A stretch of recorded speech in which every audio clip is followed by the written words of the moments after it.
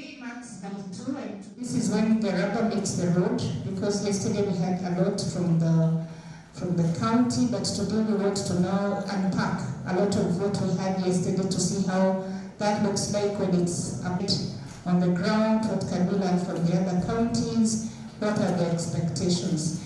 But before we go deep into the program, may we commit the meeting to the Lord, so that at least we have blessed deliberations. And can I ask for a volunteer to lead us in prayer? Anyone wants to volunteer? Thank you. Let's all start so we can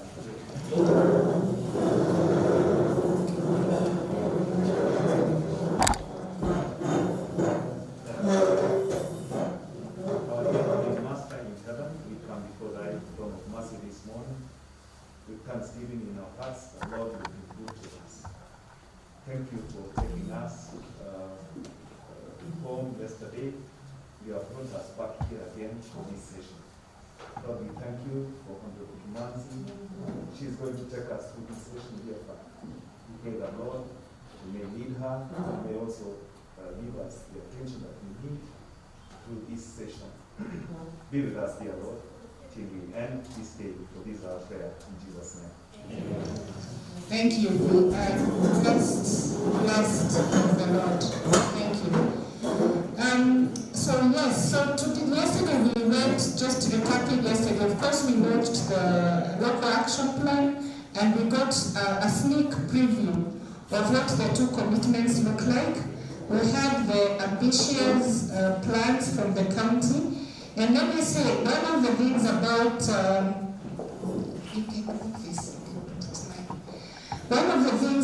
OGP at both national and local level is that it has to be ambitious. As you are doing the co-creation, you have to be ambitious. So OGP is not about creating things that you would ordinarily do in your day-to-day activities. It's about dreaming big and trying to deal with the impossible.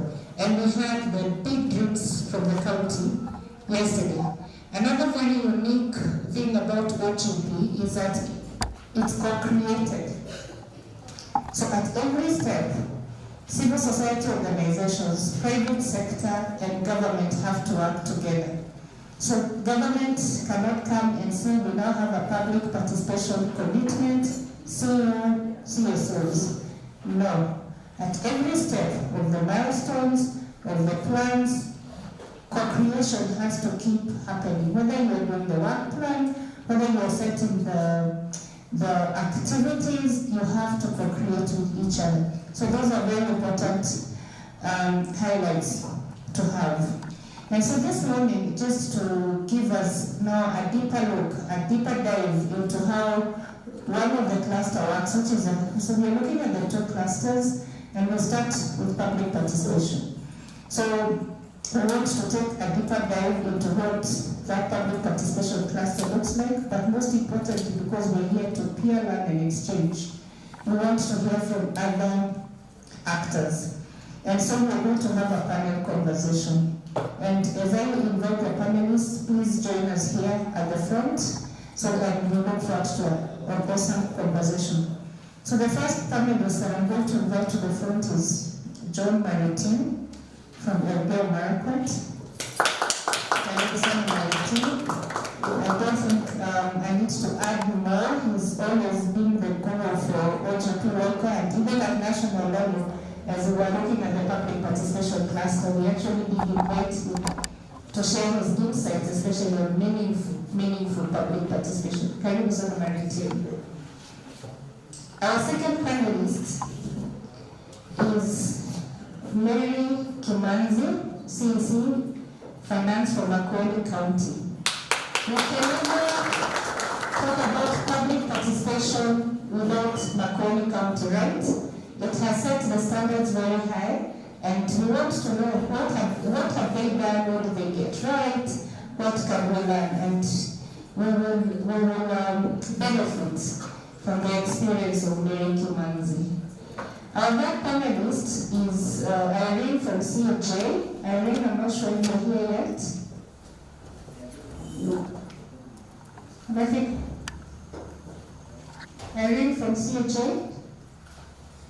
Okay, let's hope that she will join us as we proceed with the panel.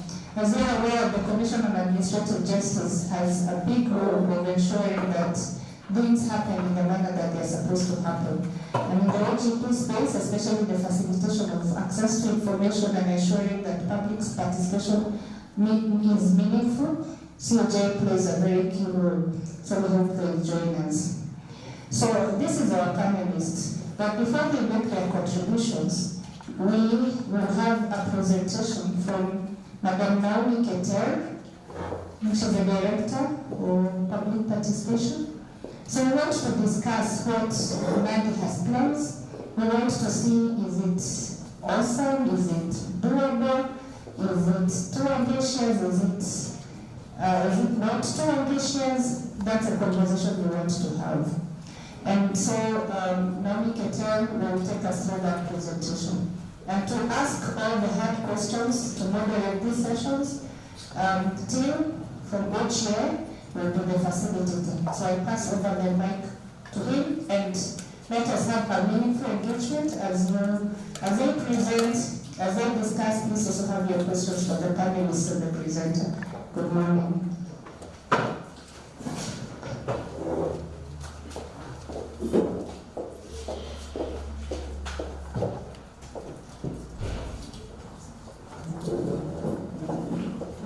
Good morning, everyone.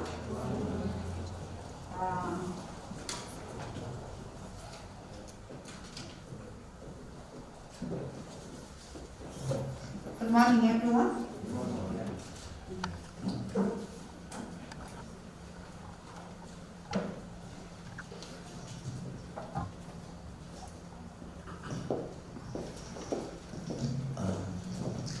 Good morning. So we were just conversation about the flow of things. Good morning again. My name is Timothy Kiprono. Still the director of the Open Governance Institute, and I'm glad to be here for the second day with you all. And it's exciting that the house is full, just as yesterday, so it feels good. So this panel, we've talked about public participation yesterday and the challenges, and it was very exciting and very active discussion.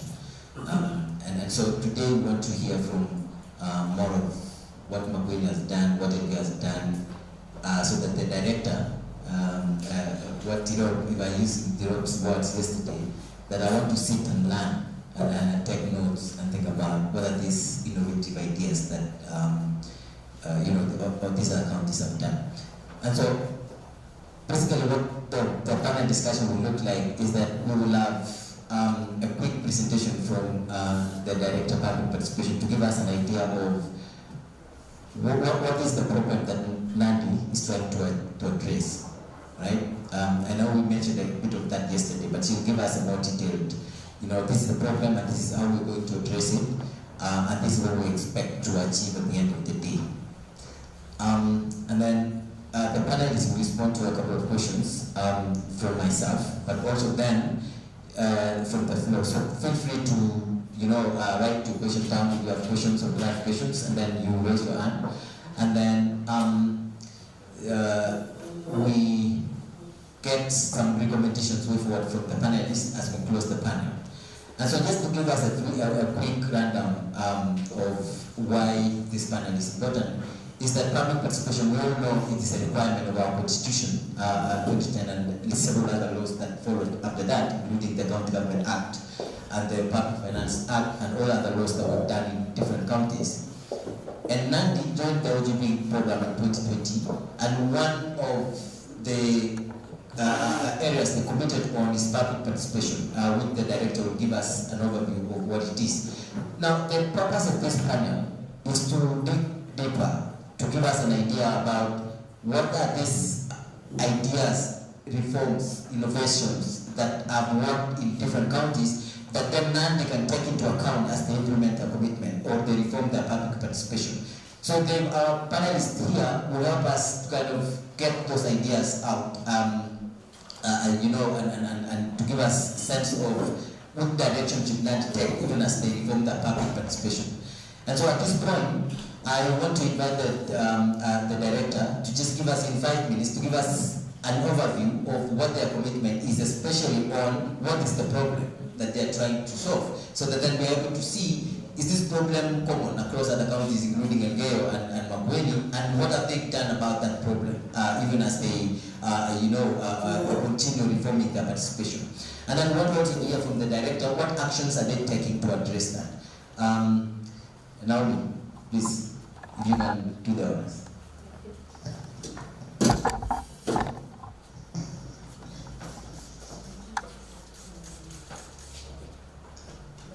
Thank you so much for that overview. Yesterday, I think I learned also quite a lot.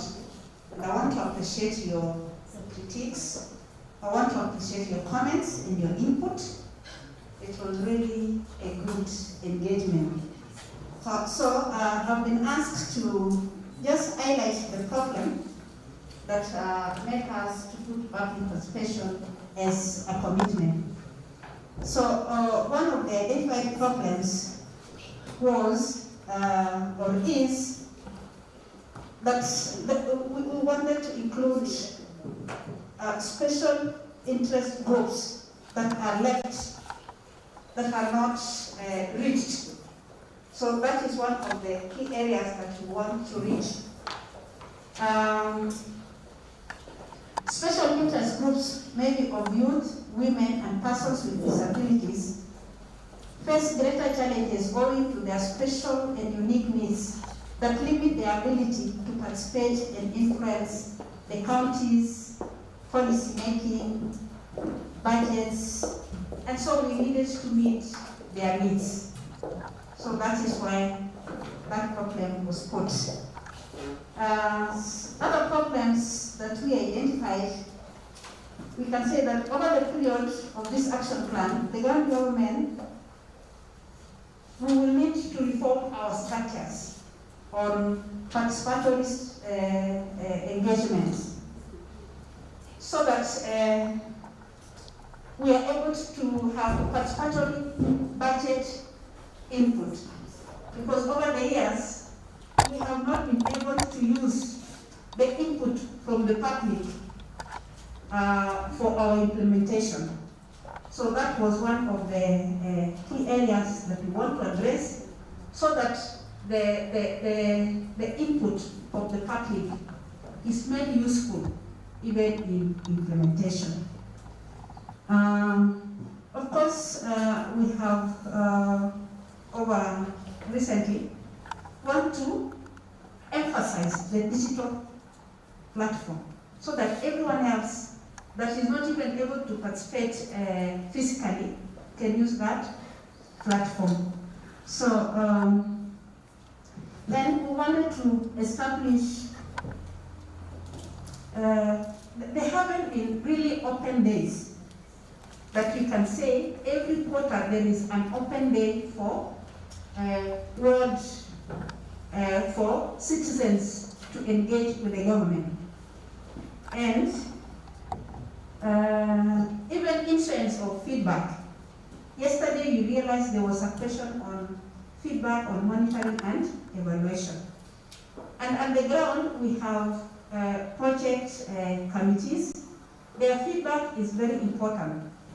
So when we realize that the feedback from the ground, from the citizens of the ground, it should be useful to us.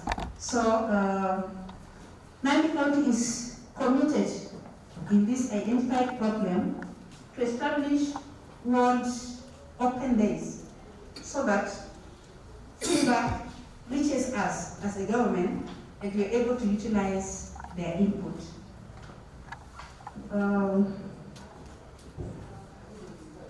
One of the problems also, or those that we would want to address, is records, access to county records, access to information by the public. And that is why we have the call center that anyone can call. It's toll free, and ask for any information, and if it's available, they should be able to do so. Continuous civic education has been a hit also.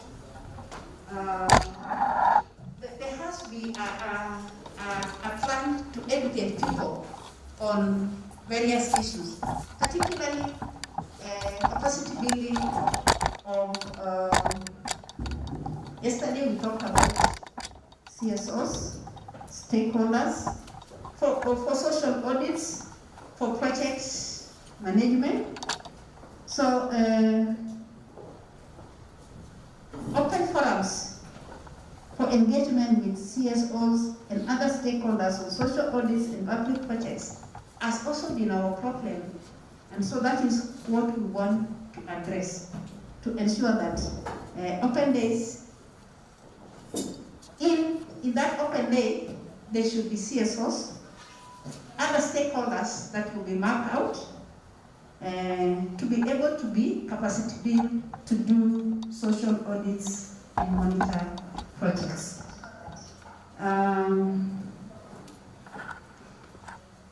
Perhaps also to integrate both digital platforms and other participatory structures, so that whatever has been given on digital platforms, together with what has been done on open days, can be integrated and be useful to us in implementation of projects.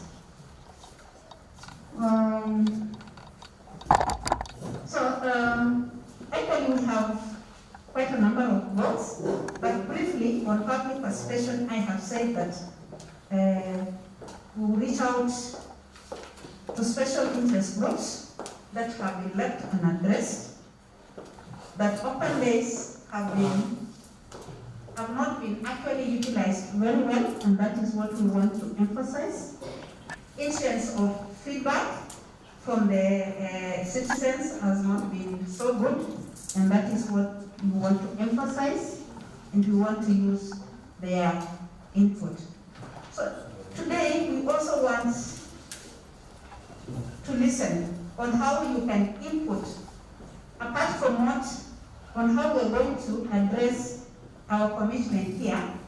We also listen to our lead teams here, whom we have been marking from, so that should we have left anything out, then we will be able to include. So, in public participation, briefly, those are the problems that we want to address. And thank you so much, Makweni and Leo Margaret. Surely you come here today to remark. Thank you.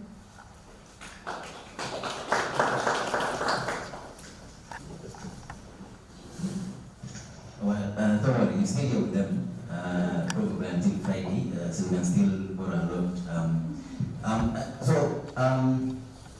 I'll just ask a quick question, both of you, really general one.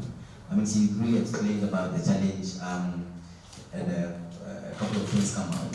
You show voices that are not heard, of course, me, marginalized groups, women, people with disability, but also, open days to make sure civil society has space to talk about the challenges they face in the field, or looking at accountability and transparency issues.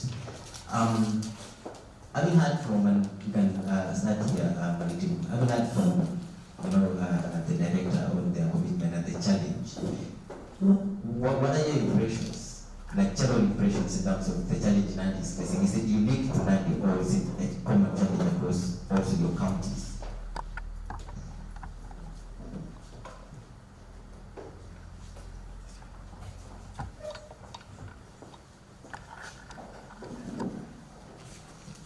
Yeah, so thank you, Timothy.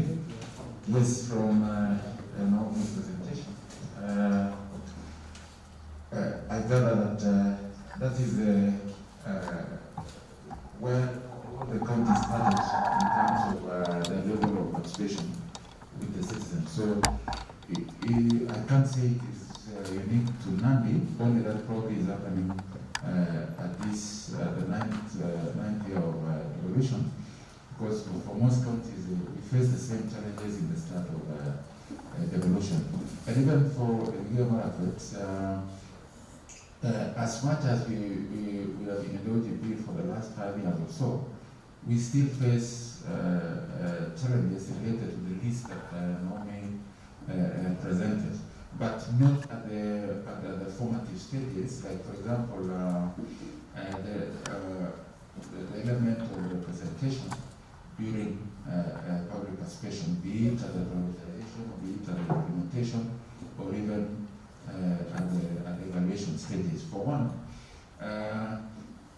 on average, if all counties will analyze the data for attendance for public participation in 2013 or 2014, you realize that representation program was cutting across. For Marakwet, women were less than 20%, youth were less than 20%, people with disabilities were less than 5%. So the uniqueness of representation, maybe only the difference is here as well. We're starting to deliberately address the issues. Otherwise, when we started from the same. So maybe I can leave it at the presentation, because most of the items that are put from where we were and what we've done and where we are now will highlight on the commonality or the uniqueness of issues of participation across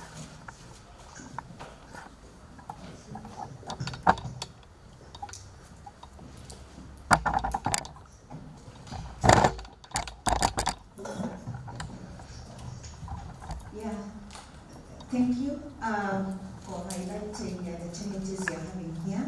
And I'll say, like my colleague, actually these challenges are common across.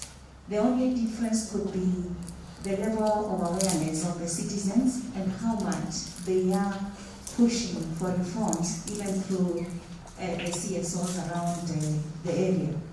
Otherwise, the issue of structures not being in place, especially where we began, is common across counties. Problems of accessing information for citizens is common across, even whether we are involved in CSOs adequately is still a challenge across. I think most governments are closed, and they also fear the influence of CSOs because of the exposure that comes with openness and the demands of the civil society, which are necessary for purposes of really making sure that the citizens are well reached. Issues of how the input becomes useful in implementation. It's a challenge, of course. Initially, in our county, we would listen to the people, then go sit, begin budgeting for what they have said. We would later discover this is not the best way forward. We need to prioritize, we need to agree on a few things, because the citizens give a wish list, and you cannot do everything. They also give a list based on what they are seeing and imagining.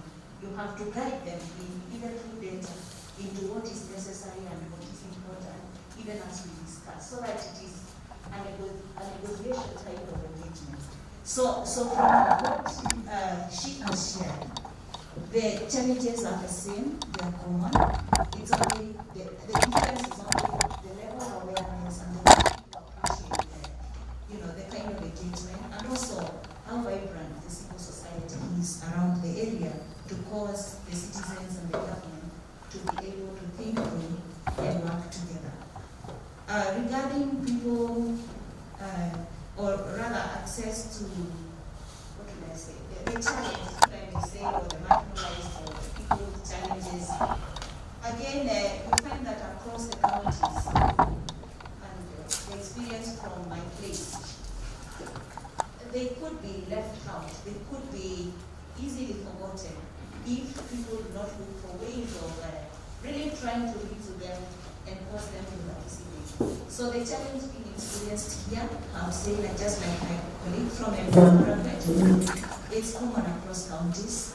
Maybe some have made steps to improve, others are still working on where to begin. But what I know is that most counties are implementing participation. We are at different levels.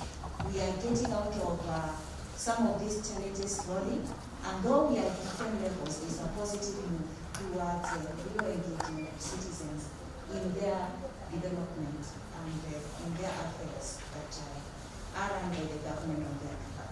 Thank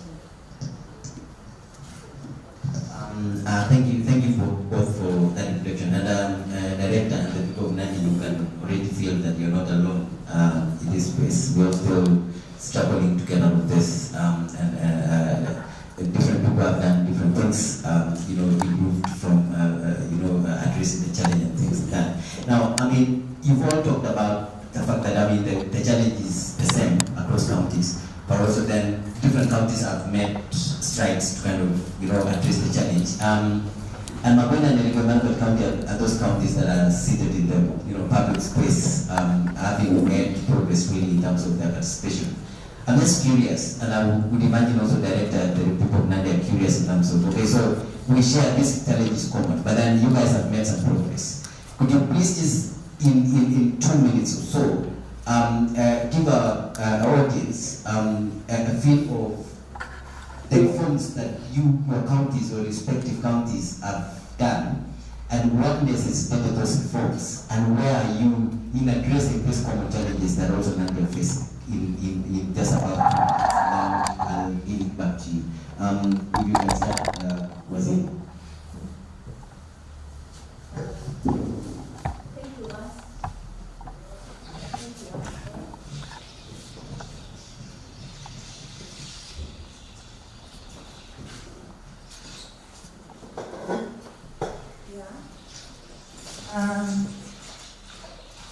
In 2 minutes, it's been a journey, let me say, towards making participation possible. For us in the county, I would say we were lucky at the beginning because our governor, having been a promoter of human rights, he came to the county as a governor saying the people must be involved in the development of the county. And our first policies or programs were actually participated. Our first county integrated development plan was done through public participation. And I would say, even before we begin to think of how to improve it, there is that strong will and support from the leadership to involve the people and to make the people feel a part of our team. Our conceptualization of the public participation is actually based on it being a human right, and we know it's in the Constitution that people must be allowed to participate. And so we want to allow people a right to be heard, what we are calling the voice.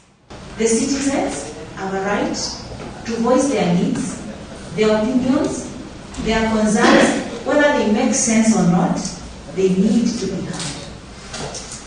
Again, they have a right to know what is happening in their government. And they don't have to keep asking for it. They have a right for that information to be availed anytime, whenever they need it. And to do so, we have been able to try and publish a lot of the things that we do and give citizens access so that they have a right to information. They have a right to organize or associate.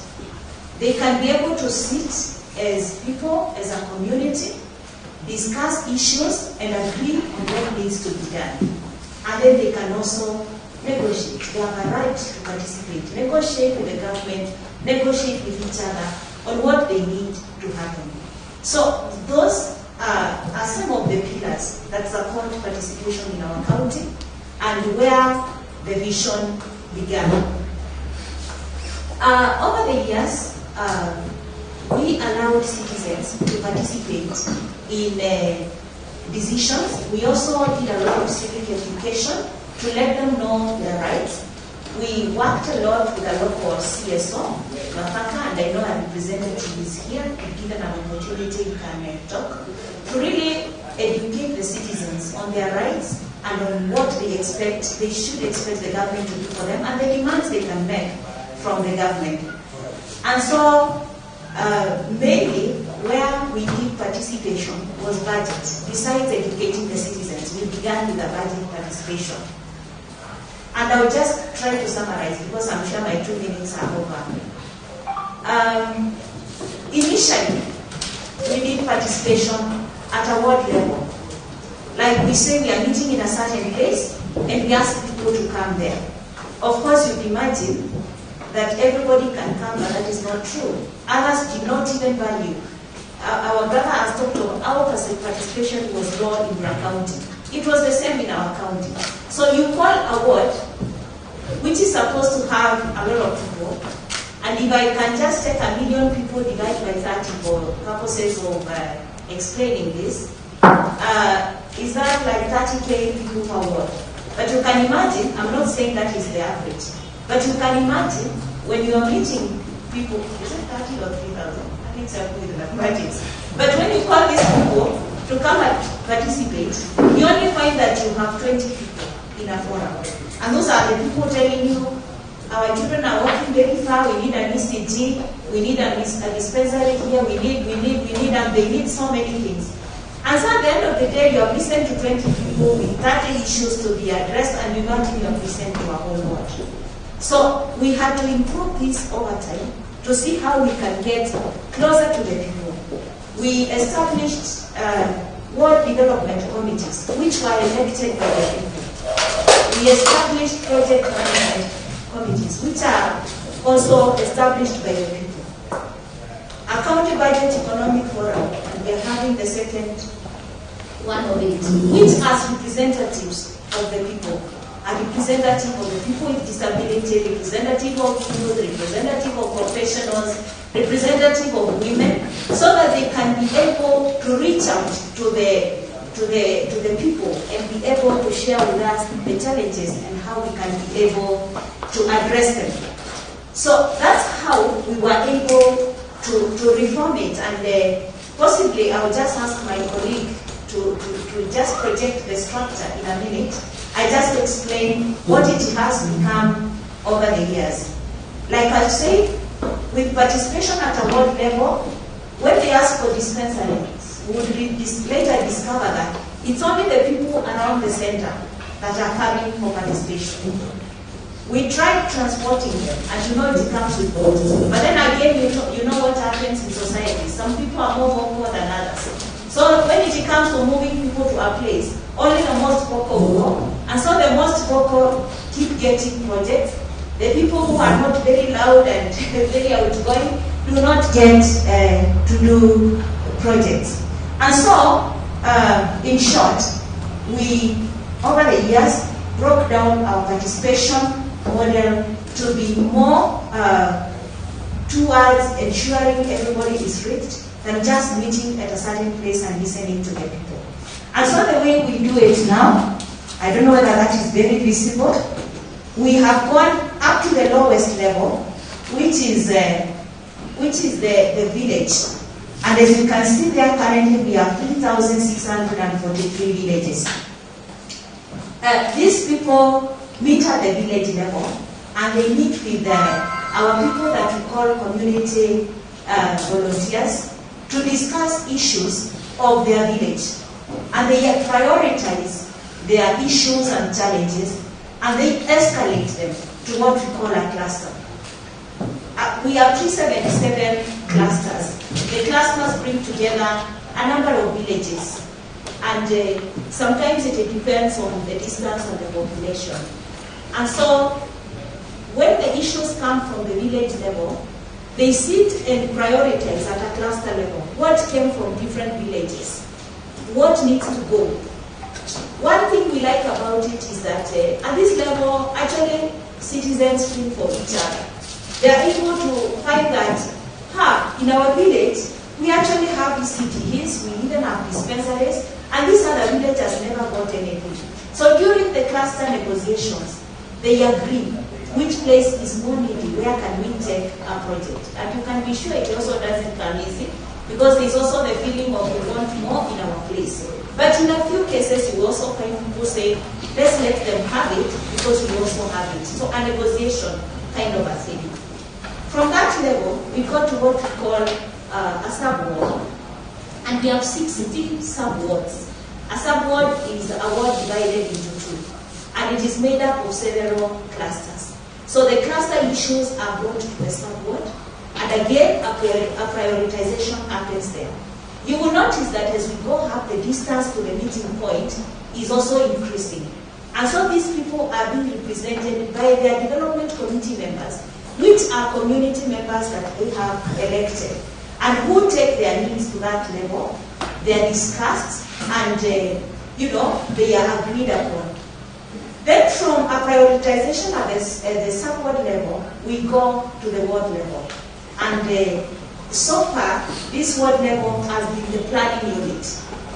It is at this point where what came from each of the sub-wards is put together, and we prioritize what is number one for the people, number two, number three, and we allow them to vote.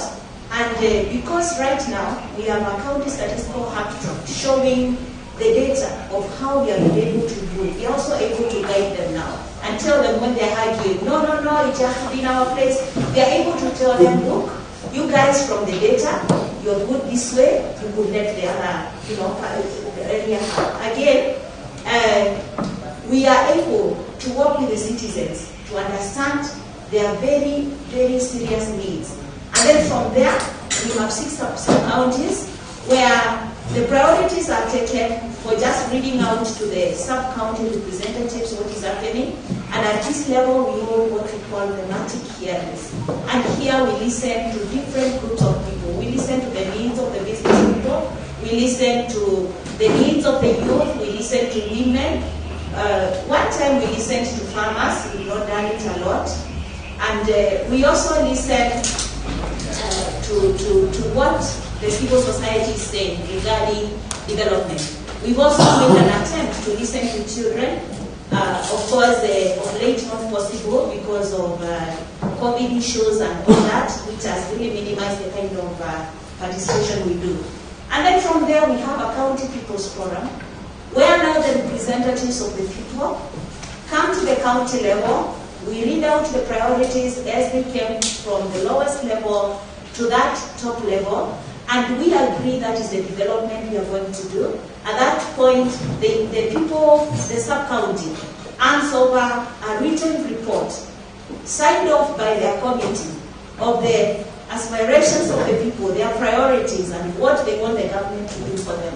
And once they hand it over to the governor hands it over to us as a Department of Finance, and that is what we are supposed to implement for as long as the budgets allow. So that is the shortest I could do to explain the journey of public participation in Makueni County.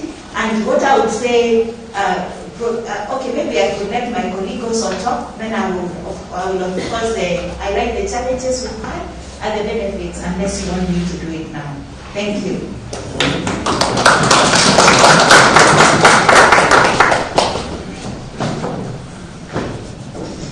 Yes, thank you, Waziri, for the elaborate Makueni's practice on public participation. For Elgeyo Marakwet, let me start by the representation challenge that Nandi is also facing. When we realize that the special interest groups are already facing a challenge in airing their needs, because given the background that we work, when you go to every ward to undertake public participation, you will get a crowd of hundreds of people. But unfortunately, like I said earlier, once you do analytics, you realize that women are very few, youth are very few, people with disabilities are very few. So we say, how can we reform this? Because I think that was a question. So the kind of reform we did along the lines of representation. For a start, we said we have to have representation which are guaranteed. Remember, public participation is open for everyone. So that's like all the counties do. We will publicize when the upcoming public participation will prioritize the needs in the newspapers, in the local radio stations, and others. So it's not like the approach that we did in going to the delegates system was to lock out others. No, it was just to guarantee that all the regions, because like Waziri said for Makueni, for Elgeyo Marakwet also we realized because we haven't gone to the to the villages to do public participation. As of now, we are doing it at the ward level. But we realize that the location of the public participation for that work will attract maybe the people who can walk, who are not spending any transport cost to the venue. So in the 300 or so people that we used to have, you will get like half of them are coming from nearby areas. So the representation of regions also became a problem, not only the special interest groups. So what we sought to address the problem of representation of the special interest group and representation of all the villages was to establish the delegate system. Now we targeted 100 guaranteed attendance to the public participation to top up to the ones who will return to the territory through the announcements in the newspapers and the radio. Now the 100 or so delegates will sit just like every other person. But when the time to identify the needs, then they will take the lead, because we will say who is representing village A. Because in Elgeyo Marakwet, we have, like we said yesterday, we have 20 wards. We have around 220 sub-locations. And in each sub-location, we have around 9 villages. So we make sure that the 9 villages are represented by delegates. So in that village, we'll say the makeup of the 9 will be, you must have a person with disability, we must have a youth, we must have a man over 60, we must have a woman, making the 9. So in the actual participation, every village will have an interested party in every line of argument. So that when there is a challenge in terms of agreeing on a priority, then those 100 or so guys will vote and decide on their own that as much as we are here 300, but for representation purposes, the different villages will send their delegates to a corner and decide on an issue. So you'll find that after reforms, each village will get a project because they have a voice for every village. Yeah. So that is the essence of doing the representation. But now, after implementing it for close to 3 years, another problem arose, another layer of challenge, and that's why I was saying that the presentation from the director is common across, but as you address one challenge, you meet another, and this is a challenge. The youth, for example, for Elgeyo Marakwet, the youth, and I believe it applies to the Kalenjin nation, the youth are not necessarily given the platform to bear their views in front of their fathers, even women. So they are not as free as their fathers to champion for a priority. So we realize that as much as we have the people we require in the room, their voices are still subdued. So they are physically there, but unfortunately they are not given the chance. Because imagine a lady attending with probably a son-in-law, we know the relationship that we have in our wards. So some of the good ideas will go home, people will go home with them.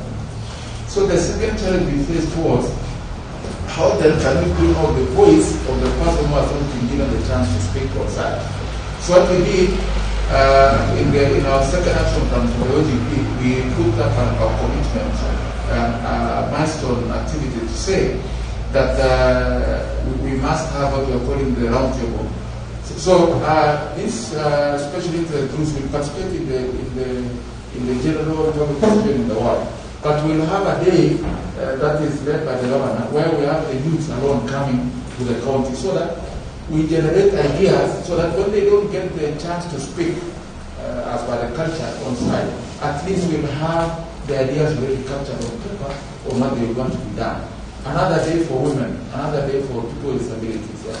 So that is the representation bit. But now, I know the innovation that they were asking also was not limited to representation. It also touched on the guarantee of the inputs that we have received. And I'm happy I've seen in the action plan, Nandi has tried to put in place mechanism to guarantee the inputs will be used for decision making, not the decisions that will be made. So we realize how this lack of usage of the inputs, because as much as we've had representation, how sure are the citizens that the ideas they gave us in the public participation will be put into use and will be funded to the level. So we say a law has to be enacted that guarantees the inputs are put into use. Because remember, when we did our assessment back in 2014-15, we realized that most of the projects, when you do the values, yesterday I was going to ask the CSO that question, because for our case, it is the CSOs who brought to our attention that, look, out of the 20 wards, when you calculate the value of projects that have gone to each of the 20 wards, they are in line to where the CECs, where the CEOs, where the directors come from. And we weren't defensive, because when one of the CSOs, we used to have, let me speak freely, in the past time, when they analyzed after 2 years of the revolution, they realized that all 50% of the road projects will go where the CEC roads come from. When they go to the water, they realize the same thing. Yeah. So at the end of it all, the wards that don't have senior people within government will get more value of projects when you calculate what has gone. Because when you say, like for Nandi, they have 2 billion for the development every year, then on average, you will expect when the CSOs or any other social audit is done, you realize that because of 30 wards, you will get like how much? 45 million value of projects going to each ward. But you realize one ward will get 20 million worth of value of projects, and another 100 million, 250, depending on the power of who sits there. So we say to guarantee the ideas, the inputs of the public, and to prevent favorism because of whoever is heading the department, we must have a law. And this law guarantees how much costs to every ward. So for Elgeyo Marakwet, we have 40 million going to thereabouts. Of course, there is the poverty index, there is the area, there is the population. So the highest ward gets around 46 million, the lowest ward gets around 34 million, because of those parameters that we derive from Kenya National, KNBS. So what it means is the 40 million or so on average that goes to every ward, it is guaranteed. So that what they've used, assuming this is the public participation in the ward, what comes from those public participation will be funded to the latter. Unlike consultations where the public don't know how much of our inputs will be funded at the end of it all. So for Elgeyo Marakwet, the reform to have the consultation, the reform to have the inputs being captured in the decision, and the reform to have non-biasness in allocation depending on the power of what the officers are being eliminated because of that. So I just wanted to say the reform that have come out of that, but more or less what was really presented reflects on what our county and other counties are also facing in terms of the voice of the citizens coming all through from the village to the decision makers at the council level. Thank you very much. Director, feel free to seek clarification on any of these ideas that you think they work, but you're not sure about how they work and things like that. Just feel free. At this point, I want to pause for a minute for the question I have for the panelists, and just also ask the floor to kind of ask questions that if you seek clarifications about the systems that work in against the systems or the approaches that apply to evacuating. 2-3 questions, and whoever was first, your hand was first, then you, and then yourself. Well, you will come in the second round if there's one by time.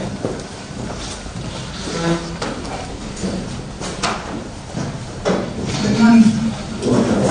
My question goes to the CC for Finance and Planning Board. The composition of the committees for the sub-board and the ward level. What is the role of the ward administrators and sub-county administrators? Are they part of these committees, or exactly what is their role? And then even the role of the MCA at that level. And then do they do any remuneration or allowance? And so how would you evaluate it? Thank you.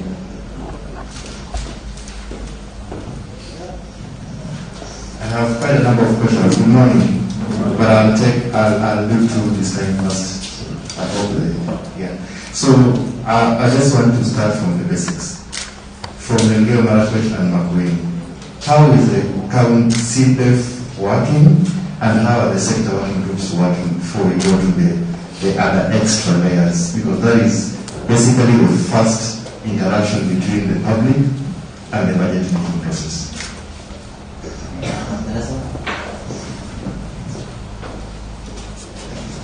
Thank you very much. My name is Craig. I would like to ask the panelists, one of the major challenges that normally occur during public participation is access to information. And by access to information, I mean timely access to information, so especially when we're discussing budget documents. How have you ensured that these documents are reached to the public on time for proper deliberations? Thank you.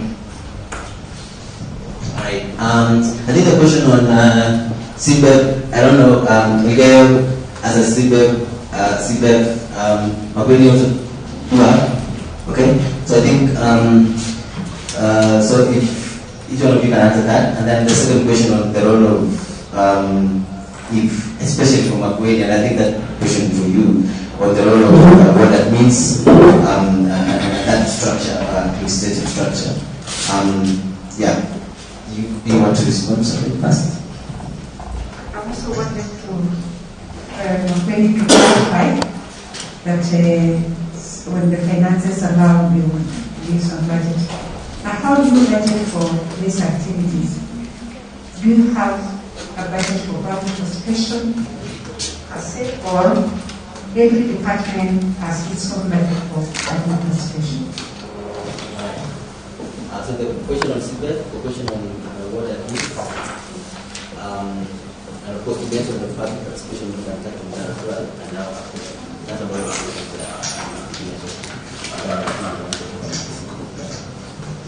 Thank you. The first question is that of the composition of the committees. Who are members of the committees? They are purely members of the public. The word that means only oversee their elections. And we ensure that there's representation of all categories. There's at least, if the area has a person with disability, because the people with disability may not be all over the place, but where there is a person with disability, we ensure they are represented. And the population with disability in Makueni is around 5%. We ensure that there's a youth, and two, a youth lady and a youth man. We ensure this women representation and of course men representation. So that is how far we go with regard to establishing the committees. The admins of course oversee and are working together with the community. When I get an opportunity to talk about the future, or I could mention now, is that we are working towards communities of practice, where the community is working with their admins and everybody to discuss and bring up their issues, so that it is not a ceremony that we are doing every year. It's integrated participation, where citizens are sitting down and saying, these are our issues, this is what we want the government to do. And actually, as we talk, a number of communities have come up with what we are calling community action plans. What is it that we want the government to do for us? The role of MCS, it is purely oversight. We are not working with them, they are not part of the committees, but they are free to attend participation. And one thing I will tell you, maybe it's also a lesson for other people. Whenever an MCA becomes part of the community and they work together, we have no problems implementing their budget. But when an MCA stays off and lets the community work, a lot of times we meet at the county assembly and the MCA wants to change the projects. But trust me, the people of Makueni will not allow. If we change one, in fact one time it happened. How it happened, don't ask me. Sometimes things happen. The letter was in Controller of Budget's office. The community was saying our project was changed and they knew the person behind it was an MCA, and I tell you it wasn't easy for me to explain how that change happened. So that is how serious it is. And so maybe it's something that needs to be discussed, and the politicians encouraged to participate with the people. When they work with the people, they agree with the people, it becomes easy, but we don't make them part of us in terms of doing the participation. In terms of remuneration, we don't remunerate. But when we are moving them a distance, like now the development committees to the place where they are representing the people, we pay 500 as per square. Of course, this is a cost, you know, and we have always budgeted centrally for that public participation budget, because we feel as a government, we need to be facilitative. We cannot say participate and we are not being facilitative. So we pay that rate to enable people to move to the participation center that they are supposed to.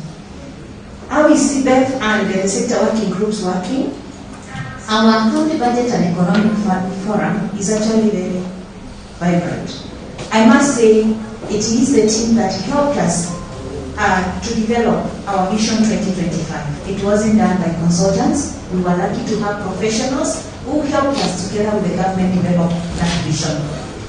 Because they also represent people, they articulate their issues. So when we are doing public participation for women, the women representative has to be there.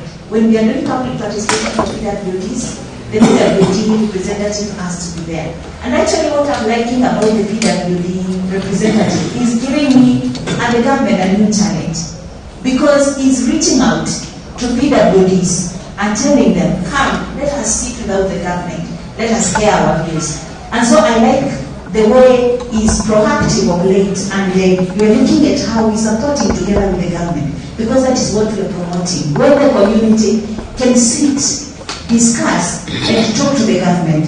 We have sector working groups, 7 of them, representatives of several departments coming together, because the sector working groups bring together several functions in the government. We discuss the sector issues based on data now, and all the budgets and participation are based on the outcomes and discussions of the sector working groups. With regard to access to information, we ensure timeliness in passing the budget to them. Like once the budget has been passed and the sub-county administrator has a portion of the area, the budget is given to the people, so they know it. When it comes to implementing, and of course we post it in our website for those who are able to access internet. And further, we have established a USSD code, so that if a community member wants to inquire about a certain project, they just send a message and they get feedback, to tell them the project, what it is and all that. Further, when it comes to implementing the project, we are implementing with the community. We go to them, and now the development committee participated in budget. We elect a project management committee, and we give it the BQ of the project, so that whoever comes to implement a project, they implement it within the BQ. I have seen a contractor bring a building down for using the wrong material, because the PMC told him, hautalipwa, hii sio mawe imeandikwa hapa. He said tutaona. And they refused to sign for him, and because I used that signature, by the way, as part of my payment documents, we couldn't pay. So he had to go, bring it down to the level where he changed quality, and bring it up again. He was constructing a staff house for a doctor, two of them. He actually had to bring them down. So they have information to empower them to make decisions, and to be able to implement things the right way. And so that's what we've been doing, including a foundation of information and all that. Then the last question is how we budget for activities. I think ourselves and I think so. Maybe we'll clarify. We got the benefit of training on how to evaluate, to do some feasibility studies on how to budget for projects through a World Bank program. And so what we have been doing, I told you initially, we used to say, tukiketi kwa budget, and remember 2014-15. ECT zimetengwa na tatu ECTF 500, weka 500. All ECTs COVID-based. My friends, they could be completed. Others were just one classroom looking funny. And so we have to get to a level where we are able to tell how much can do a good ECTE. And we have standardized some of them.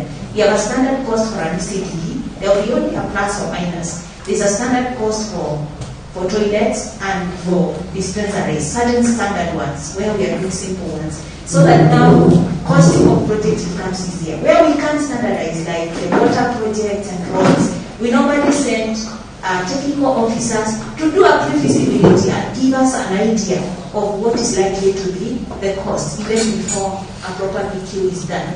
And this is to enable proper budgeting. So I think I have handled most of the issues. Thank you.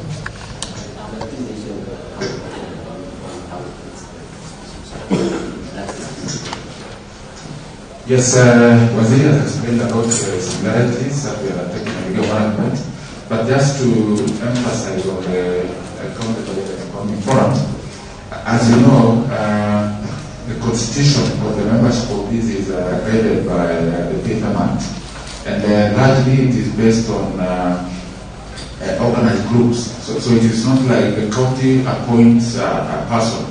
It is, for example, the faith-based organizations to agree amongst themselves and nominate one of them to be a member. You go to professional groups, maybe lawyers. You go to unions, maybe the teachers, the civil servants, and others. They nominate a person. You go to CSOs. Basically, the objective of having this membership is not necessarily to represent the citizens in giving ideas on the needs. It is to give guidance on how best participation can happen given the dynamics of those organizations that they represent. And for Rio Marakwet, we've had it and we've seen the benefit of it, because at times you wish the system to be guided in some way, but the members of the CPF will tell us, no, it will not be possible to undertake it in the way you are proposing, and we will align our thoughts along the inputs that have come. So the importance cannot be understated, because they are, yes, the first entry to the public, but not in the sense of representing their voice, but in the sense of guiding the government in how to gain trust and how to generate meaningful input from the citizens.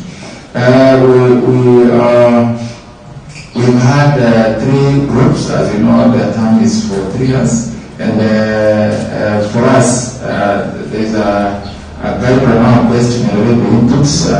Timothy here is a member of our CPF and representing the CSOs, and he can attest to the importance of having CPF. What I can say about the sector working groups, ideally,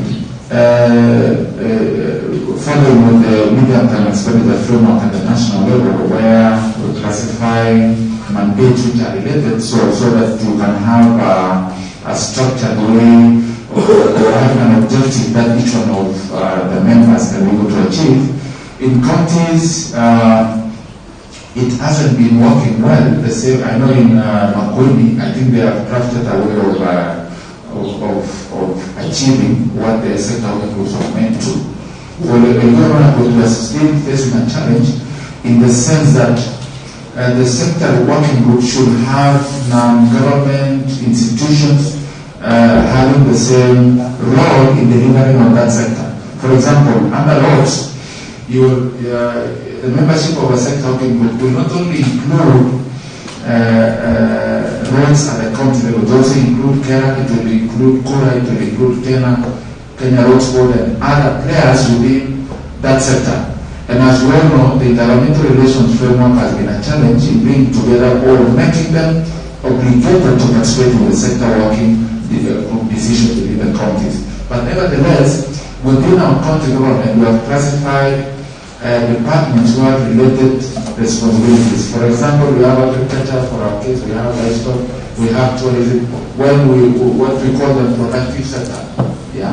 So in that productive sector, we have been able to have representatives from the citizen and others, so that at the public participation stage, we have a person speaking for that sector where the relationship between mandates can be able to happen. So I think I just wanted to clarify that, and it's a bit of a challenge. And the sector working groups will automatically become relevant as Nandi go into implementing the public participation desires under the plan. So it may not necessarily be explicit in the milestone that you listed, but it will be triggered by the need of having a relationship to avoid duplication that we have observed in the past. I don't know in Nandi, the first 3 years we had a lot of fight with Kera, and both the county government and Kera being accused of claiming to have done a certain work in some road, and the monies cannot be accounted for the party that didn't do. So the sector working group also takes this to undertake to work together so as to avoid the same. So on the access to information, we realized as a legal matter that, of course, the interest of public participation initially boils down to the budgets, but from Madam Naomi's presentation, open days will like educate the citizens to know that public participation is not only tied to the budget, it's also tied, for one, how are projects being implemented, what are the qualities of one, what are the timelines for implementation. Secondly, the citizens will also appreciate the essence of service delivery. For our case, the open days, we don't focus so much on the needs certification because the budget will be running at that time anyway. We focus on one, how are the contractors delivering on the works? Secondly, how are the public servants delivering on their duty? For example, within the health facilities within the wards. Yeah. So the open days will broaden the feeling of the citizens on what is expected of them on the civic duty. So the element of access to information now becomes like less and less important when you have open days, because at that time we will carry document as government to explain particular areas of implementation and all that. Because for a legal management now, like I said, it is we don't propose projects for citizens so that we send to them, like I was saying yesterday, like for 1 week before guidance. So it's not like access to information will really prevent citizens from arriving at their needs per se, because this access to information will have been addressed on a different day under the open days approach that we have done away from the identification of the needs. Thank you. Thank you very much. I have a few more questions. I know we should be breaking for tea, but I don't know, do you guys find the conversation flowing as you expected? Is it meeting expectations? So I'll request for your patience for a couple of more questions and then break for tea so that we come back. So my a few questions. So the one, I think your question was also relating to the cost of running public participation, if I understand correctly.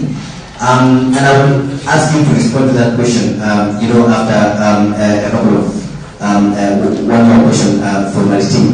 Maritim, you talk about LGO's desire to include young women and people with disability. So in 2019, you partnered with World, if I understand correctly, to run youth participatory budgeting. And looking at Nandi's commitment, it's also more of bringing marginalized groups into the decision making, in addition, of course, to basic other needs and structures that you brought to centralize, which I think Madam will talk about that, the cost of that decentralization in Makueni. But could you just highlight, how the youth participatory budgeting in Elgeyo, the pilot, worked, and what was the objective, and whether, what progress have you made towards them? Yeah, thank you, Tim. Like I said earlier, this pulls from the representation elements, and like I said, the youth usually don't have a voice during even if they attend physically.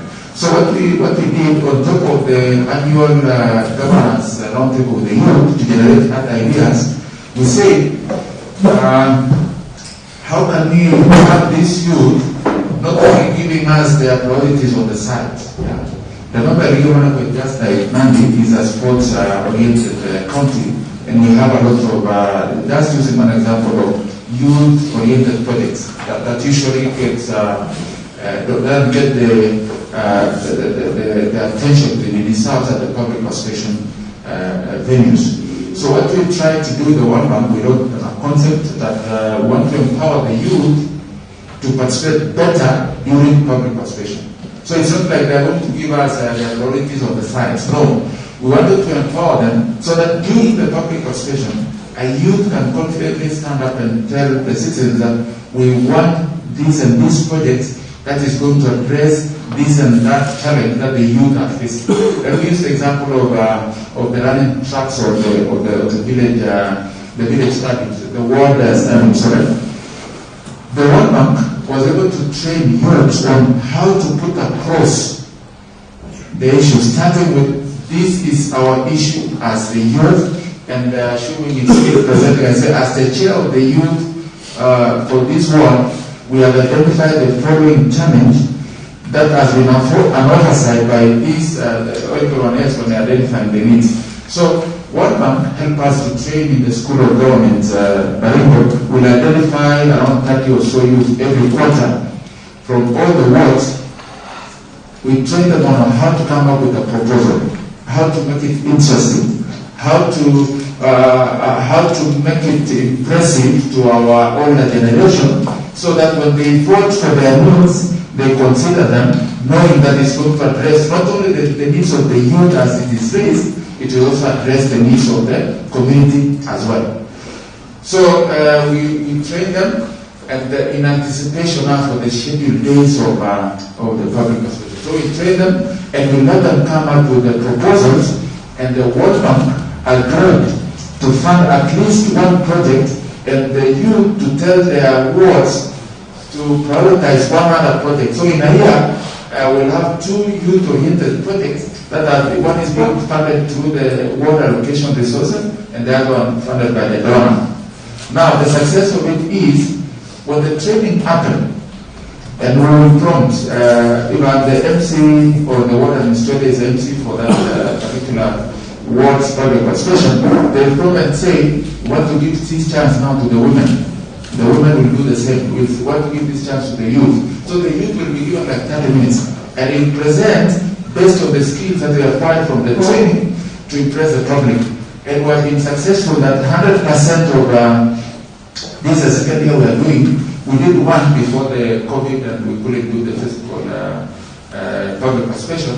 But for the first year that we did, all of them were successful. So we realized it's not about that the citizen cannot listen to a special interest group projects oriented to them. It is about how you present. And we're looking forward to Nandi going that direction so that the youth does not always say that the projects being identified are ECD classrooms, there are water projects which say it is women-oriented, they will say it is social roles which are men-oriented. There will be also projects which are study-oriented for the youth. There will be ICT centers and others which are basically youth-oriented. So the project model that you asked is on course, and we're very happy that the donor is also impressive on the outcome. We'll analyze the presentation vis-a-vis what the citizens was able to allocate and guaranteed, and us with the county assembly are able to carry it forward to the budgeting stage and give the money.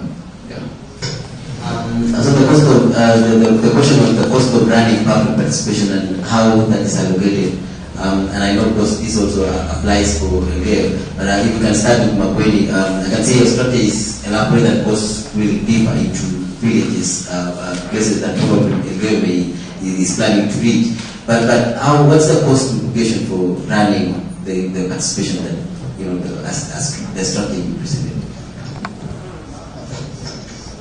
Thank you. Sorry, I think I missed answering that question. The highest budget we have done for public participation is 30 million. That's around 1% of the entire, on average, of the development budget, and maybe around 3% of the ward budget. But we don't get that budget from the development money. It is part of the operations and maintenance budget, because as you know, the activity is more of a recurrent expenditure than a development one. Some of these things you may not convince even controller of budget to make them development. They are really consuming budgets, and so we have budgeted that way. Of course, when you say 30M, it's not little money. And so that's why our thinking of the communities of practice, to see how we minimize going to them, giving them bread and soda, but to have them sit at their convenience and be able to escalate issues. So what I would also say is that, and that is budget including what we use to engage and educate them. Because we have also tried to kind of merge them, so that we don't have a session to just go and educate and a session to just go and do budget. So we kind of do them together. Occasionally, we will meet the people and talk to them. But a lot of times, it is when we are doing the other participation that we introduce a subject that we want to discuss with them. That way, one is able to minimize the cost of meeting the public and the cost of talking to them, encourage them to meet on their own, encourage them to discuss their issues, and that way, one can be able to minimize the cost. So it's not cheap, and if you want to engage the people, if you want them to participate, you also have to invest in it. And well, it's interesting to hear the challenge that has come from this side. I think in our place, in that respect for the youth to respect the elderly, but doesn't stop them from expressing themselves. I think it's something I have learned from this side. But then again, of course, you may find youth being unable to speak just because of that reason, not because they are being denied an opportunity. And that is why we've had youth sessions, even to listen to them and hear what they are saying. So it's also something that I have learned from here. Unlike them, we also have a whole budget. And this ensures equity to an extent. Because if you don't allocate money towards, for them to prioritize, and you sit at the headquarter level and just decide for them, you may deny them something. So it is a good idea to allocate a budget. And actually initially the budget was very small, like 18 million. We learned from that gap and we have benchmarked to them. We realized they have a formula to take more money to the board. And we also came down and we looked at our issues and we cut our budget to 33 million forward. And that is actually like 40% of the entire development budget. Of course, some of the 60% is also donor funds. So it's like the budget is 50-50. What goes directly to the boards and what is implemented at the headquarter. And which headquarter is also participated. We do not do a project that we sit and think about. We do projects that people have requested, and because of their nature and size, they cannot be done under the world money, and they benefit a larger community. And so they are done at the headquarter level. So those are things that probably Nandi County want to think about. Do they have a world budget? How much are the people being impacted? Because what will make participation successful is the result, what the people get to feel. If they don't feel your development, or they don't feel they are being involved, or they don't feel our voice makes sense, honestly they will not participate. And that is our lesson. If you go to them, wanakwambia, last year ulikuja hapa, tukawapea miradi, nyinyi mulienda huko headquarter, wanatuambia huko wote, mkafanya venye mulifanya, hatutaki. So until you learn to listen to them, then you have to explain, why did you do? Then they tell you, if you want us to discuss, promise us, there's something in it for us. As we were doing our evaluation last budget, we realized that out of the 377 clusters, I think around 20 had been completely left out. They had no project, zero project, imagine for 6 years. And we had to ask ourselves why. The people just gave up because they are maybe, and this happens at borders. Look at your counties and where people are just at the borders. People are forgotten there. They never even come for participation. Sometimes they even go to the other county for voting and other things. And so in the course of it, there's confusion. You find these people are left out, they are forgotten, they don't need the government, and like I got to in they don't want to feel about it. So it's important, if you want participation to work, for people to feel they mean something, they make sense, their voice means something, and their voice is implemented. And when not implemented, somebody explains why and gives the hope that something will be done. Yeah, so thank you.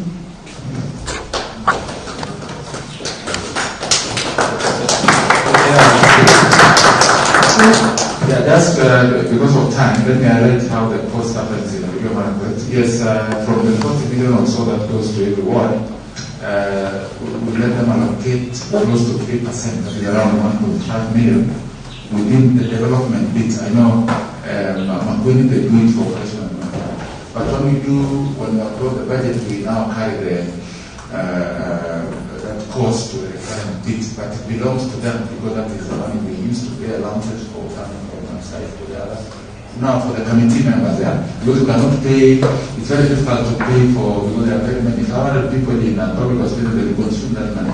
So that's what we only use it for participation during implementation and meetings that the committees have within the ward. So 1.5 million per ward within the allocation of 40 million. That's the cost for running participation, meetings, inspection of projects, monitoring evaluation, and others. Now the cost at the operations and maintenance area is the one that we allocate within the account. We allocate around 10 million for the purposes of running the CPF, for the purposes of making sure that the Public Protection Act is implemented to the letter. Because we have a board, we have the staff at the wards, at the sub-county, we are not in the ward. So that's how we facilitate them to be able to facilitate the public at the ward level and the committees to adhere to the law and the best practice that we plan for next year. Thank you very much. I think before they close, would you like me to take a few more questions from the group? Yeah? I saw your hand was first, and then yourself, and then you, then someone at the back, and then we close this. Okay, so the last one. Thank you very much, Operator. And thank you very much for the panelists for very informative session. Mine is actually a comment and to congratulate Makueni County, particularly for one thing you mentioned, that you invoke the participation of children. I think that is quite commendable, and for various reasons. First of all, children have a right to participation as per Section 53 of the Constitution, and also as per the Children Act 2001. It is something that we normally ignore because we think children do not have any ideas, they do not know anything, and so we forget them. But I'm sure in the interaction with children, you discover that they do know quite a lot about not only their lives, but the life of their families, their villages, and the communities that they come from. Secondly, we talked about the cultural, historical antecedents that affect public participation. I think it's a Bible that says that if you teach a child the way to go when they're children, they will never stray even when they are adults. So the challenges you're meeting in one, just invoking different sectors of our community to come out and participate and be part of the cultural challenge, we must remember that public participation, and especially in the civic way that we have put in the Constitution and which we want to bring to be part of how we manage our state, is very noble and has to be conditioned. So we do not want to expect that people will grow up without being given space, without being asked to give their opinions, and then suddenly when they become 18 or attain the age of majority, that this comes to them naturally. So giving children an opportunity to participate, and in state affairs for that matter, in all affairs, yes, but also in state affairs, is a way of training them, is a way of investing in our communities, so that by the time they are adults, they're already conditioned and they know that we have a role to play, we participate, and so in the future we're going to have a country that is already conditioned to be part and parcel of state running. So I want to commend that, and I want to recommend it to all the counties in the country to invoke the participation of children for those reasons. Asante sana. Thank you very much. Charlie, thank you. I am sure people have taken note of that. All right, thank you. A couple of questions arising from the very impressive presentation by Waziri of Finance and from Maritim as well on the budgeting process. A lot of things to learn from that. Here in Nandi, because of the manifesto that His Excellency had given, we had these flagship projects that were very clear on key thematic areas like manufacturing, processing, youth and sports. So then, I really want to get the nuts and bolts of the budgeting process. You have flagship projects, and then the residual is what goes to the wards. The same, I think, is also applicable for care management, because, for instance, you need a county referral hospital, which doesn't, we are not talking about small money, you're talking about 500 million, for instance. That would take a huge chunk of the development budget. Then how do you then work with the public for them to embrace the flagship projects? I'll give you a classical case here in Nandi, where we are constructing a milk processing plant that is extremely expensive. It's a multi-year project.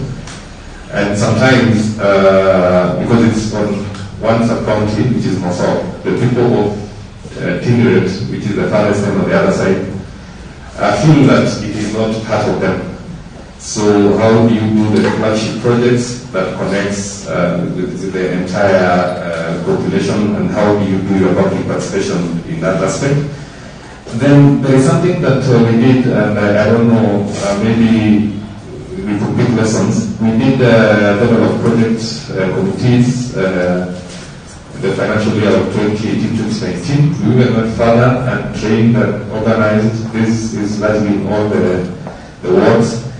And I wish my Waziri was there. He's in a cabinet meeting. We got a rejection from the control of budget that we cannot transfer funds to these more like semi-autonomous groups, because the overall accounting body of the county is the county treasury, which, for instance, CC of charge of finance is the county officer. So how did you go about it? Because it's like, again, with the government, how do you then get this money to this lower level legally? And how do you keep the accountability flowing to the county level as the accounting unit? And then to Maritim on the one, I think you said 3%, on the watchbook, how do you go about the 40 million that has gone into the development of the ward? How you practically do it within the financial system? The 3% that goes into recurrent, because that's kind of confusing to me. How do you separate the two? Because the way I know how the recurrent development budgets work is it's very clear cut, and it is centrally on the notebook. Thank you. So two questions. So one is financing for flagship projects, and then the other one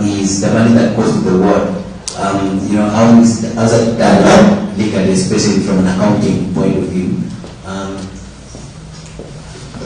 Okay, thank you. Now, I had a concern to Martin, but to some extent he has diluted my thinking to some level. Martin, I wanted to know from you, there is a 40 million for everyone. I want to know exactly who decided about the 40 million. Because from your statement, you said there's a round table meeting, normal half with the women, youth, and the rest. Do they take part in deciding what to do with the 40 million, specifically the special groups, or you just take them to the board? But I'm fearing now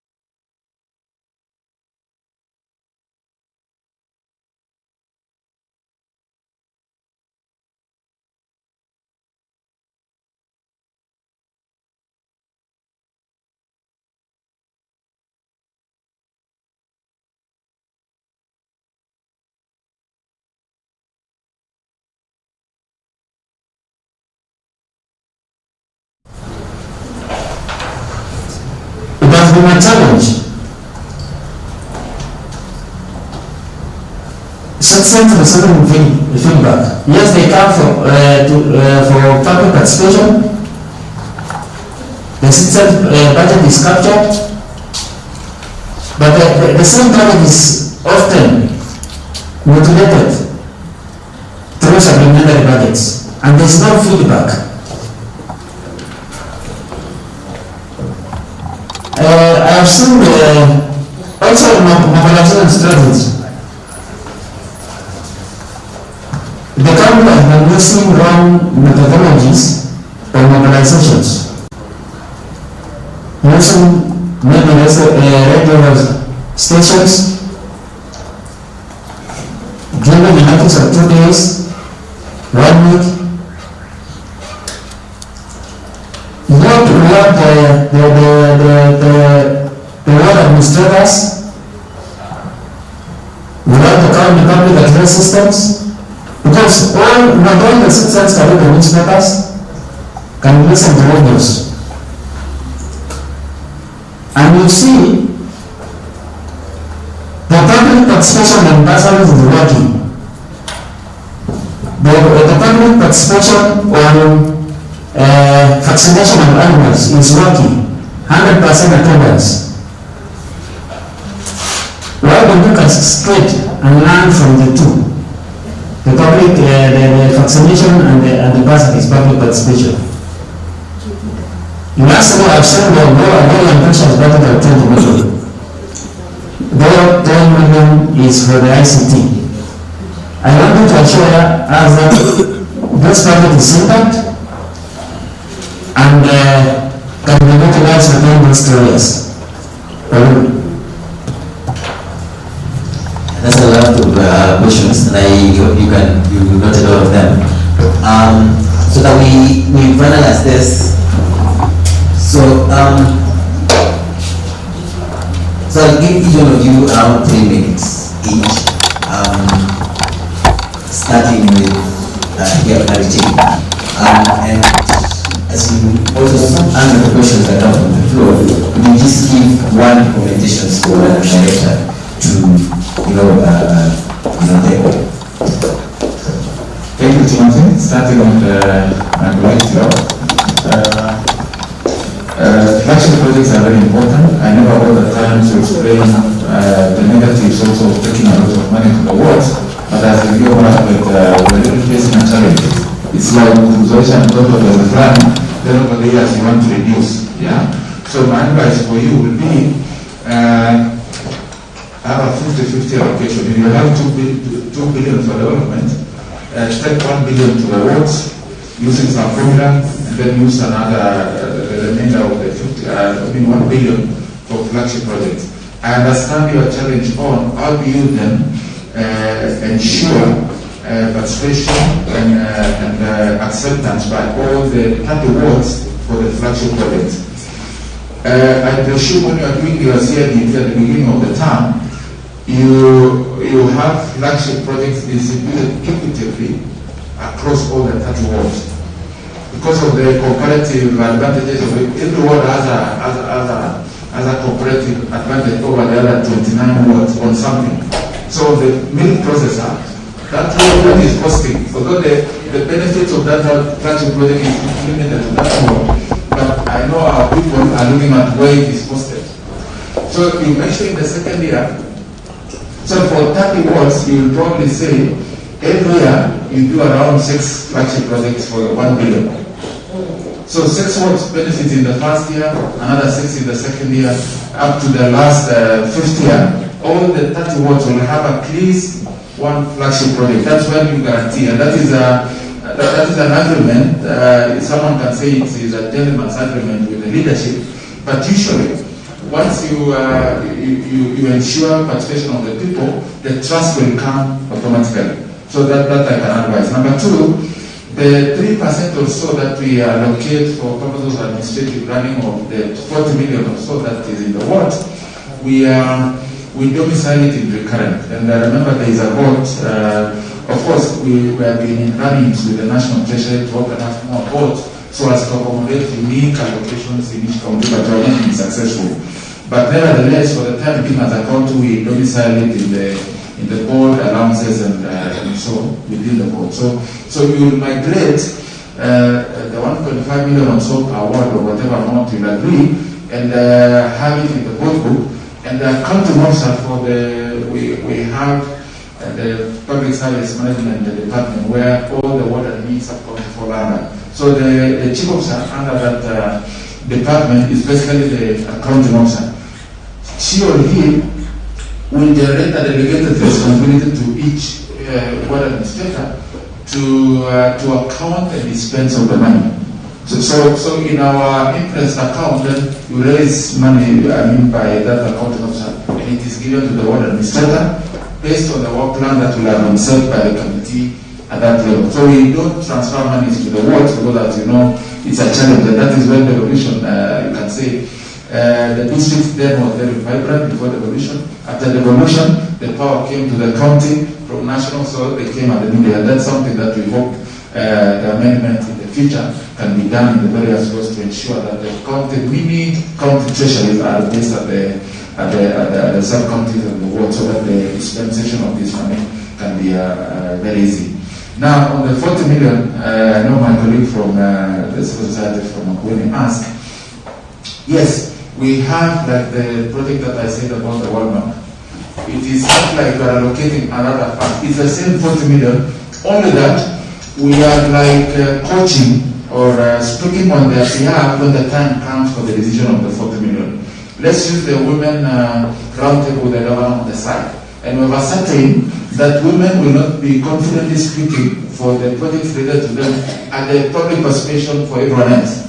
So what to do, the ward administrator or if it is me presenting an order, will have already had a prior meeting with the women, and they will have told us, if we are able to get this project, then this problem and that will be addressed.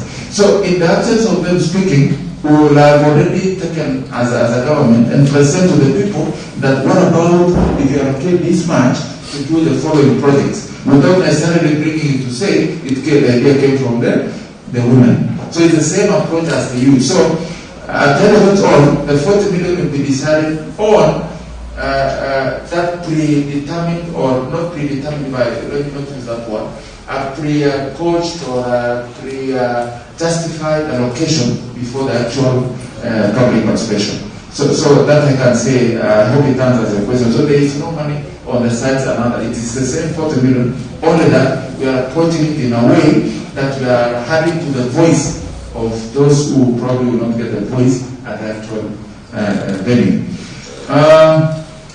I don't know, I think I've answered the area that I was asked, but I just wanted to comment Makueni on the children aspect.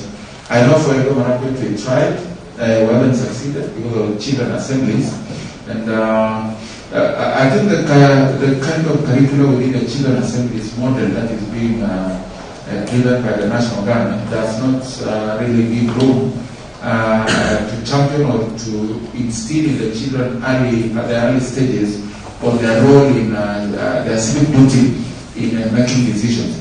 Me and team, we have participated in some global project that we put money or imaginary money, a basket, you take to a school and tell the school, tell the children we have 10 billion, let them allocate what they want to do for the community.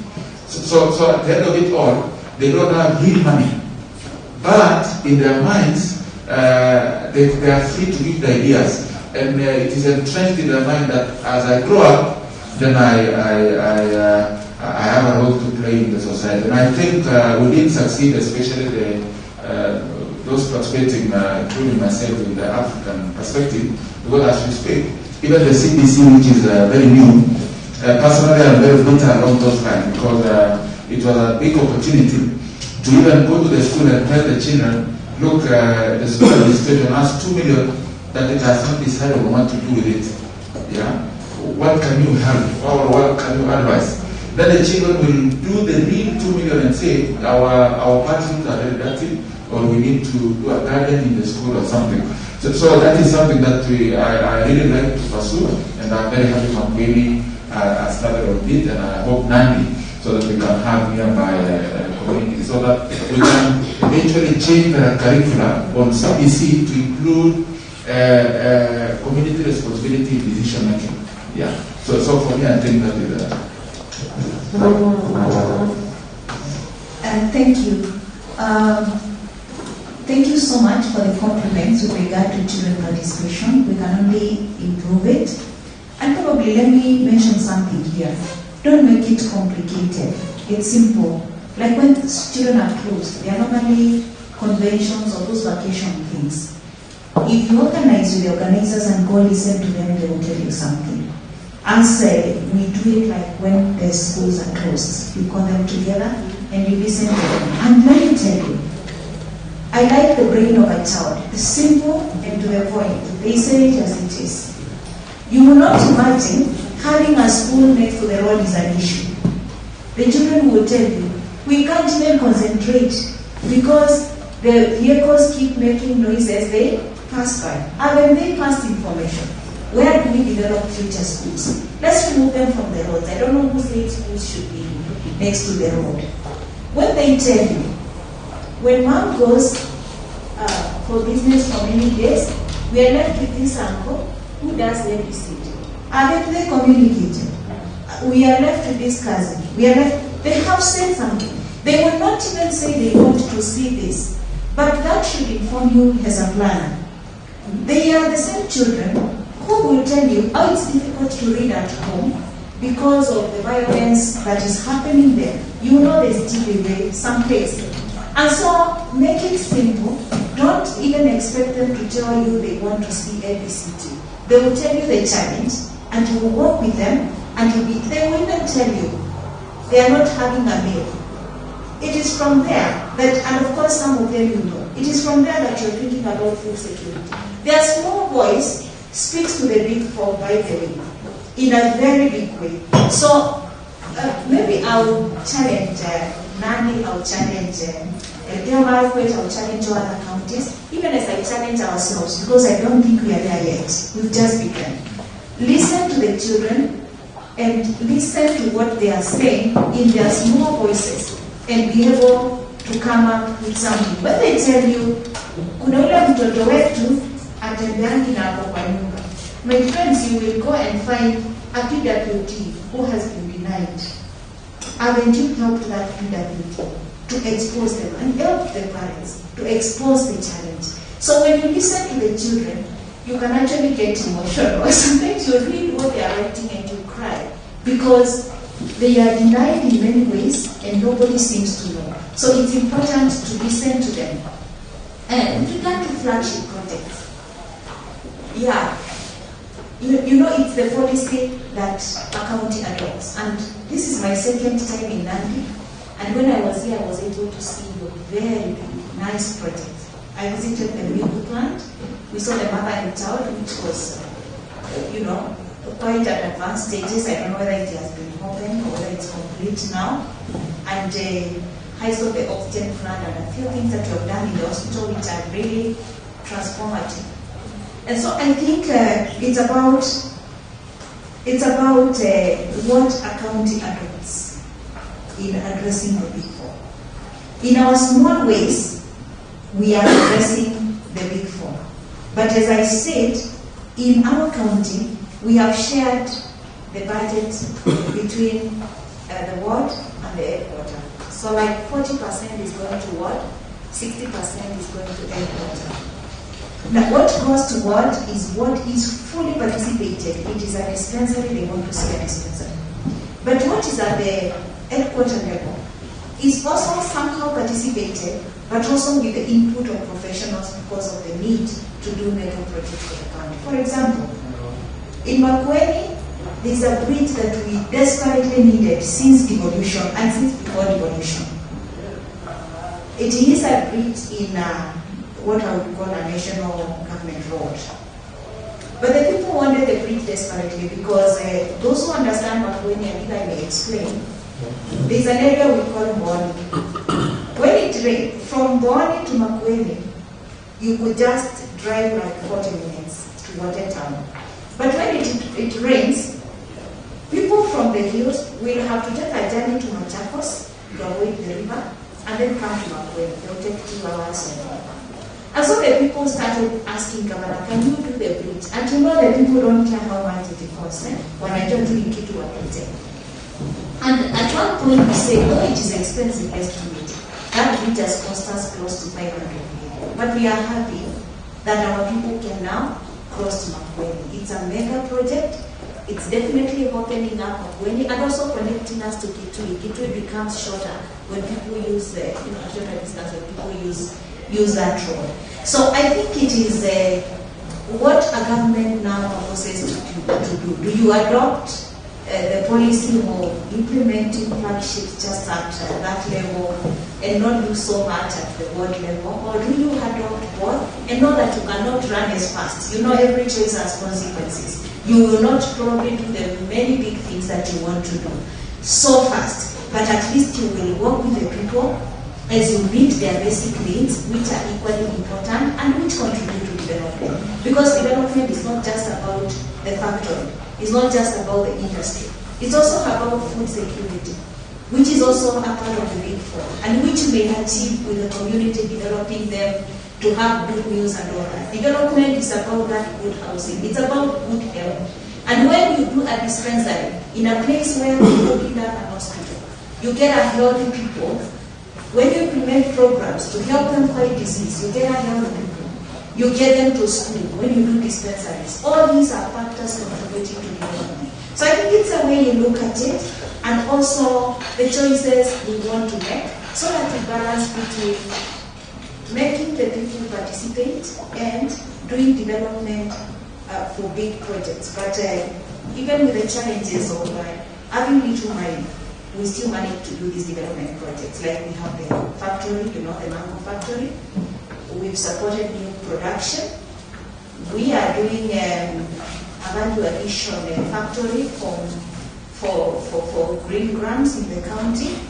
We have done a number of, now we've done that bridge I've talked about. We have implemented universal healthcare on our own, which is not a very cheap thing. And so, let me say it's about the choices we make, but make them in a way that life is balanced. All money can't just be at the headquarters, all money can't just be at the ward. There has to be a balance, and you may not work with the speed you want if you will give money to the wards to do big things, as in you may not move with a lot of speed to do the big things you want to do. But at least you'll be meeting the people's needs, and you'll be addressing their smaller issues as you do development. That is the thing you need to think about. Yeah, then I would say something. Make use of Kenya, we call it Kenya Devolution Support Program money. The level 2 grant.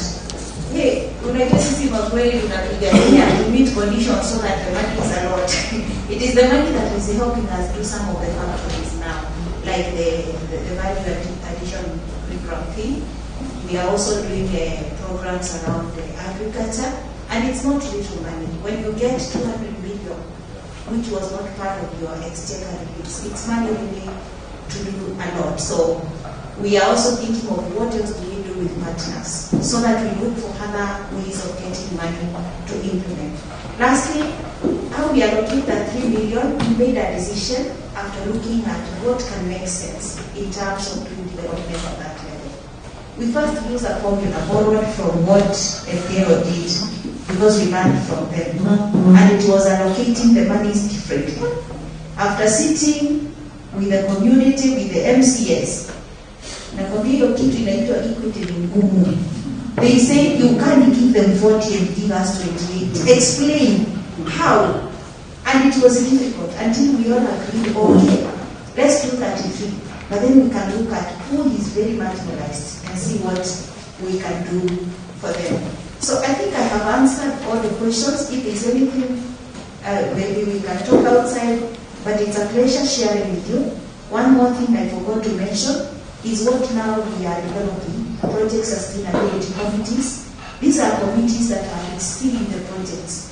A project management committee implements. They are there to make sure the project is there, and they support. They give me a certificate. At least even if they don't know the technical, they assure me there is is a dam somewhere, there is a dispensary somewhere, and I can do. So now we realize after the projects are handed over, some of them may not be sustained unless there are people to do so. For example, a water dam. It needs a committee to ensure the water is being utilized properly, people are benefiting from it, and even as it is sealed, there's somebody saying the dam is silting, come and deselect it. So we are having project sustainability committees, that is under implementation now, and we like what is coming out from the people. They feel they own. It is our dam, we asked for it, it is silting. If it is sealed, we are no longer going to farm, come and help us desilt it. Some of them are even collecting money from the water dams, and they are telling us, we collected money, we have even constructed a toilet over there now, so when people come here now, they don't go to the bush. You know, and those are really impressive things, because when the community wants it, it belongs to them, then it can be sustained. Thank you very much. Madam Director, if you can wind up, just respond to the questions probably that but I want you to focus on what kind of support do you need from Leo and Makueni, even as you of course you take a note from Nigeria, but I would imagine you need support from children for whatever. Even as they go home, they know someone in Nandi is looking forward to the support, but also appeal toward this partners and so, going forward, what kind of support do you need? I'll give you like 3 minutes. Thank you very much. I want to appreciate the input from our colleagues from Makueni and New Market. And I want to say that we will not leave you until we reach where we are going. They have shown us several models who will know what to do, whether to adapt, whether to modify. We will still be with you and asking many questions. As for our questions that were directed to us, attitude, framework, stakeholder mapping, feedback mechanism, mobilization strategies, survey, some of them are already in our milestone activities and output. And I want to appreciate that, because we are here so that we can together look at what we have and what is missing, so that we input. And I'm sure by Friday, when we draw our problem-solving matrix, some of this will be put in so that all of us can input and see how we can solve these problems. So our commitment already has some of them, but I want to say that thank you for highlighting that, so that when we do our matrix, we do inputs. As for our colleagues here, I still want to say thank you so much for giving us those models. We will see how we can use them or modify or tailor to suit us. Thank you very much.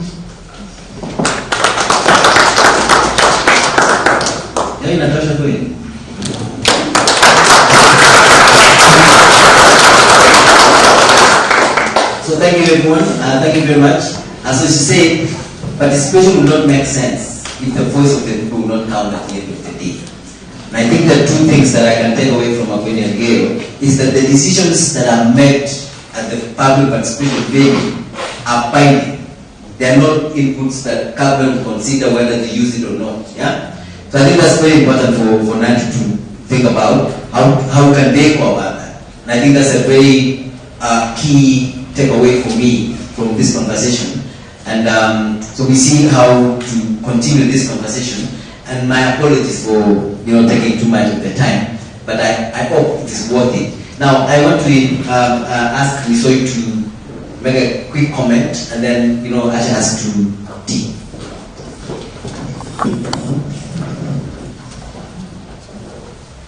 Thank you so much, Tim, Waziri, and our panelists from Elgeyo Marakwet, our Director of Public Participation, and all of us. Good morning.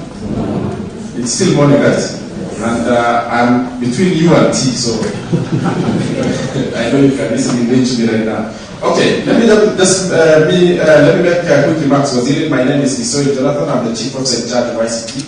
and e-government here in Nandi. Apologies from Waziri is attending the cabinet meeting, is on his way to join us, and also the chief officer in charge of economic planning is on his way, because matters of budgeting has been discussed will be key, so that by Friday we are in a position to ensure that our matrix, all the challenges that we are identifying here, get into a matrix for us to develop a framework to have them solved. Just on a final note, as a comment to the panelists, we've done just this discussion, and I hope, especially the county employees, how many are learning something?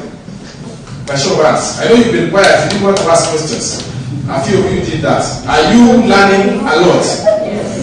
You are learning a lot. And that those employees who are not here are missing a lot. So at the end of this forum, you make sure that you disseminate information. Tell them that OGP is the way to go. You will learn a lot on public participation. And I think from tomorrow we are going to commitment 2. So finally, as to add the discussion, how do we, and this to our partners, HIPOS and the rest, how can we utilize the membership of, now we have 4 in OGP in Kenya. How do we utilize this membership? Because, you know, from the commitments and the implementation of OGP commitments, it means we are on another platform compared to other counties who have not joined OGP. How do we introduce this as an index at the COG level for example, on matters to do with Kenya Development Support Funds, so that those counties who are already on OGP get to be considered more in allocation of resources, because we are already implementing values that are now international, right? How can that index be included? Because we would want to request more funds from KDSP, KUSP for the Kenya Urban Support Program, or any other funds. So that's number one.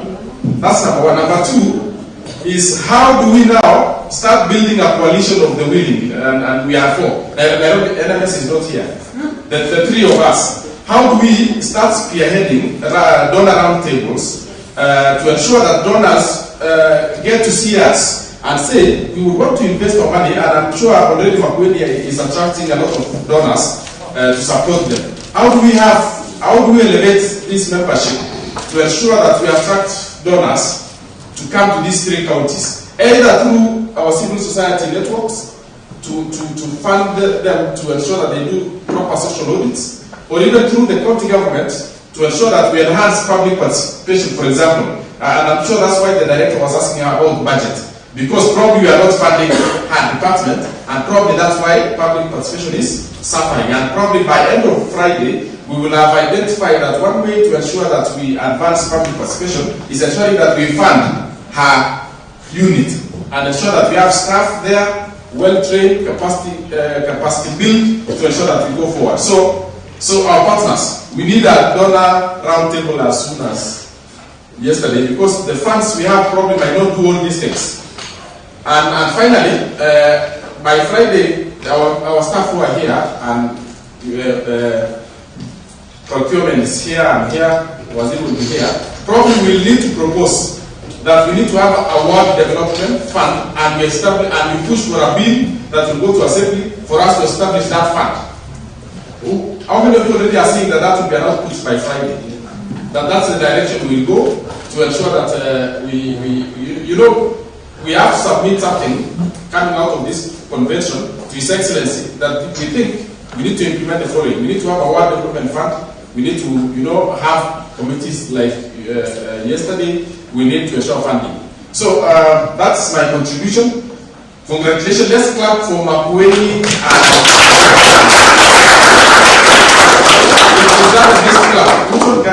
what is the best clap we can do for them? Who can lead us? Okay, 4 factorials. Okay, let's be ready. We start from 4 coming around. Let's go. Thank you so much, our panelists, for this. So now we are going for the tea break, and then we'll be back. We are just getting started, imagine. And already we are packed with a lot of knowledge from our panelists. So thank you so much. Let's go for a tea break, and we'll be here. Who was our timekeeper? Isidro. Are you still on your patrol? How many minutes are we going for? 15. So you are saying 15. So let's get in and we come back quickly so that we get into our other sessions. Thank you so much.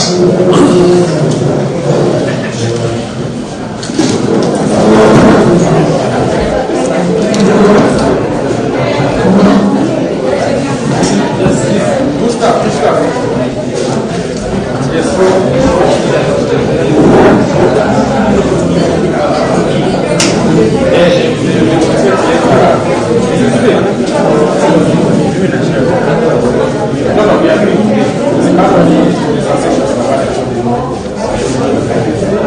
But we love to actually be here. So what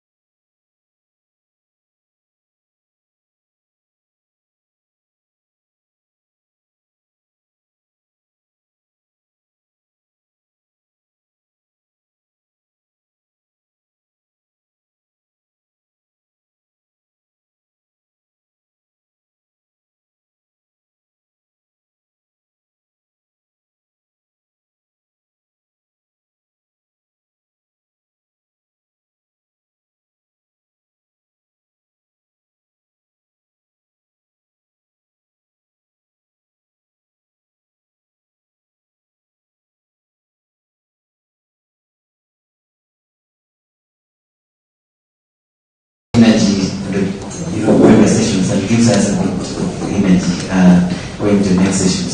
I think we can go to our next discussion. Follows more or less the same format, and I would like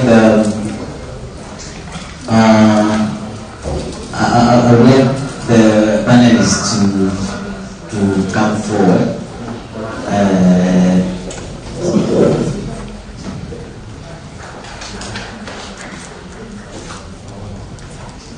Alright, so I'd like to have Mr. Taylor Kat from Malga County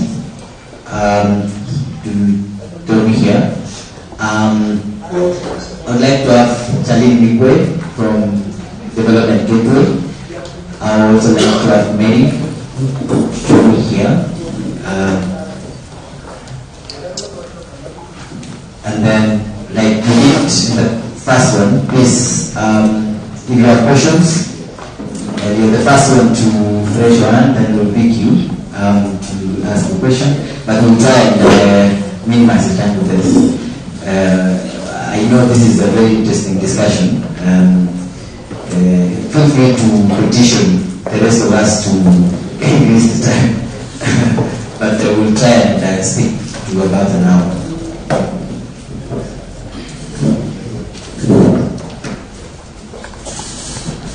Okay, so forgive, can you get me one more seat?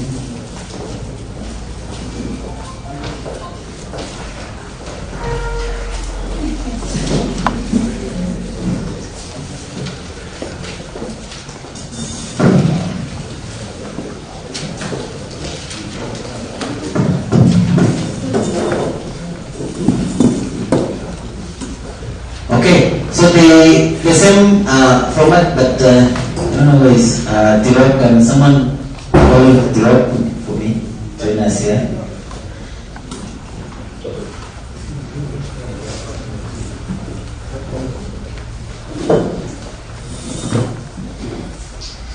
Right, so as a Tirok, I need you to join us here.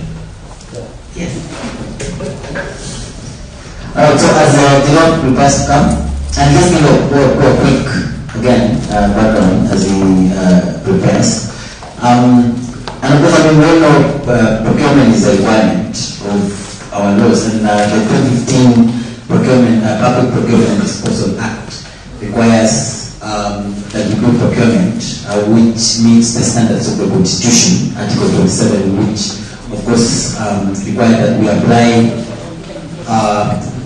a framework that is fair, equitable, and sustainable in the procurement of public goods, works, and services.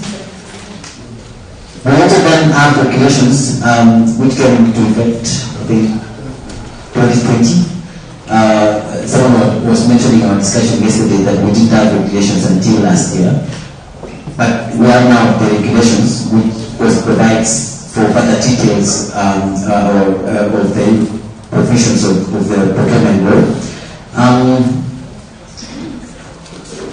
To support the Constitution or to implement the Constitution in terms of the need to have a fair, equitable, and sustainable system, the AGPO or the Access to Government Procurement Opportunities policy was issued in 2013, and so that means all counties and all procuring entities were required to reserve around 30% or, well, specifically 30% or more of the procurement,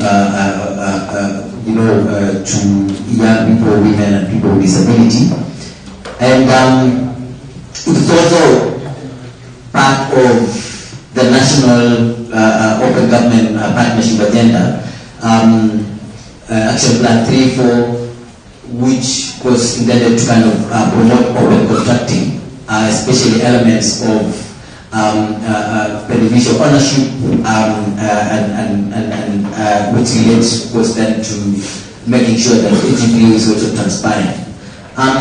Nandi County, having joined the in 2020, committed to reform or to strengthen the outcomes of AGPO by trying to see how can we have more youth participating, more women participating, more people with disability participating, but also then absorbing the budget that has been reserved.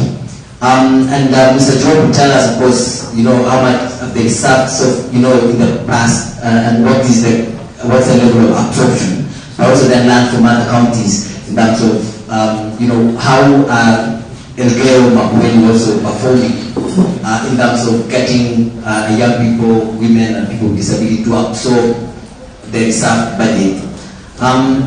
So the panelists that we have here today can help us share experiences from other counties or from their respective counties, Elgeyo and Makueni, so that then Nandi are able to pick the lessons they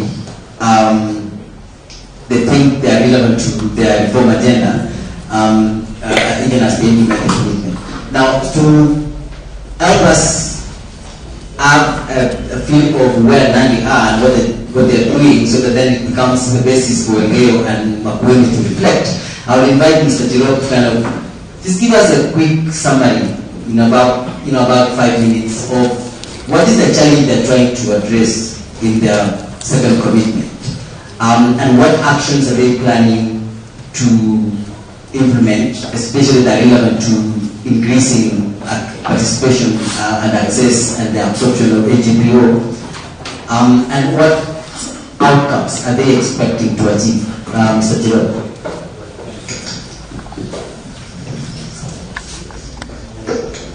All right, thank you.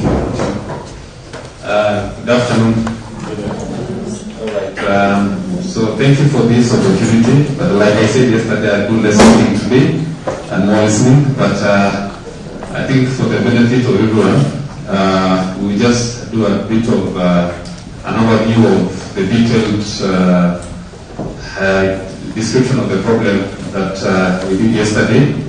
And really thanks for this opportunity, because what just from the morning session there is quite a lot to put into our minds and reflect upon in addressing the challenges that we have.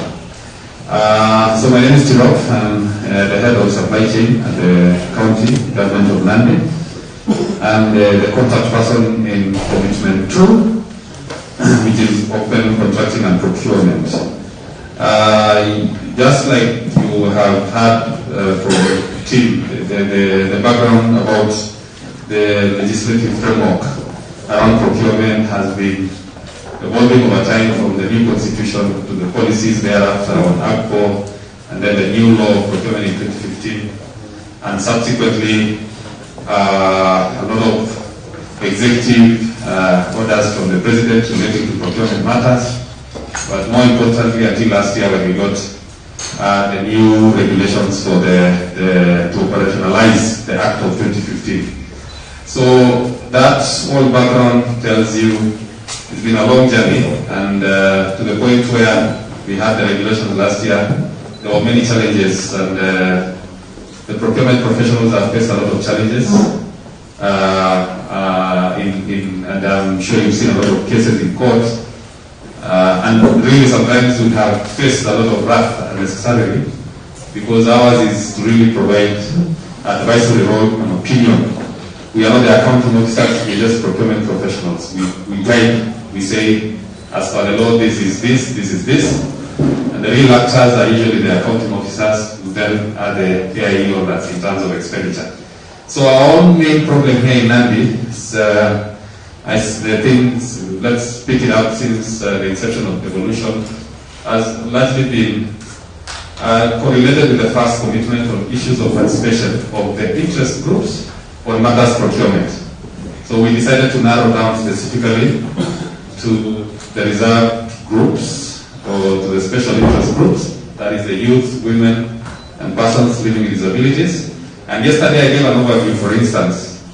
When we rolled out an aggressive program to involve the youth, we set aside, I think, as stated there, okay, legally we are mandated to do 30%. But we even went further and increased more opportunities to over 50%. And you heard that even from the statement by His Excellency yesterday.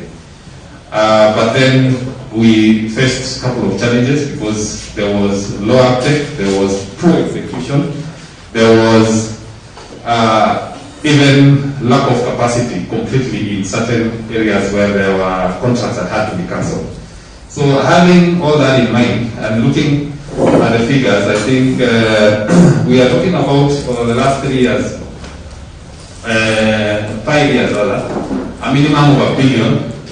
But out of that, we are only talking about 32% absorption among those interest groups.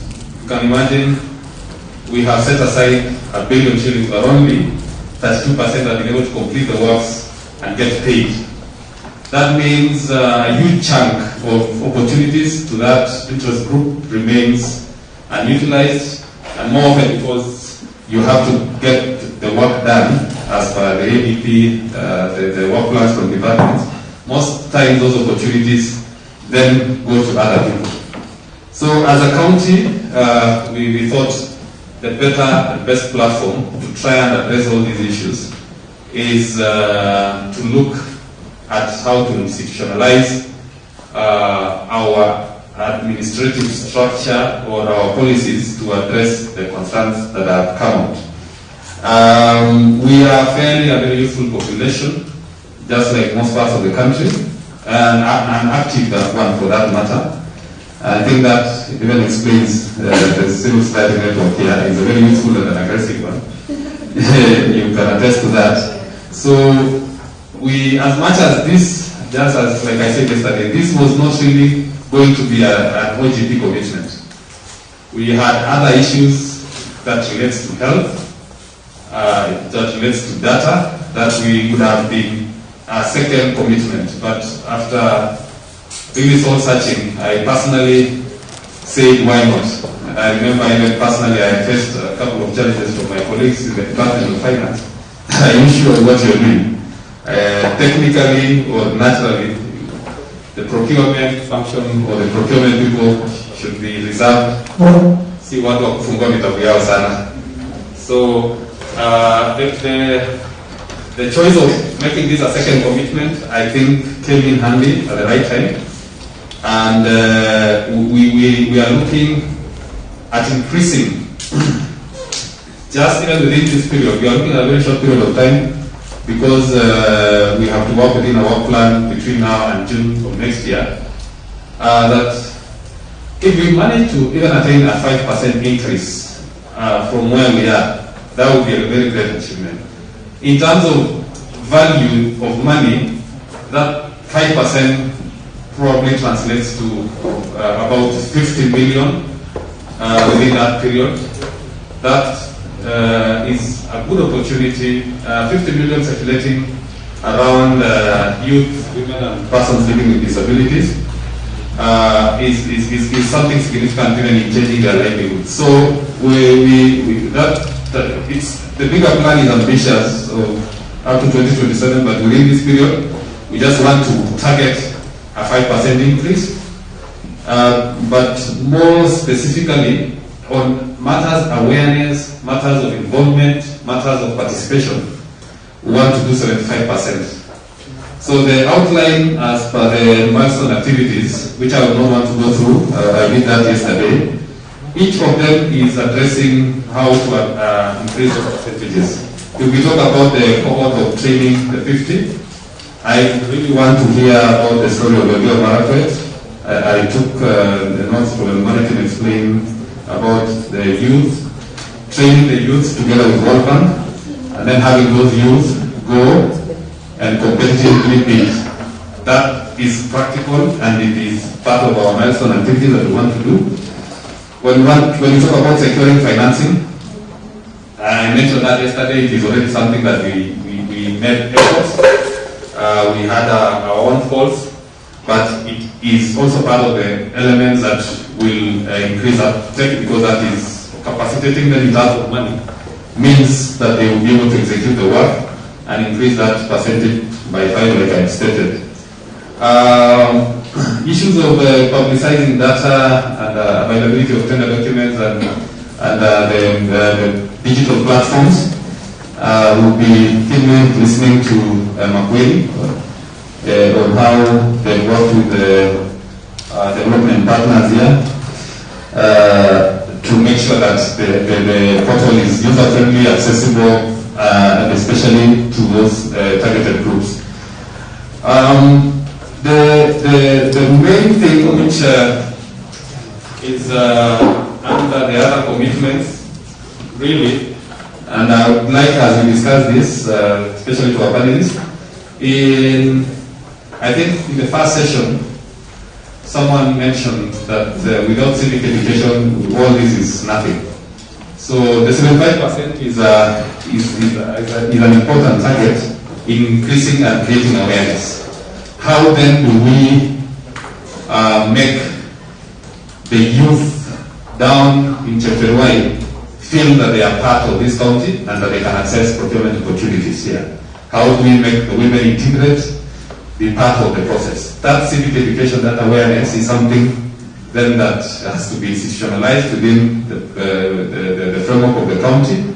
It has to be co-worked together with the civil society networks, with development partners. It is not something that can be achieved at the county, and that is the basis at which we would want to get into establishing this commitment, develop easy and workable materials that would help these interest groups find it attractive to work with the county.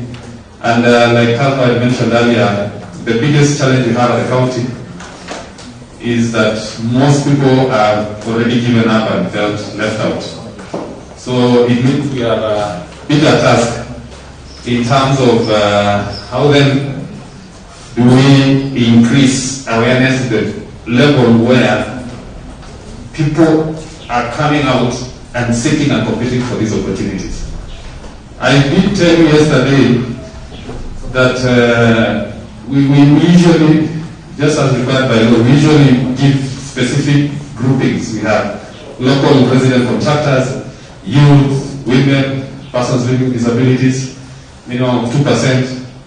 And whenever we receive bids, especially that they were done in the last 9 months, it's very disappointing. We have been unable to execute more than 30 contracts in the last 6 months where we had 0 responses. So you can imagine the problem is bigger than we think, and we really need a very proactive grassroots initiative that will get people out, be participatory in the process, and ensure that we have this at the world level coming up. And I think part of the, as suggested by Jonathan Misoi, part of the output of this seminar is to draft is to recommend drafting of either a policy or legislative platform to be forwarded to the Assembly on all this. And because we don't have monopoly of knowledge, we want to share experiences and engage each other so that we can see how we can build capacity and ensure that everyone is participating in the procurement process. Of course, there are myriad of challenges, which while we are talking about this, we'll discuss. Issues relating to resources, issues to do the systems within government, the required issues to do with this. I think we've had trouble trying to put the CBOs in our IFE system. All those are things that through the advocacy of the development partners we can find better ways to engage. So I think that is an overview. Tim, thank you. Thank you, Tilo. And let's hope we get ideas and ways of trying to get solutions to those challenges. So I would like us to just reflect, because I would imagine this is not, the challenge is not unique to Nandi. Elgeyo required to implement HBO just like Makweli and the other county.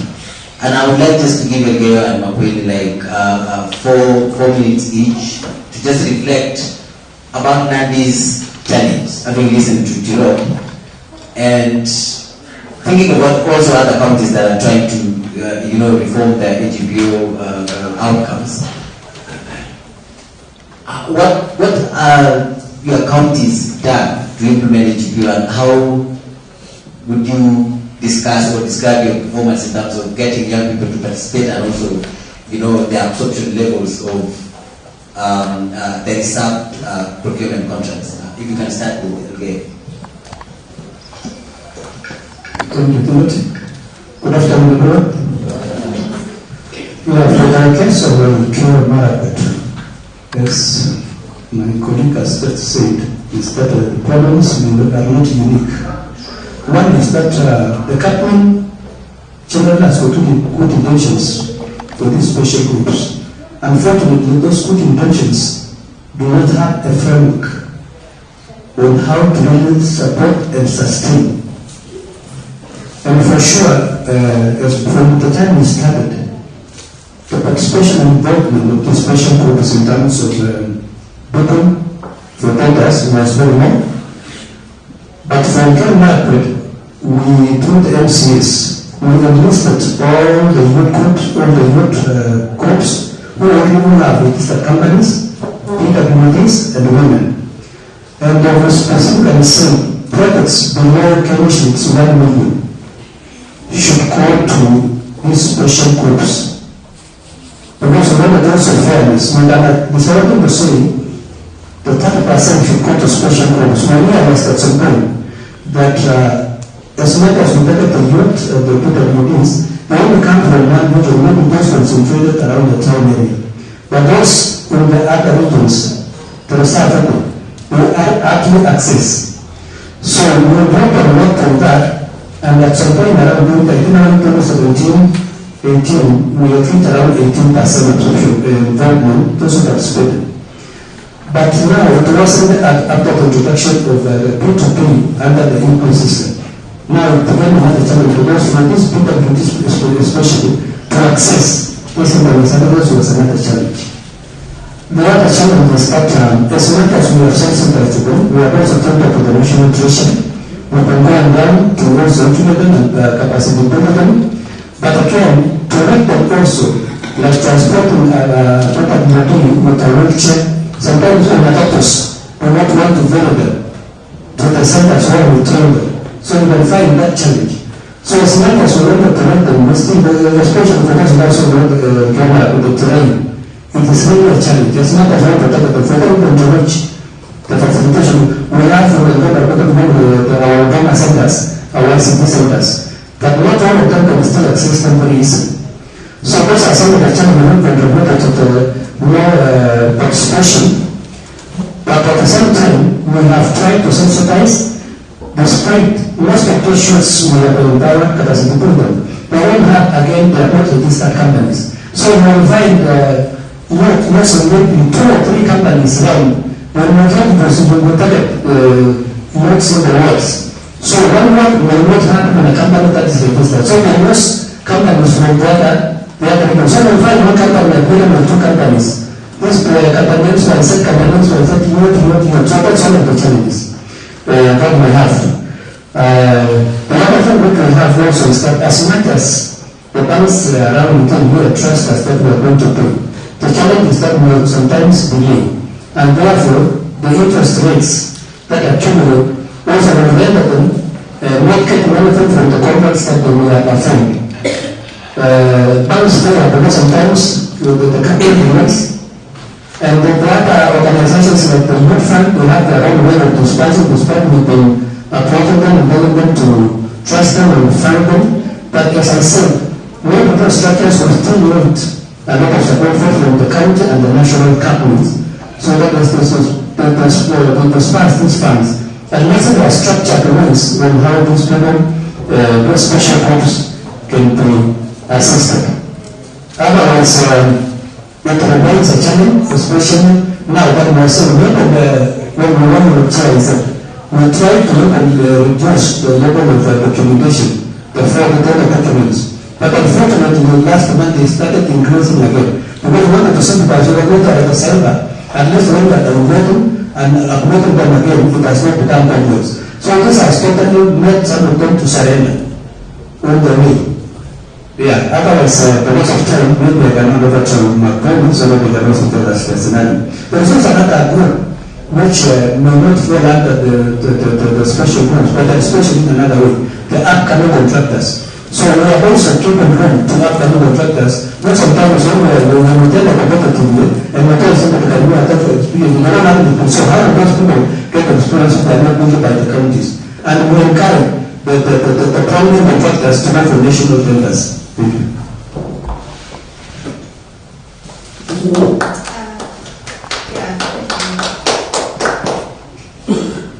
Thank you so much. And before I say anything, I want to recognize the Director of Procurement who is here, Mr. Alex Motupo, and who is the vocal person in Makweli for open contracting, as we'll be discussing, doing a very great job and supporting the department implementation of good procurement practices. I also want to recognize the Assistant Director, ICT, Mr. Makau, who is also very key in the implementation of open contracting that is supporting procurement in Makweli County. And so for this one, I'm lucky when you ask tough questions, you have guys to support me. So I am also putting them on notice. Be keen to questions because you will take some of them. Thank you so much. With regard to what the Director in charge of procurement, Nandi County, what he has shared, let me say counties are the same and the issues are very similar. And in this one, we're implementing together. It's only that we began slightly earlier than you, and probably we have one or two things to mention. But I think we will compare notes along the way to be able to implement open contracting properly. You talk of what work goes to the youth or to the category that is supposed to be given preference because of the challenges they go through. And for us in Makueni, we are looking at the people with disability, we are looking at the youth, and in Makueni, when you say the youth, our deputy governor, who promotes women participation, will ask what youth. Is it youth women or is it youth men? Maybe it is something that we still need to really work on further. But there we are thinking about how many women, how many men in youth are getting jobs. And then, of course, women particularly, regardless of the age. The first thing we have been able to do, and I think it is happening everywhere, and we have also done it in Nandi, is to set aside the percentage. And I think you guys are setting even an amount higher than what is provided by the law. For us in Makueni, it is just the 30%. And what we have also done is ensure that that 30% is properly included in the procurement plans. So that from the beginning, it is there. Every department is charged with the responsibility of showing what part of their budget will go to AGPO. And it is clearly indicated in the procurement plans that this is the amount that are going there. We set to spend 30% on AGPO, but we are open. You see, procurement is open. So if they access more than the 30%, we are well and good. Like currently we are at 37%, though we had set it at 30. And how? You see, when we've set for the special category, we do not lock them out from participating in the other one. And it gives us joy to see them participate in the bigger league and be able to get jobs and compete with the people that have been in business for a while and be able to beat them. And so out of that 30% or 37% that has gone to the AGPO, 8% of it has gone to people with disability. And this has grown from a percentage of 2% 4 years ago. But now, the more people with disability are accessing some jobs that they can be able to do. 34% of it has gone to women. And this is half from 12%. The youth are the ones who have missed a bit because they were taking like almost 100% of it just as young people. But now they are competing over it with other categories. I don't know how now this goes down to the people because I don't want you to imagine youth are being denied opportunities. It's only that among the group, they are being given competition. And maybe it is where we need to think about how else. But of course, you hear, we are graduating some of them even to participate in the bigger league. And the youth, the percentage initially from around 55% and 15%. But remember, that's competition within the group. And it is a health competition. Challenges of implementation toward projects you have talked about. Let me say, when you start implementing some of these things, you're definitely working with a few people without capacity. When you open it up, there's also a challenge of getting projects not being properly implemented or the level you want. So one has to be careful. Where do you start out?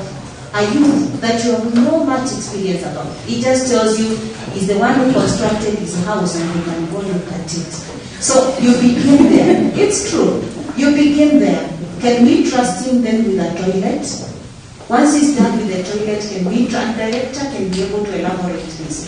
Because sometimes you give them work, they can't do it, they can't finish, you end up looking for another person to do it. So begin them somewhere and graduate them as they show capacity. We have women, particularly one contractor who is very aggressive. I think she was both a youth and a woman, glorious. She was a youth at the beginning. She was both a youth and a woman when she began getting small jobs. And she could just say, mimi munipatie tu, job isipite milioni 2-3. Today she's handling projects of 10 million, going through the system and showing capacity to be able to implement. So she would just quote for small jobs, but now she quotes for jobs in the bigger league, and I think she can do beyond that. Today we have women in Makueni.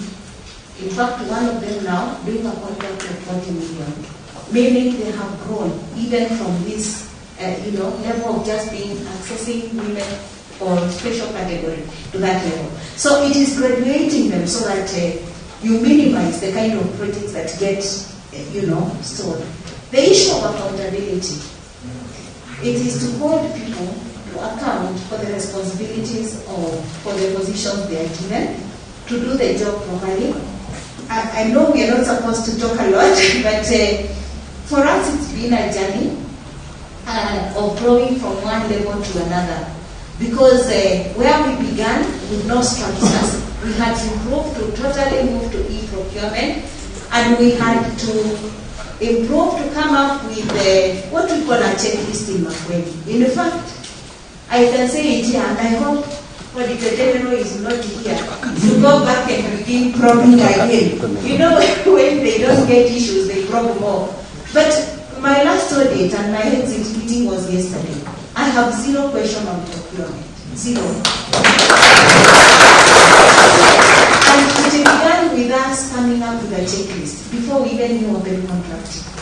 And saying, why are we having audit issues on procurement all the time? They are 3/4 of the audits. And we had to say, for us to say, number one, tick. There was a request for quotation, tick. There was a letter of, the way they follow each other. There was an offer. There was an acceptance. We regretted. There was an evaluation. And we tick. And the team that has been to Makueni from here, if they took you through that, you must have seen. Our payment voucher. Yeah, so that is just to tell you can come up with accountability systems and avoid inappropriate payments, just as you had mentioned. Thank you.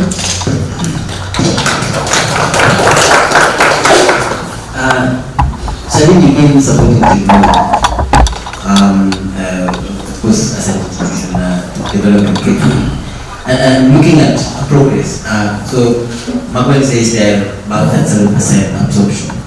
And of course, I'm very curious, Waziri, whether in the process of youth or women or persons with disability bidding for contract that is part of the unreserved or the 70%, would they automatically, would that count as part of the AGPO or the reserved contract? I'm just curious. I mean, feel free to at some point, if you have commented on that, I'm just curious, like, would that count as part of the reserved contract automatically, or that still be part of 70% and then the reserved 30% still remains? But Janine, I'm just curious, like, from a technology point of view, are we able to track and assess progress and compare counties? And have we made progress to that point yet? And is there potential for that to happen? So that then it's easy to compare counties and see who is at what state in terms of absorption and things like that. If you can just mention that quickly. Yeah.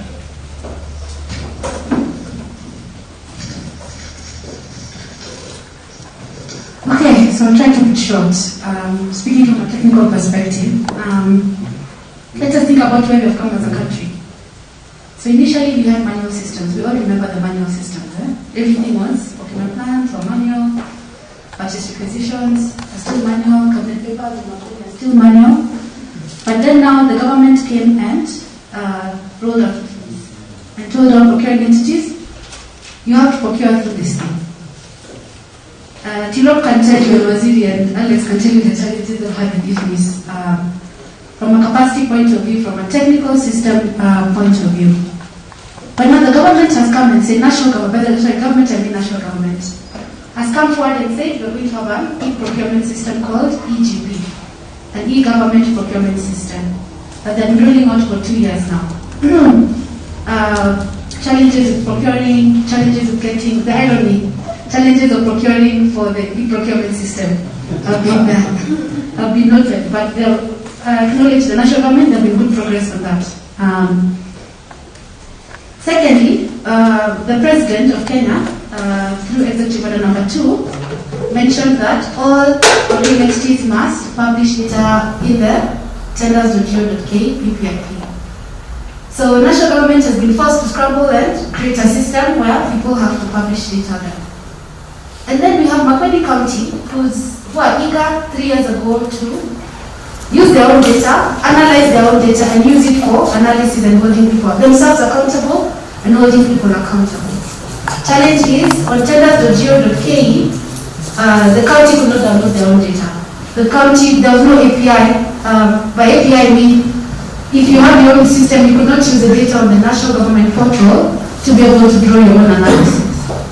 But kudos to OGP, and I have to say kudos to the Open Government Partnership process, where we have PPRA that sits in the Open Contracting Cluster, where we have Makueni, and now we have Nandi, we have Nairobi, and Elgeyo, who are part of the cluster, and bringing in conversations of integration. So, for the first time, the national government tenders.go.ke is publishing data in the Open Contracting Data Standard, which we shall discuss tomorrow in detail. I won't go into detail into it. What our data standard helps in is all the data that you put in the portal is standardized to an international standard. So you find Ukraine is using that data standard, other countries are using, there's a Kaduna state in Nigeria that's using the same data standard. And once you have standardized data, you can, to answer your question, you can compare. Once Nandi rolls out their open contracting portal, it will be in this data standard. And for example, you'll be able to monitor a supplier's performance across the countries, the counties. So if you want to see if this supplier ABC has been misbehaving in Makueni, if there are any complaints, if the project management committees are saying that this guy should not be paid in Makueni, it's much easier to do. And that's the beauty of IT. IT standardizes processes, and you can monitor data across. As simple as, if you think about it, in a county, you guys have departments, right? The way you store data in Excel, in health, may be different between the way you do it in the Department of Education. Even that standardization helps you to compare pricing. Is the Department of Health buying pencils at 300 and I'm buying at 50? Is that correct? Is that value for money? Yeah? So, my summary of the technical systems is standardization and efficiency. And you being able, and something that came up a lot in Elgeyo when we first approached them is them being able to flag issues even before it explodes in media or anywhere. You know, sometimes some things explode and you even shock yourselves as a county. But like, how did this happen? But when you have the right data and the right analytics, and you know, like one of the solutions we have is a corruption risk dashboard that analyzes data and has some particular flags that we should work with you to determine. So for example, if a tender is below, the legal time for a tender is 40 days to be published. Or to 7 days.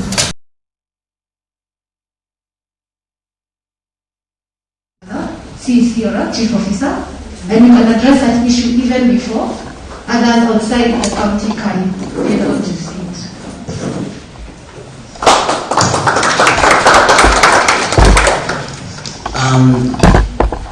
Well, I'm just curious. One of the things you mentioned is capacity as a limitation to youth participating, and that causes, that's part of the reasons why the absorption rates for the underserved, reserved contracts or tenders is low. So if I go to my Waziri correctly, your absorption rate is 37%? Okay, so the absorption rate is 37% of the total procurement. Now, I'm just curious, because if in Nandi, part of the challenge is capacity, and I can also imagine that is part of the reason why it is 18 in Elgeyo. What have you done, what are your strategies in terms of getting young people, women, people with disability to have the necessary capacity for them to participate and absorb and even exceed the reserved procurement budget? Keep it at 4 minutes. Okay. I would like my Director of Procurement to make a comment here. But basically, what we have done, if you allow, I can give him a minute to make a comment. But basically, just Will you come from there or you come over? It's good because he's the man behind everything. What we have done is to encourage them. Where we began, I told you we made mistakes. We gave people without capacity work. They messed us. But over time, we've been trying them with smaller jobs and, being able to graduate them as they succeed in doing the jobs. But I would like you to make a comment and then I'll continue. Thank you. In my economy, I think just like any other account, when we started the countries, we had challenges. And some of the challenges is that initially before the evolution, most of the contractors were coming from the national government, and most of the locally contractors didn't have capacity, they didn't have the technical know-how, but in the economy, the leadership of the government, we used to have, we have been having what we call quarterly contractors meeting. So every quarter, things are meeting for the contractors, and the government is in charge.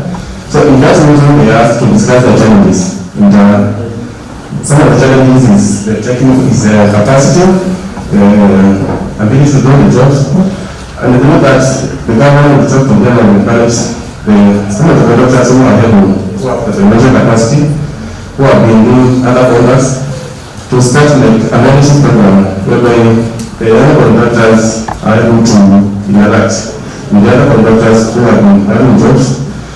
Then again, we also facilitate them through financing of their LPOs, LSOs, but eventually through that contractors forum, we have been able to build capacity for these contractors. In terms of, not financially, but in terms of technically, like they are paid by the other people who have the jobs. So also in those contractors forums, we discuss issues like what difference when we have to field.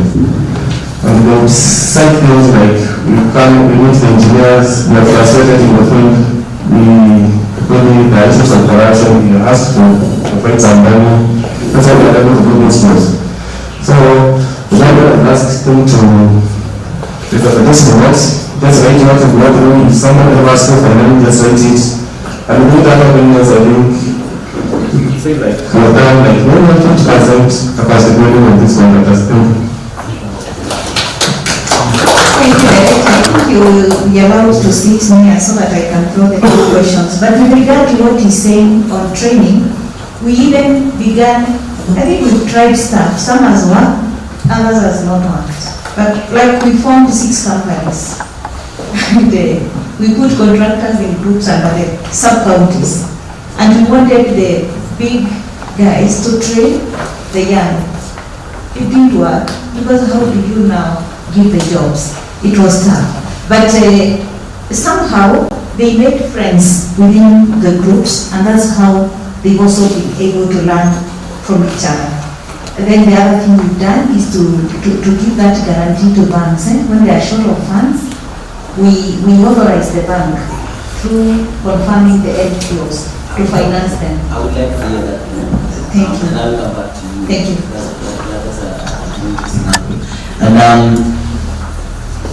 Well, access to information is one of those big issues. And information in the sense is when a tender is published, put it in the website or put it in a PPAP portal. The timeliness of access, given that tenders are time bound, there's a period where the tender will have lapsed, so you cannot apply. And I'm just curious from Elgeo, whether this is a challenge, and how have you addressed this to make sure that when tenders are published, then the people who are targeted by those tenders have access to them on timely fashion and are able to respond to those tenders? Yeah, I think for the game management, we've been able to do that very efficiently through the time of public participation. So they know the time cycles. When the people are being prepared, the engineers, the designers go to the ground to the people, and the people are submitted to the office, and then also through the MCS and the public forums. So they are sensitized and informed of the cycle of time. So that one we are very much aware.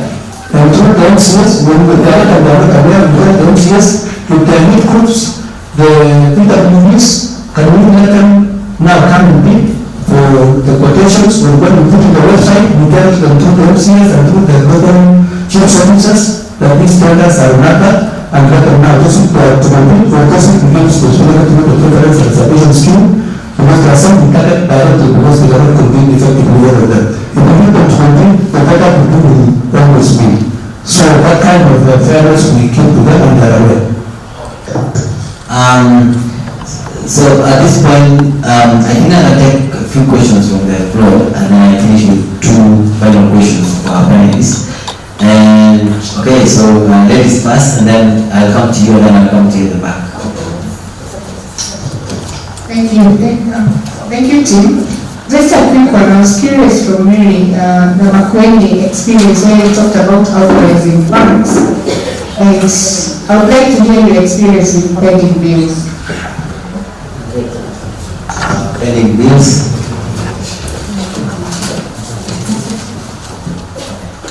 And even as I go to you, I wanted to recognize the presence of Waziri in charge of finance in Nandi County. Welcome, Waziri. Actually, you can join us here.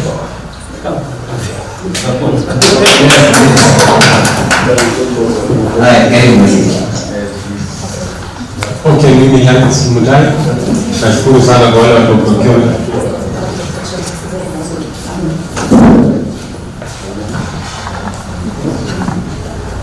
Okay, swali yangu ni kwa procurement. Juzi tumekuwa na ile tenda za CBC wameadvertise na wamesema watu wakaregister, wale wa provide services wajenzi wakaregister, na walisema hata fundi tu mtu ambaye ana kampuni ana nini ilikuwa economic stimulus. Nafikiri sasa hizo wanaendelea kufuatilia hiyo process ya CBC. Ningependa kuuliza nini kwa procurement kwa county, mbona msitumie mbinu kama hiyo? Mkiwa mna register kama ni hizo makampuni za vijana wale wanafanya ufundi nini, hata kama hawana hizo companies wanaweza kufanya kazi kama tuseme small works kama toilets ama nini. Sio lazima mtu akuwe na kampuni ya chimbe choo ama afanye repairs ya kidogo. Nafikiri vijana wanaweza kufanya. Alafu kitu ya pili, ningependa sana kuambia procurement wa Nandi County ujaribu kuangalia mambo ya unbundling. Tuseme kama tenda ni kubwa na vijana ni wengi wanataka tenda, unaweza kugawa hiyo tenda. Kama ni barabara, mwingine afanye kanva, mwingine aweke mara, mwingine afanye keki. Nafikiri inaweza saidia vijana wengi wa access. Yeah, that's interesting. But also making sure that you're not unbundling to avoid competition. I think that would be interesting to respond. Thank you. I'm bet they are more friendly because I think it is quite day for all of us. I'll give recommendation. I'm happy Waziri is there. Mine is just to request the procurement team that anytime you are giving out tenders to the youth, try to be a bit soft. Don't be strict. You always talk about experience that the company has. Where will this youth get the experience if you don't give that person chance to try? It's very important to be at least understand that this is the first time doing the tender. Another thing is almost what my brother Alex has said. We need to come up with consortium companies for youths. Maybe for them to be that tender that worth maybe 5 million or 10 million. Is it possible for the same youths to have a consortium so that they can be these companies? Lastly, I think it is good enough also. We don't give a lot of hopes and ambition to the youth that there is money in tenders. The government has also tried to tell them that tendering is a dangerous thing, because I'm aware of a number of youths who invested in issues to do with procurement, but right now they are suffering. I don't know how we are going to do this. I always say I better do other things than going for tenders, because somebody has been all along saying women are pambana na mambo na tenders, but what that is still suffering. Thank you. That last comment is so we'll come to that second round of questions. That is a very interesting view, because I mean that's the perception that we talk about every day. That a lot of young people would not want to to attempt, because he's not participating in procurement. But the perception of the information he gets out there and what he says out there is actually preventing him. And I imagine there are many more of him, who may not be speaking. And I think this is going to be, I don't know who picked this, but we need to talk about that perception. But again, then pick the questions that are relevant to you. Igos, I will come to you shortly. Alright, so where do we start? Yeah, from the perception, I think for us in the procurement aspect, and also again, through public participation, we also have contractors forums. And we tell them before they agree, they have to understand. Because some of them, when they look at the close figures, when they see a project of 2 million, they think 2 million we are going to forget and go away with it. We tell them that there is the element of tax. There is the element of labor costs. So they need to be aware that they are also in the process of construction, there are also inflation in prices of items. So at least we prepare them to be aware. Somebody can some people that perceive the beginning, they say, no, I'm not going to go for this. They will surrender. And that's the one reason why some of them don't come to what happened. Can you beat out? Yeah, the other thing is the issue of experience.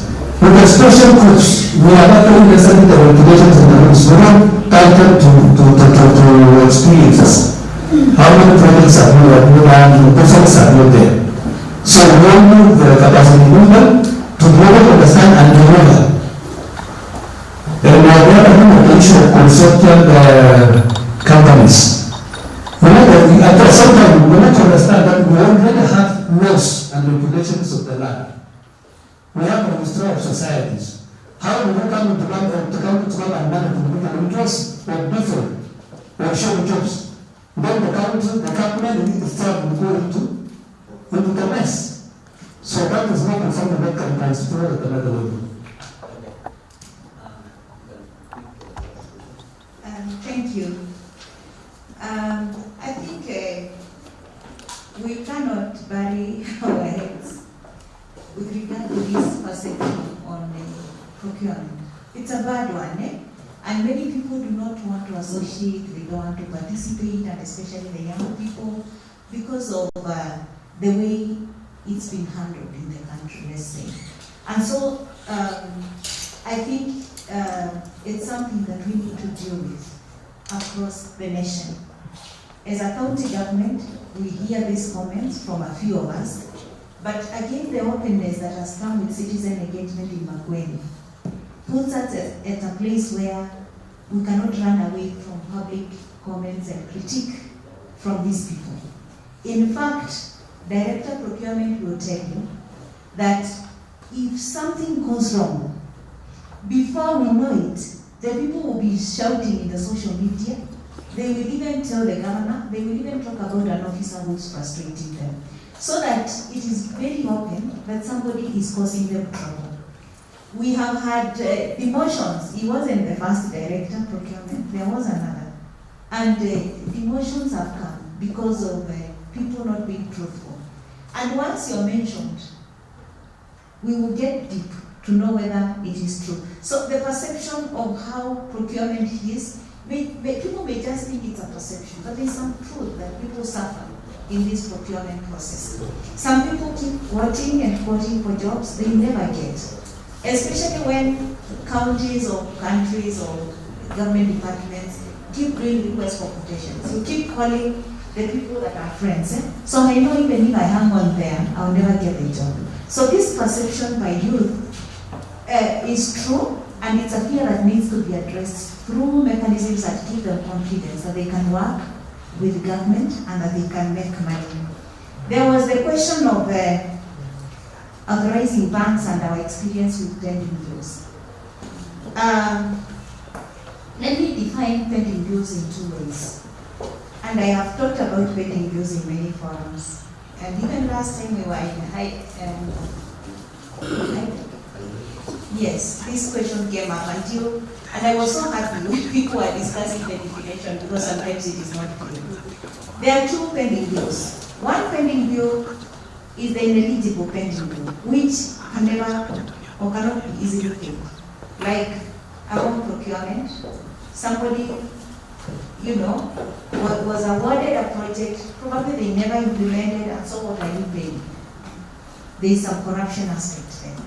And so like, if a regime that did a bad job left, and a new regime came and found it, you really put them in a place where they are wondering, what do we do with it? It's not complete. We cannot pay where there is no value for money. And so it's a real, real challenge. There is a pending bill in that category where you have something and there's no budget. Maybe it was done, there's no budget. You can't say it's ineligible. That one is legitimate. It is what? Legitimate. Should be paid. But the problem is, maybe a county has not made a provision for that money. How do you get to pay it? You need to work on it to stop that person from suffering. Then there are the normal running pending bills.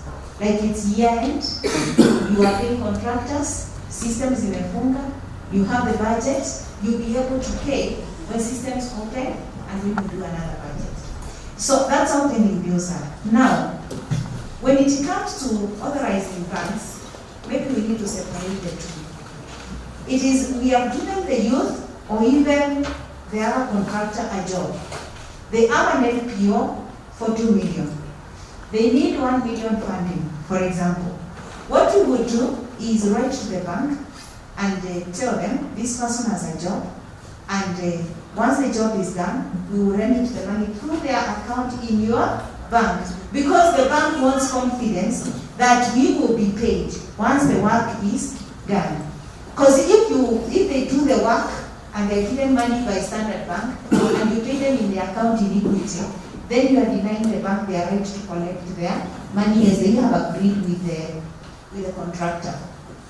I know the chair of the Finance Committee at the Council of Governors, Governor, His Excellency Governor Derito of Laikipia, he was trying something with the banks to convince them to be able to lend counties money during the dry season. You know that our dry season in July, August, so that they can be able to pay these pending bills as they wait for the systems to open and for money to flow to be able to pay contractors.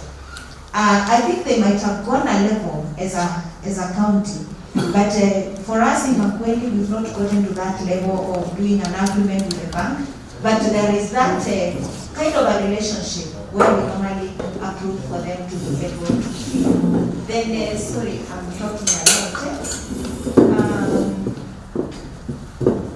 the issue of registering young people and giving them work. I tell you, some of these ideas are very brilliant, but sometimes this procurement law, which I am not a guru, but procurement director is here, limits us in certain ways. But I know there is an option now, I can't remember what we call the method, where we can work with the community to be able to carry out some of the, maybe the director here or my director, the first account there, where we can be able to work with them. Through this one, we can be able to put the community together. As I told you, through the participatory budget, we are implementing community action plans. It is the method we intend to use, so that we use the youth, the women, the people from our locality to bid for the job and for them to be able to do the job. And our director here, he will be helping us to implement that, which is in our budget this year. But it's a brilliant idea. I really love it because these people need exposure to be employed. Thank you. Waziri, as part of this conversation, she mentioned the agreement they have with banks, where a young person has been given a contract, but they need financing, LPO and LSO. I don't know if you can put it in a context, from the Nandi perspective, especially with this commitment. Because part of the milestones is securing agreement with banks so that young people are able to access credit. So that then, she able to kind of like shed light from that point and was them. So I don't know, like, what is the basis for for them going to a bank and say, well, finance, right to finance this person. But I don't know if you can shed light on the approach that you're taking as Nandi or, as part of the milestones. Thank you so much, team, and good afternoon, members. First, to my colleague, Manzi, karibu sana Nandi. I know this is not your first time, but we're glad to have you around. Karibu sana Nandi. Sorry, I joined in late. I had another engagement in the morning, which I had to cut short so that I joined you people. So nonetheless, I know some serious deliberation has occurred here. To what you raised and to pick up from what Rosalia said is indeed, it is true that governments ought to have deliberate measures to put in place to help youth and the other special groups. But one thing I can say for sure is that financing has never been a problem in our context. Truth of the matter is, as a government, we've done so many things, including engaging the Youth Enterprise Fund. The biggest problem we had is diversion of funds by the same youth who we've actually been able to secure financing for. About 3 years ago, we entered into an MOU with the Youth Enterprise Development Fund, specifically for the special interest groups. We secured funding for an MOU that then meant that Nandi County was to be a guarantor for all the funds advanced to the youth. The initial arrangement that Youth Enterprise Fund wanted was that as and when they guarantee or as and when they disburse funds to the contractors, and I think we're working on a percentage of 60% of the contract value, they then asked us as a county to key in the information so that when we pay the contractor, instead of paying the contractor, we actually pay them as Youth Enterprise Fund. Of course, that is not possible because in a procurement process, you have to pay the person who you contracted, isn't it? So we guaranteed, or we undertook among ourselves as a government to guarantee that we ensure that these funds shall then be, or we will remit the funds when these projects are done. The biggest problem we had, and we still have to date, and I'm still very shy to talk about it, is because we still have a huge debt outstanding with the Youth Enterprise Fund, simply because when you give this money to these youth, the moment the money hits their account, they disappear. They go into thin air, forget about the project, and I don't know whether whenever Mombasa or whatever. So, and that is a scenario, a real scenario. So you're left with an egg on your face, not a project, it is undone. The Youth Enterprise Fund has disbursed funds, you guaranteed as a government, but you can't do anything. You have to return, but then you remember you have a debt, which you never had in your budget for status. You've been given a hole that is not necessary. It is not for us to go and police the youth or follow up for them to recover the funds. The same case applies with the banks. I'm going to engage all the banks that are within our county government. And the single most thing they raise is diversion of funds. If we are to give these people funds, they'll always divert to other uses. That is what the banks say. So that is why I began by saying that credit or funds is never going to be a problem. If people could work within the context of what has been agreed on, funds would never be a problem. And even the people who were saying they need to qualify for these special category tenders would soon grow into the bigger tenders if they really adhere to the rules. The proposal that we made with the banks, and we are at an advanced stage, involves a private entity that has come in as has come in the middle of the bank and the county. What these guys are saying, and this is something we're here to conclude on the legalities around it, is that we will undertake to vet for you the projects that have been awarded. So for example, XYZ limited companies belonging to you make application to that company, they'll do the vetting. Then, after they've done the vetting, they'll take to the bank a schedule of the companies that they think should be funded. But the arrangement of funding is not that these people will be given money. The banks will undertake to pay directly the suppliers. So for example, you need to build an ECD. If this company brings you a list, then they'll bring an itemized list of what is required to build an ECD. So you say you need to pay Mabati Rolling Mills 2 million for iron sheets. The bank will not give you as Timothy Limited the money. They'll pay Mabati Rolling Mills.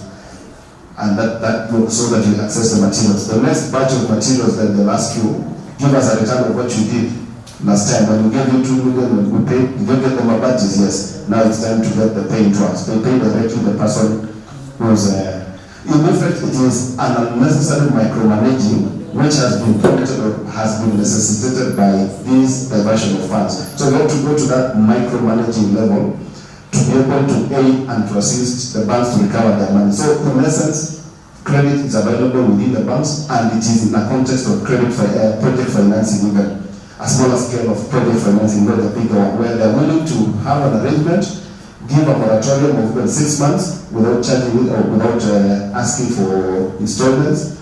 That's a special arrangement that would work well for people who are seeking for financing. But this problem of diversion still becomes a big problem.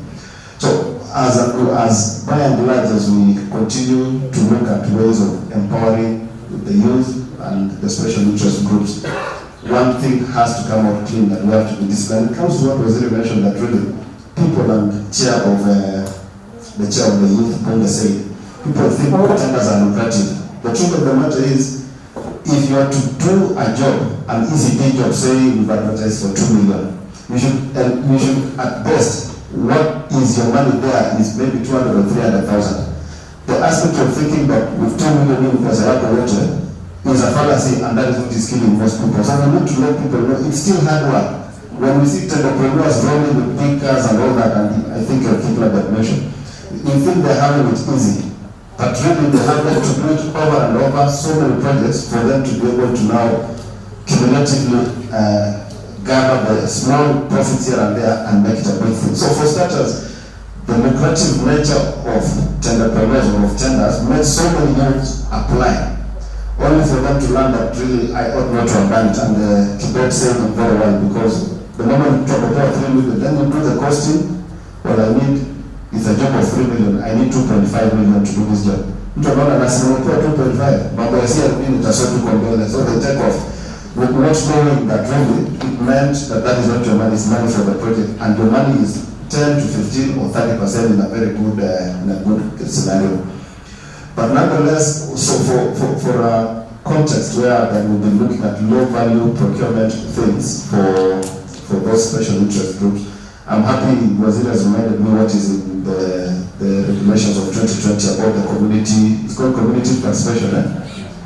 We had, in our context, we had isolated the ECD centers to be developed purely the community way. We gazetted SAGAs, semi-autonomous government agencies, for purposes of us being able to transfer funds to them. But we got a hitch with the control of budget when really they couldn't allow us to use whatever framework that we decided to use for purposes of engaging the community to receive the funds and to be able to execute. So now we've learned a better way, and we realized we were trying to reinvent the wheel. Recently, I think about 2 weeks ago, was in Issue County did the same thing that we had actually tried to do 2 years ago. And they're calling project management committees. And they're using, for example, the ECPs, the existing bodies, like the primary school committees, for example, which are already gazetted.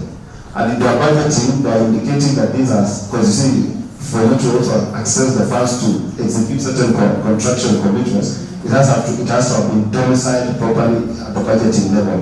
So the budget line called transfers to other government agencies is what they're using, as opposed to how we define the hours in our budget. So when you say transfers to other government entities, what the controller of budget sees is then that once the funds have been transferred to that other government agency, the honors of accounting for that money is in that agency. For example, the primary school committees. And we're seeing very interesting things. Jobs that would ordinarily be done for 2 million, when you do it the way of the committees, you said over 50%. They execute jobs at 50% the value that we always tell out the works for. So it is a welcome thing that for us as a government, we are contextualizing it, and we actually, part of the urgent things that we're going to do is to redefine and reinvent some of those projects that we thought would ordinarily be for youth to be defined as works that can be done through community participation, and that is where the youth can come through, and all the other models and member-based and all that will then be done in that context. Thank you. Thank you very much, Siri. That is, isn't that interesting? Yeah? So that young people, women, organizations in villages can reach out to Waziri and say, we can also be part of those committees, or we can be considered as part of those full committees if they have the same structures and they can meet the same standards. And so groups of young people and women can still. So I have one final question for you, and each one of you will make a final remarks because we have a guest who will address us in a moment. But I just wanted to take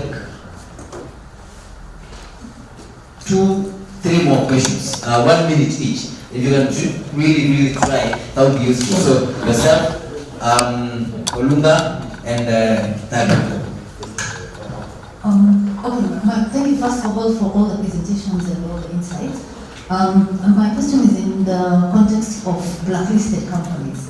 What has been your experience in terms of blacklisted companies? Because I think a big challenge has been a company is able to deliver in one county or at national level and then goes to mess up in another county. And what would be your recommendations? And these recommendations also include probably having engagements with the PPRA and the National Treasury so that such loopholes can be closed. Thank you. And about publishing them so that people can know County X as the blacklisted, Company X, the directors are X, and beneficial owners are X. Thank you for that question. Okay, just very quickly again on the basics. I think on the side of the oversight, my question will be to Makueni, Elgeyo and Nandi. Are we starting from the basics? If a contract is awarded, is it part of the requirement that there is a notice that this tender has been given to this company, running from this period to this period? We start from the basics. So that's question one. Question two, I think we're going to try out in Nandi County on our access to information and find out who are these who messed us up. And we want to publish the names, okay? We want just to sanitize the youth in Nandi. So we're going to try that out using the Access to Information Act to just get the names of the youth who are given tenders and messed up and went to Mombasa. Then finally, I have still an issue with the RFQ because there's a way that you will be limited. What usually from the procurement guys, how do you determine which company you send out RFQ? Because like last time the tenders on roads were done through RFQ. So even for the preserved ones. So I'd like to know how do they do it? Thank you. Thank you. 1 minute.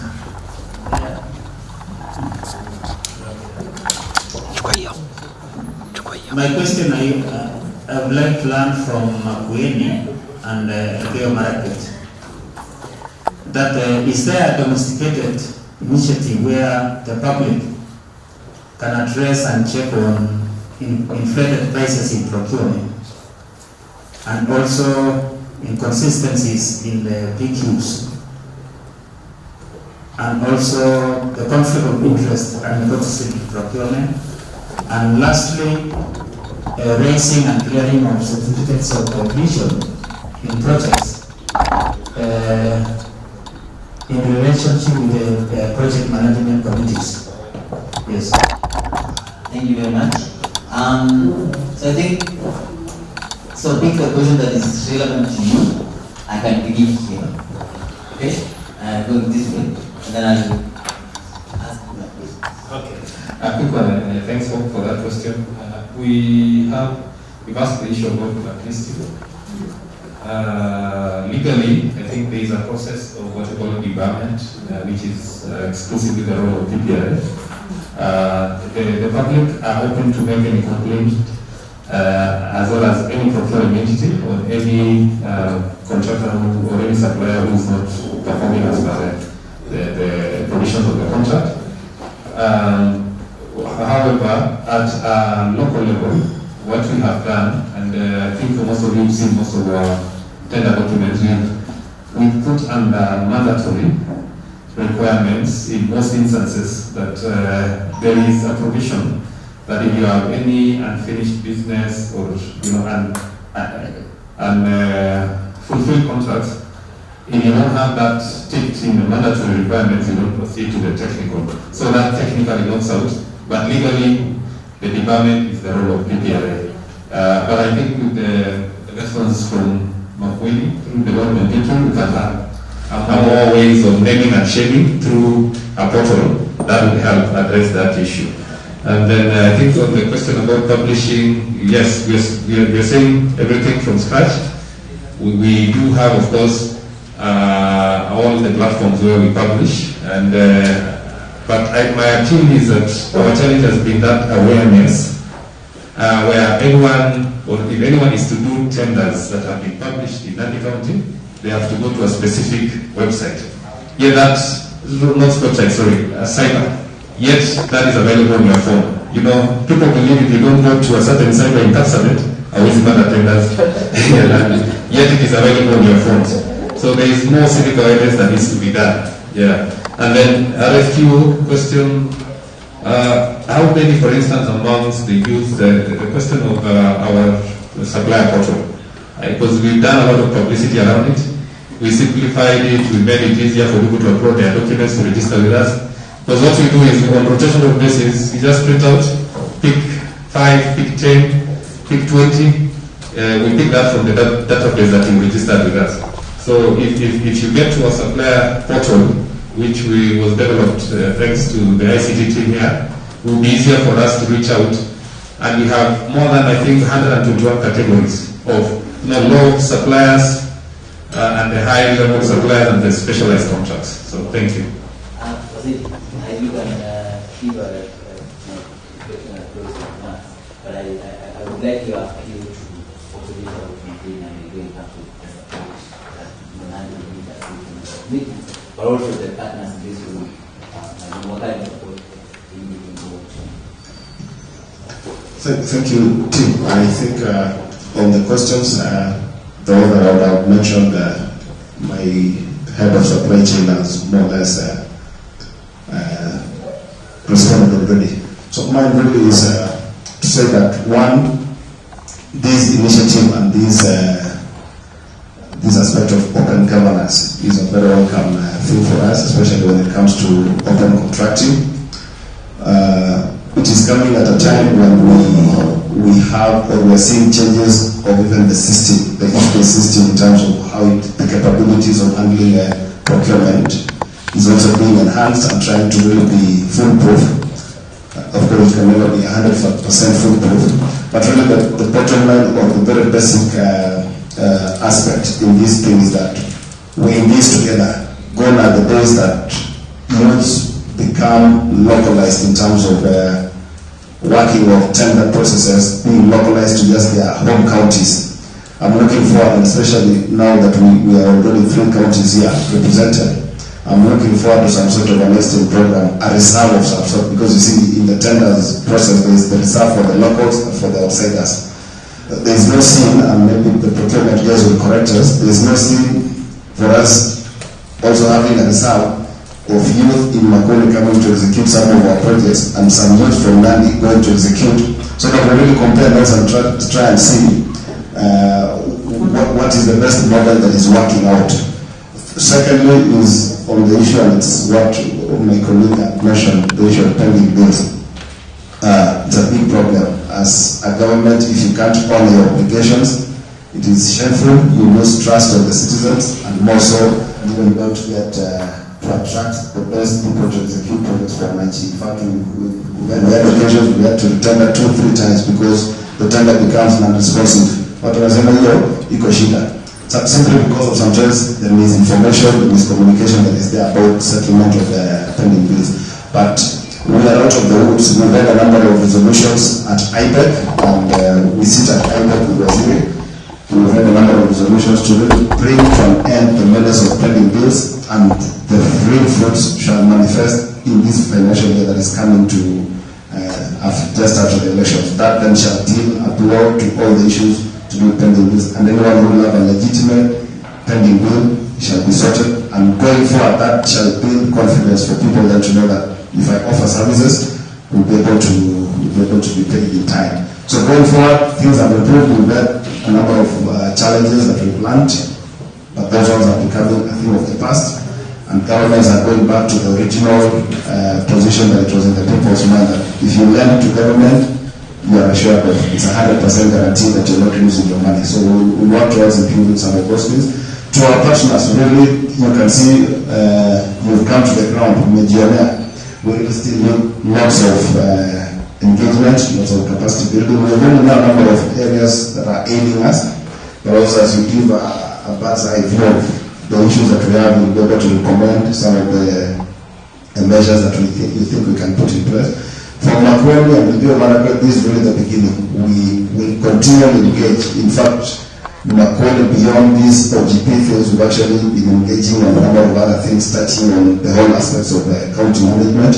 We've had our team coming from their team coming here, and our team has also gone there. So this shall really is the beginning of continuous engagement. And as counties, we are better together. We are like rats in a hole. We are better together. So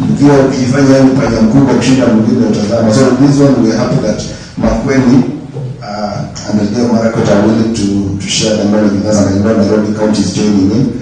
So we'll continue to work together towards attaining the aspirations of OGP. Thank you. Thank you, Waziri, and I think when you also mentioned the reserving of contracts in other counties, so that contractors in Nandi can go to Makueni. One thing I picked from Waziri is the convention of contractors, where they meet and share experiences.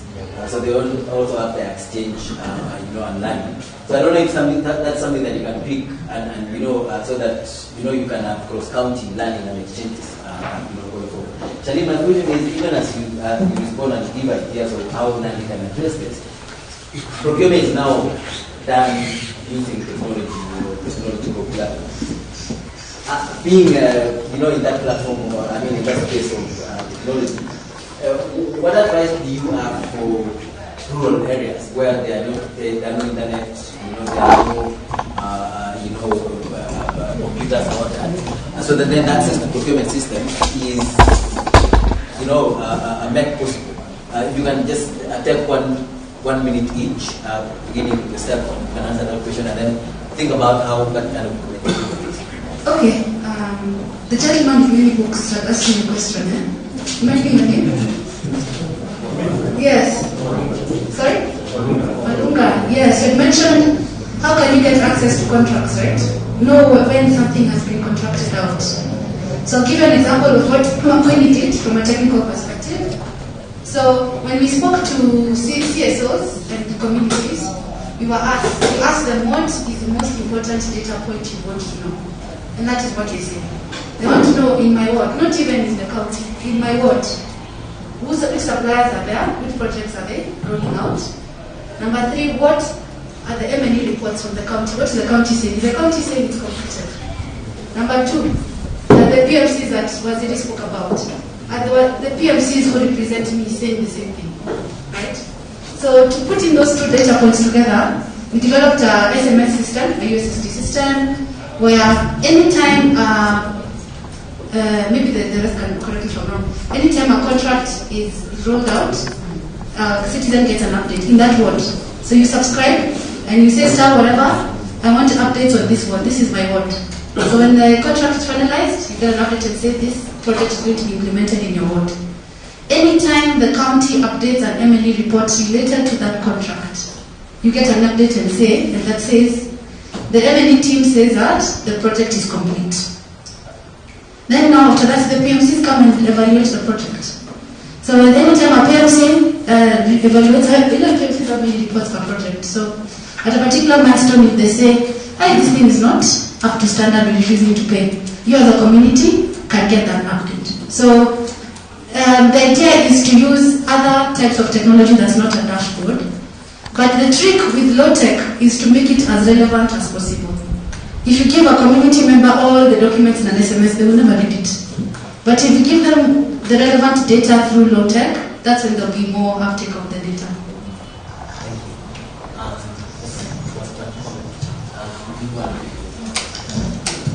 I just wanted in one of the panelists, because a lot of the issues that are coming out, especially in the youth, was the lack of capacity or discipline. And I'm thinking if we treat the young people or any person, just the way the community is, that even under normal circumstances, you get a loan from the circle, you are planning on doing a business, and you go and buy furniture. You know, it happens. So I would imagine that it's still likely to happen if you're working with big monies from the counties. So perhaps this is more of a challenge to the civil society partners, that we need to help and invest also in capacity building of the young people and also or the special interest groups. And especially given that for OGP, one of the issues that we keep talking about is inclusion, but meaningful inclusion. So it's not enough to say that we have the young people, we are giving them tenders. We need to know whether they have the capacity to undertake the work that they do. And then secondly, on the question of technology, Charlene, so one of the things we've seen is that, of course, technology is an enabler, but it's also becoming an exclusionary platform, especially for the rural populations, but also the rural urban areas, the marginalized of the periphery. So it's to big solutions. So if I use Mzalendo as an example, one of the things we realized that is, even as we were developing tools to facilitate public participation, our Dokeza and everything, we were leaving out a big chunk of people, and especially young women and rural youth. And so we came up with the SMS platform, Bonga and Mzalendo.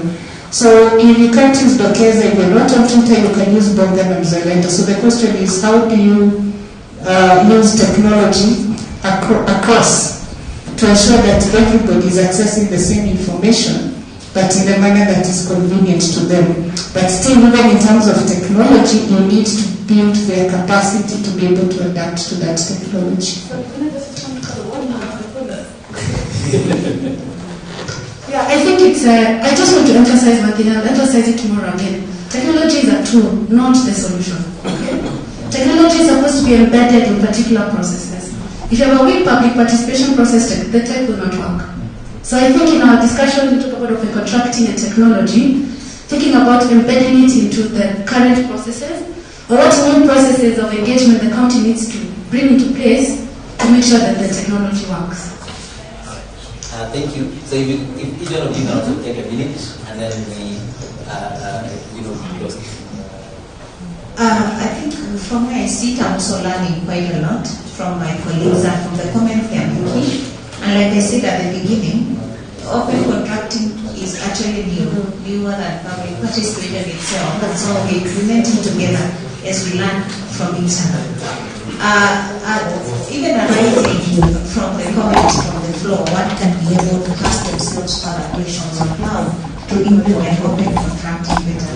The issue of funding, I think we discussed. Misapplication of funds is everywhere, not just among the youth, even among us adults. You get a loan to go do something, you end up doing another. The only challenge we have here is capacity for youth to be able to repay after they have misapplied.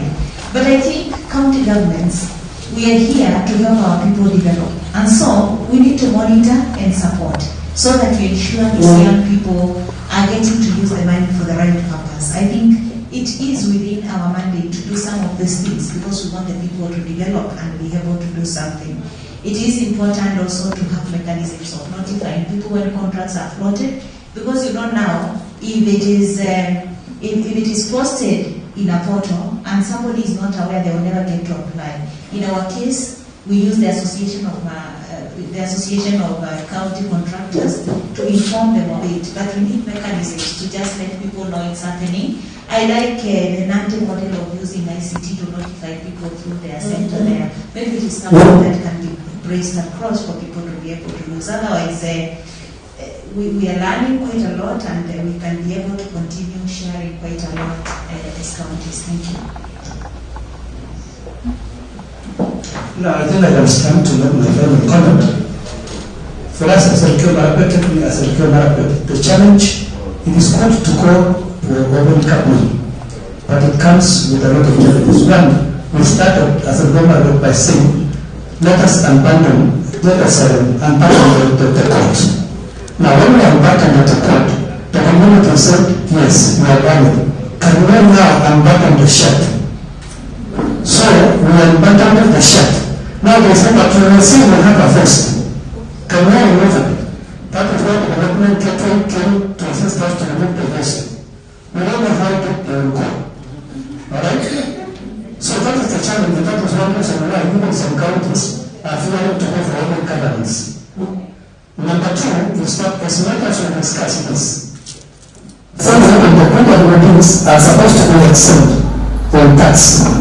But for them to get that tax exemption certificate is a nightmare. So we discuss what is but the challenge is that we are producing the laws. Like, for example, when we can produce the paperwork, the luminous data document, but we can see this being added again.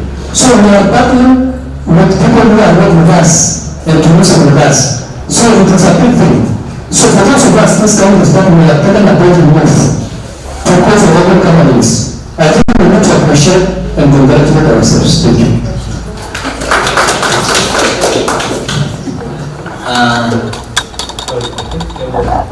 Some questions by Carlo.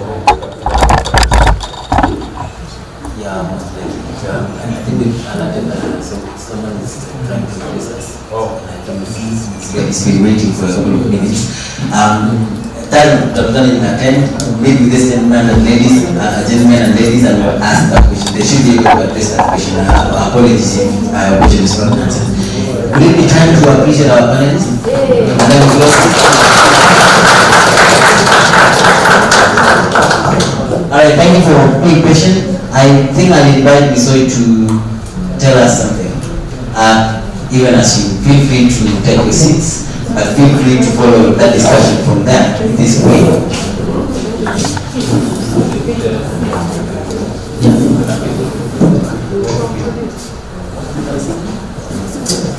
Thank you. A round of applause for our panelists. You can have your seats so that you are in a position to.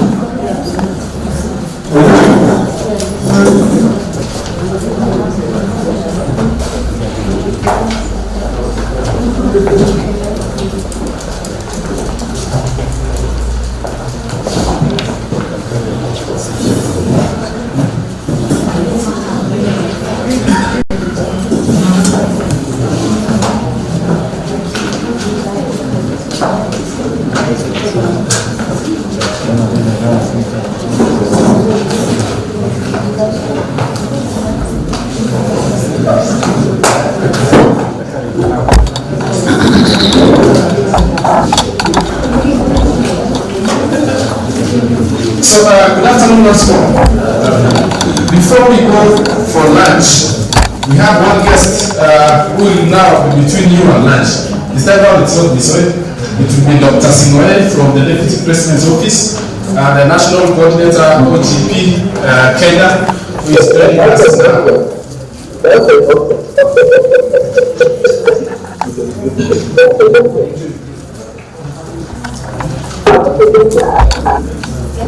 Daktari, if you can hear me, we're now ready to listen to you. Welcome to Nandi County. We are hosting the OGP convention with a number of partners with us. Hivos, Mzalendo, Trust, IEA. We have Makweli and Geo Marakwet, OGI, Development Gateway. They are here. Yeah, I'm almost getting them.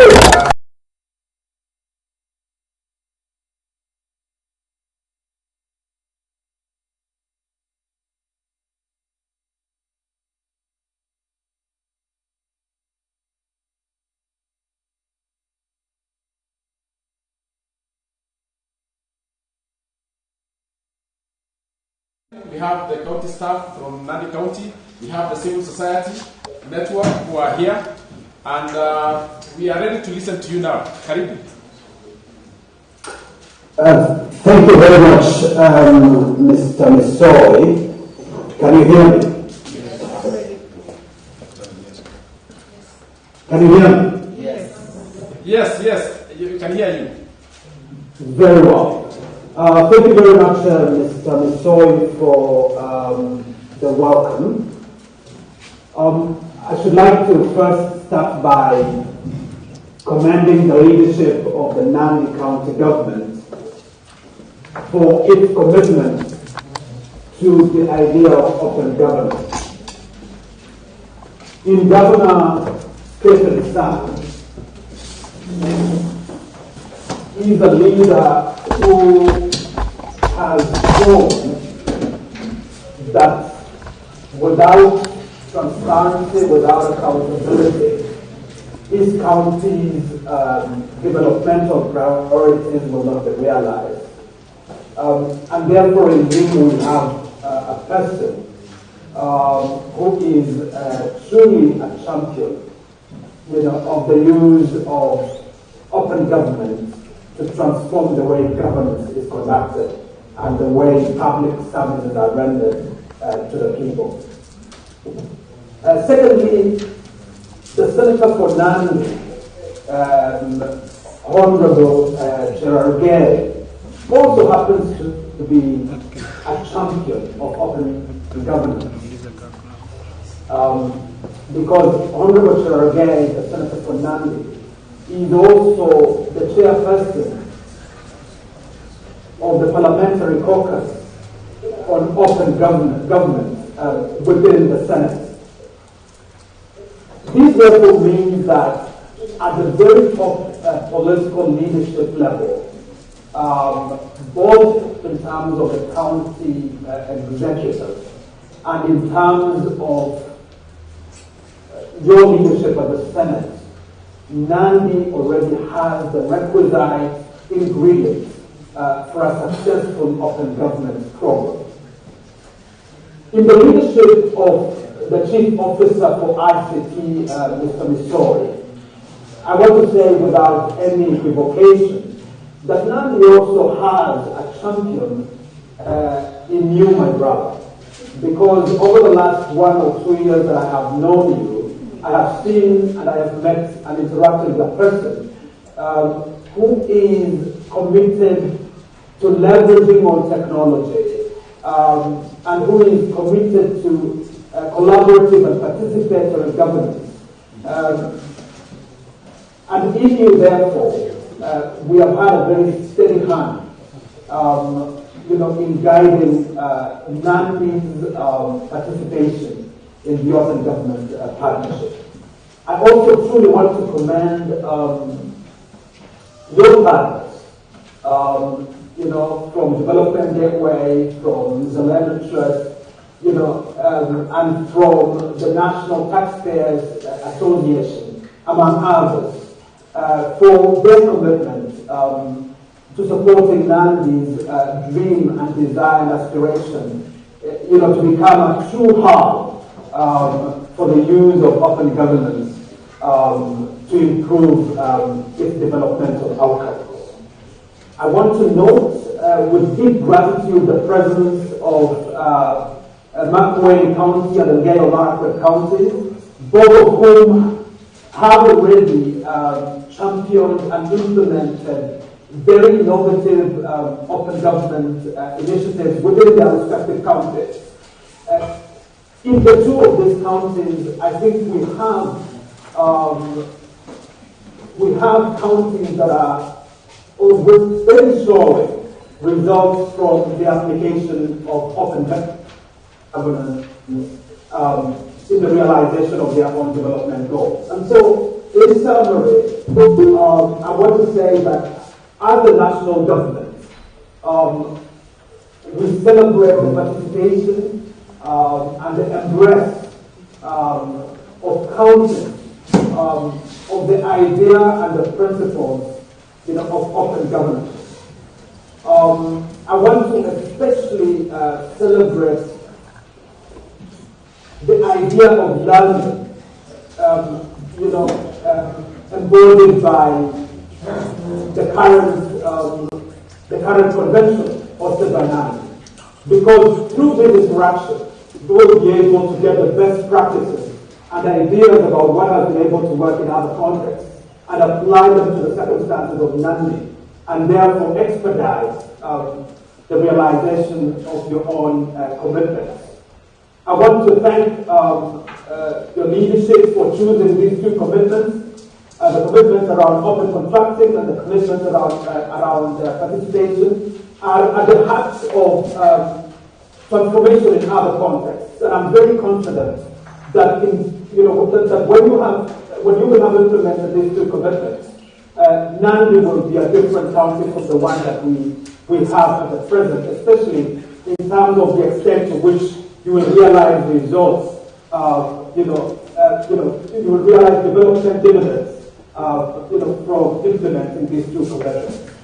And so, Mr. Misoy, because I'm on the sideline of another meeting, I just wanted to really be part of you today and to commit to you our solidarity and to commit to you that we will give whatever support Nandi requires to become a best case county or local government to the implementation of open government. We will continue to collaborate and provide you with opportunities to build even greater capacity and develop even greater insight in realizing your own goals as a county. In conclusion, I want again to thank the leadership of Governor San for choosing to be part of the Open Government Partnership and to ensure them that that Nandi will not be able to walk alone, because they will walk not only with Makueni and with the Martha, but they will walk as well with the national government represented here, by the office of His Excellency the Deputy President. With those few remarks, allow me to say thank you and to wish you very, very happy celebration. Thank you very much. Thank you so much, Daktari. Just a quick response on your speech, which you have generously, appreciated the efforts we are putting in through Our Excellency the Governor, is that the deliberations here have been very good, and there are some recommendations which we would like you also to take note and see how you are going to, help us going forward. One of the recommendations we are making, Daktari, is that now that we have 4 counties as members of OGP, we would like to have a national, platform for us to discuss matters to do with, how do we fund these projects? Can we, for example, get a donors roundtable for counties already in OGP, so that it becomes an incentive for other counties to want to join in and, practice these values that we are talking about in OGP. So, with your coordination at the national level, Daktari, I think you are best placed to be our convener and host us soon, either the Hustlers Mansion or at the Deputy President office, so that we can discuss this as the 3 champions. We are here, Makueni, Nandi, and Ngeo Marakwet, for us to showcase that we want to do best practices in terms of governance. So that is the thing that you can think about. We will be submitting our reports on Friday for you to see what we've discussed and how best you can support us. So thank you so much, but I can see you want to respond on that one quickly. Thank you very much, Mr. Misoy. Just to respond very quickly, as a matter of fact, because we are interested in ensuring that OGP local becomes institutionalized, not just within these 3 counties, but across our 47 counties, we have begun a discussion and a conversation with Marifa Center within the Council of Governors, with a view to holding a joint meeting with them, especially around developing a toolkit for as many counties as we want to participate in the Open Government Partnership. Secondly, I think we are more than happy, at your request, to be able to convene a donors roundtable. We do understand that resource constraints often limit the participation of counties in these processes, and so we are very much available and open to be able to work with you and work with the COG, especially the Marifa Center within COG, to be able to convene this forum. But again, I want to truly thank you for this path-breaking convention And I want to again wish you very, very happy deliberations. Thank you very much. Thank you, Dr. Just before you go, one thing has just come from the floor about the need to integrate Treasury with the PPRA portal. So probably you need to advocate for those open APIs for us to county portals for us to have, an integrated manner for exchange of data analysis and, benchmarking using technology. So thank you so much. I hope you had lunch. If not, bon appetit.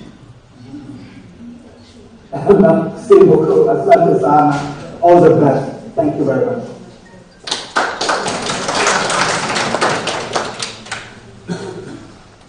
Thank you. So I think we've come to the end of the morning session. It's been interesting, right? Yes. And I think it's now 2 p.m. But I was in Karimitana. We had a very interesting morning session, and we've been looking forward for your presence.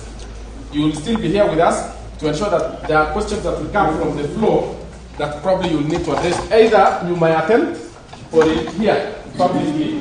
But just be with us, mingle with us, get to know our guests. I know, of course, you know Wazir, but the other guests, our partners, talk to them nicely so that they continue funding our project in Nandi. But we want to give special mention for yesterday and today to Mzalendo Trust and OGI for being the ones who have catered for, our well-being being here. Remember the Shiva.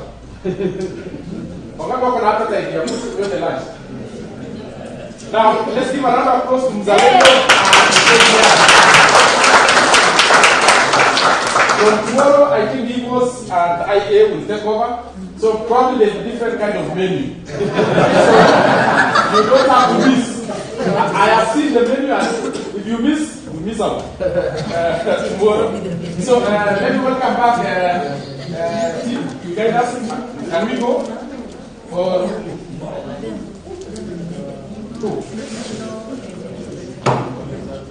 Continue.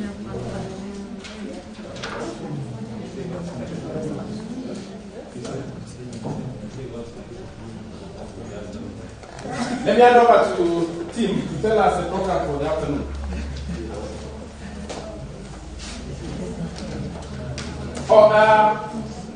Let's also appreciate the presence of our co-creators, the organization that helped us, create these two commitments.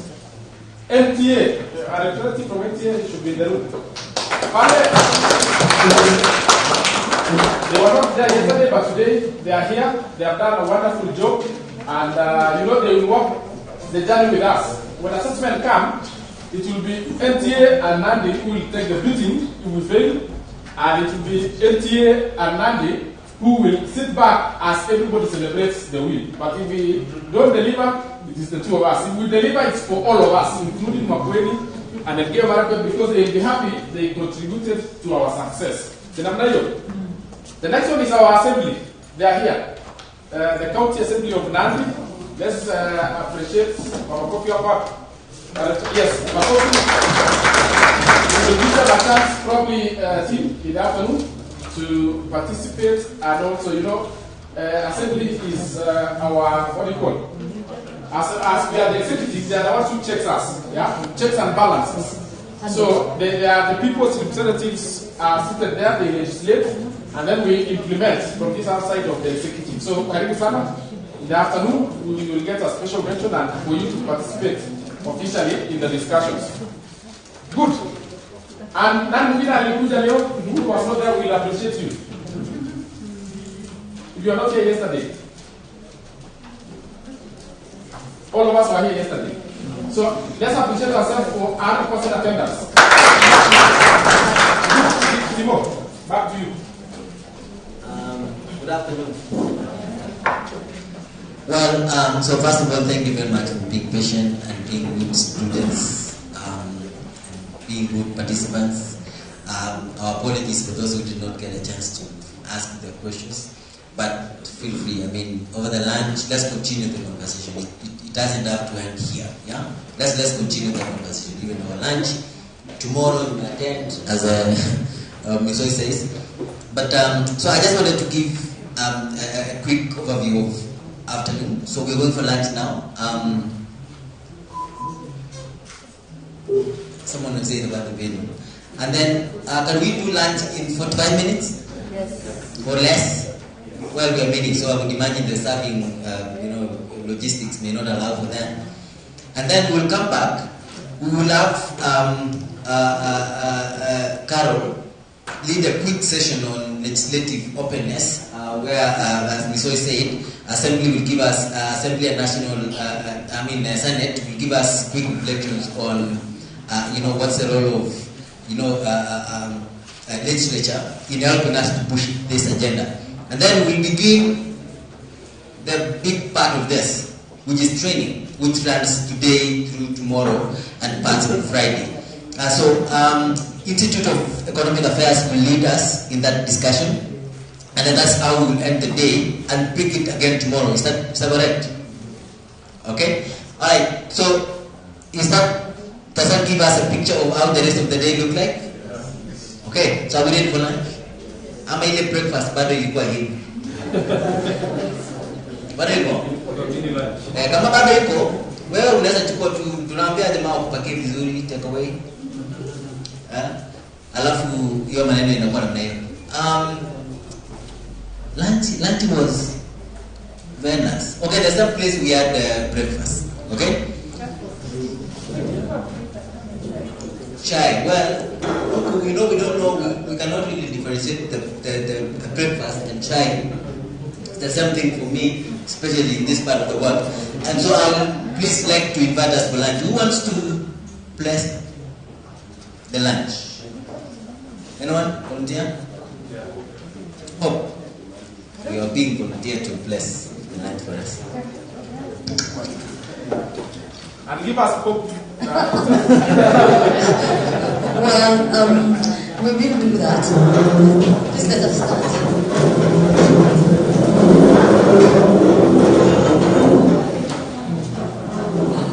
Okay. Let us pray. Dear Lord, we come before you, asking for you to bless the meals and the provisions that you have provided unto us, that we may serve you and serve the purpose you've created us for. We ask this, believing in the name of Jesus Christ. Amen.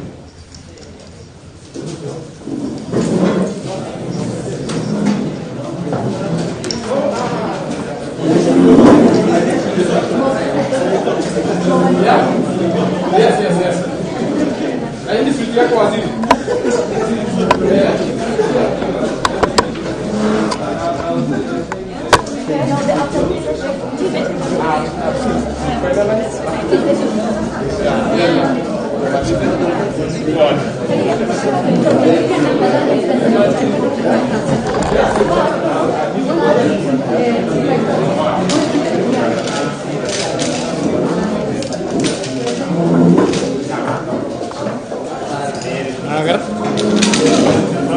वचन लगा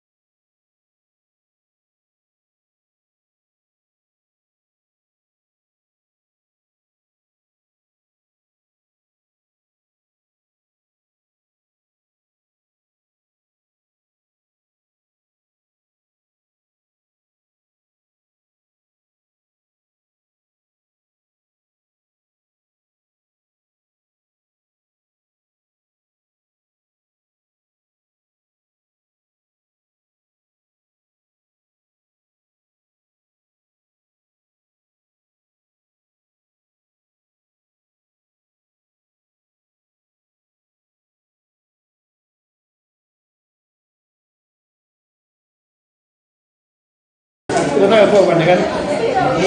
Unataka wa? Naweza niwaje mimi? Sawa. Nakuachia. Are you happy now? I'm not happy. It's happy. Ikawa hivi sawa? Na?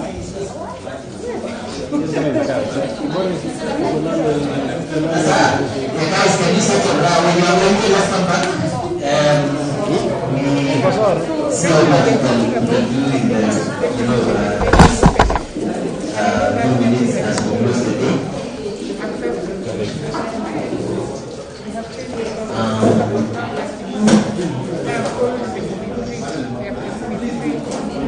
Smart. Bottom up, smart. From bottom up, smart. Bottom up.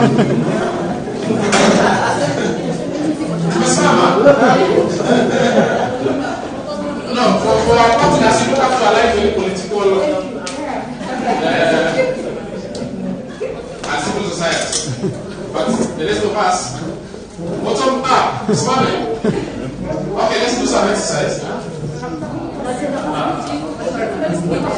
Create a space for the video. What are you doing? So, John, you let them mungkin Amerika. Yeah? Put it back in. Weka far. Aya, twende. Kuna watu wanapitisha. You see? I see one. Turudi again. And then come back ikutane. Huyu amemiss. Huyu ako sawa. Aya, kama uko sawa, ukae chini. Wale wenye walimiss tusimame.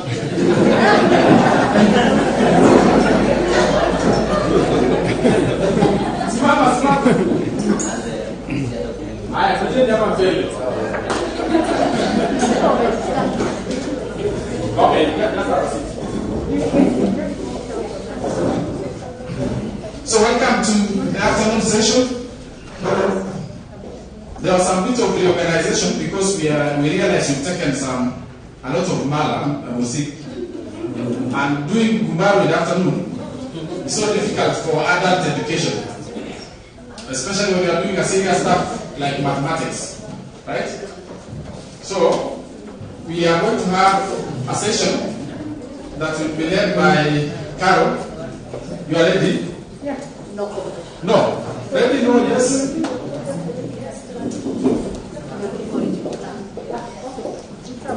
So we have this session, and then we will call it a day.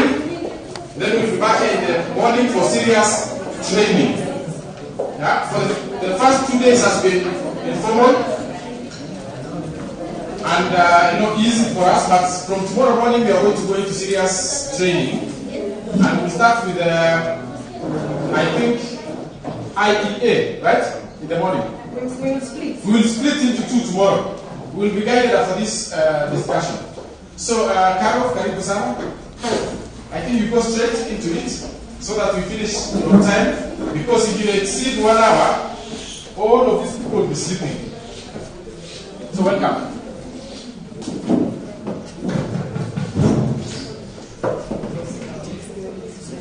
Alright, good afternoon one more time.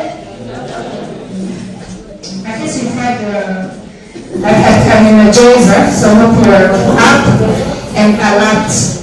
So this session is going to be the shortest, the quickest, and hopefully the most, hopefully lively as well. So in the last 2 sessions, we looked at urban contracting and we also looked at public participation. And if you see, a lot of the focus of the conversations has centered around the executive arm of the government. But we all know that the legislative arm of government also plays a very critical role in ensuring that things happen in the county. We can speak about all these nice things. We can talk about creating portals. We can talk about instilling an open culture. But without the appropriate legal, policy, and institutional framework, without the requisite budgets, we won't make a lot of progress. And so I just wanted to quickly touch what we've done about legislative openness, and then get some comments from our colleagues from the Senate. I know I'm pushing you. The Senate, the County Assembly of Nandi. We also have honored to welcome Irene from the CAJ, the region, and perhaps a comment from one of our civil society partners. So, the legislative arm of government plays three key roles. There is representation, there is oversight, and there's legislation. So, and I've mentioned that these are all very important to ensure that the conversation that we're having here today. So in terms of OGP as a country, yesterday in my opening remarks I did mention that OGP, it's been 10 years of OGP in the country. And from very early on, the framers of OGP in Kenya recognized that legislative openness would be a very critical element. But it didn't happen as it was envisaged. So in NAP 1 and NAP 2, it wasn't achievable. But in the National Action Plan 3, we managed to then bring in a commitment of public participation. And the Senate of the Republic of Kenya took leadership of that commitment. And one of the things that they did promise is that they would ensure that there's a public participation law at national level. And you may be aware that the Senate, and I'm talking about things that the Senate colleagues will speak for themselves, but from our OGP, from where we sit from the National Action Plan, the public participation bill as proposed by the Senate through Senator Fatma Dolo and Senator Amos Wako was passed by the Senate, but it didn't go through at the National Assembly, so it still has not been passed. But I think one of the achievements of the NAP 3 was the development of that bill. The second thing that under the National Action Plan we promised to do was put in place the technology and the tools, we call them the civic tech tools, to facilitate public participation. And as Mzalendo Trust, we took this up to develop Dokeza. So Dokeza is a bill annotation platform that allows you can check it out at dokeza.com. You can find what bills are in both houses of parliament. If you want to annotate, to give your bills, to your views, submit a memorandum, you can do that. The third element, so those were the two key highlights. Coming to the fourth action plan, which we're implementing now, we enhanced that commitment, as I said yesterday, so that it now has public participation and legislative openness. And by the way, the action plan for Kenya, the NAP 4 is available on the OGP website and also available on mzalendo.com. You'll find it as under press. Under press, if you go to press, mzalendo.com, press, you scroll down through all those publications, you'll find the link to the fifth action plan. So, looking at it, what have we committed to do under the fifth action plan? In addition to ensuring that the bill is passed, we've also committed under that commitment to make sure that the civic space that is required to facilitate open government and for civil society and for civic actors to perform is available. Most importantly, as I mentioned yesterday, we've also committed to institutionalizing OGP at legislative level. So one of it is at the parliament, both houses of parliament, but also at the county assembly. So for the first time, the county assemblies forum are now members of the OGP. And recently when we had the public participation cluster meeting, I think we had a representative from CAF, who is an MCA from Laikipia. Legislative openness also facilitates access to information. So you are looking at ensuring that you have access to parliamentary information, and in the county case, access to executive information, and also access to legislative information. So these are some of the things that we're going to discuss. But because this is supposed to be a short sort of experience, we want to hear from our panelists What has been their experiences in terms of public participation? How does public participation, for example, in the Senate happen? How do they ensure that the commitments that are made are followed? So the oversight role.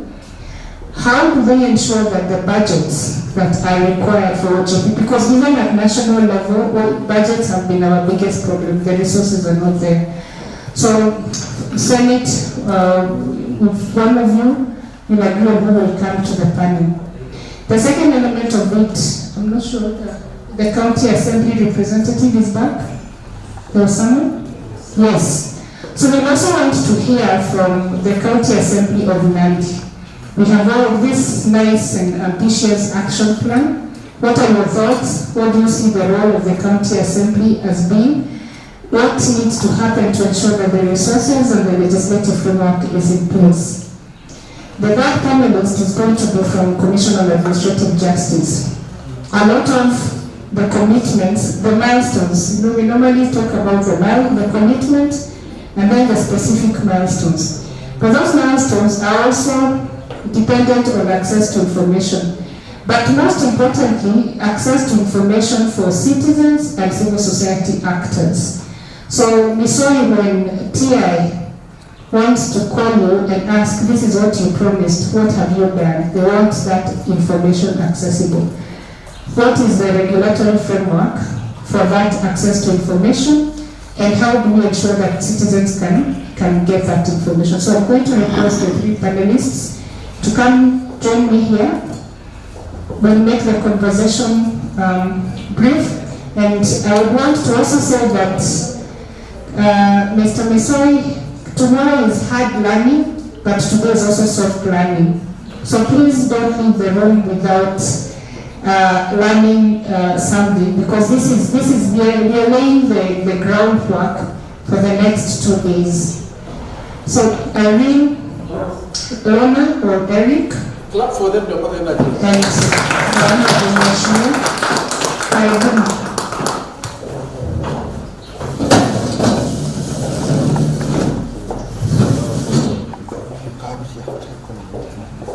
Clap for Eric. Two times of calling as she also comes.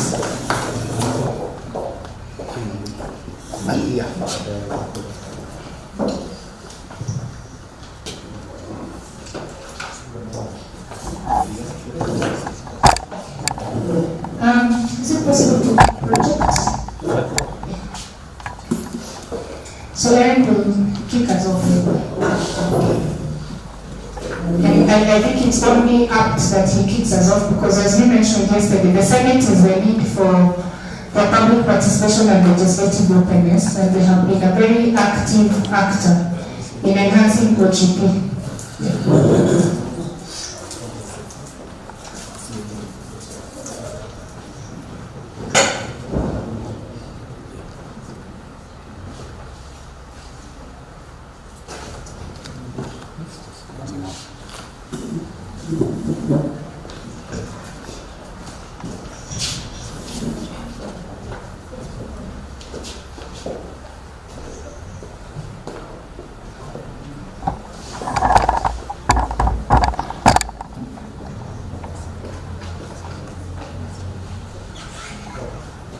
Well, Protocol Officer, good afternoon.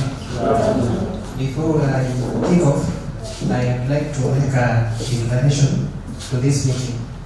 Before we adjourned yesterday, we committed to enhance public participation outside this place. And it was successful. Yesterday night,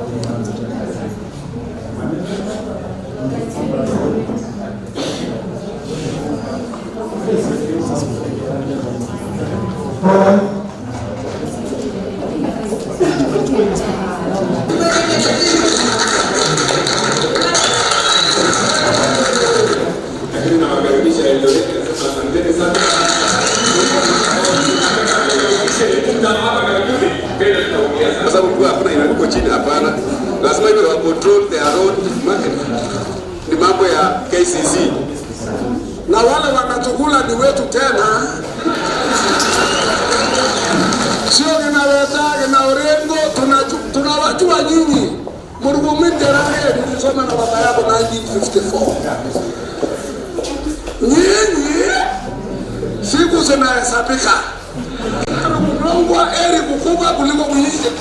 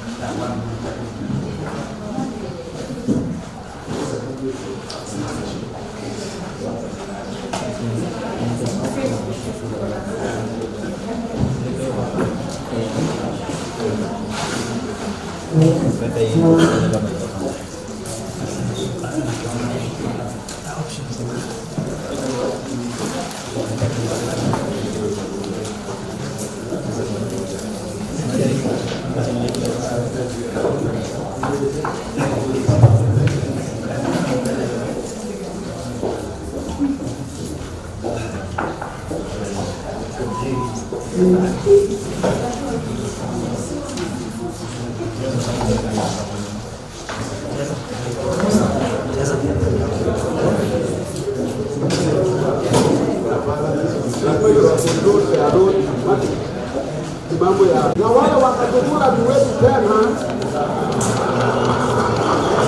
Sio ninawetaga na Orengo tunawajua nyinyi. Muruguminde rage nilisoma na baba yako 1954.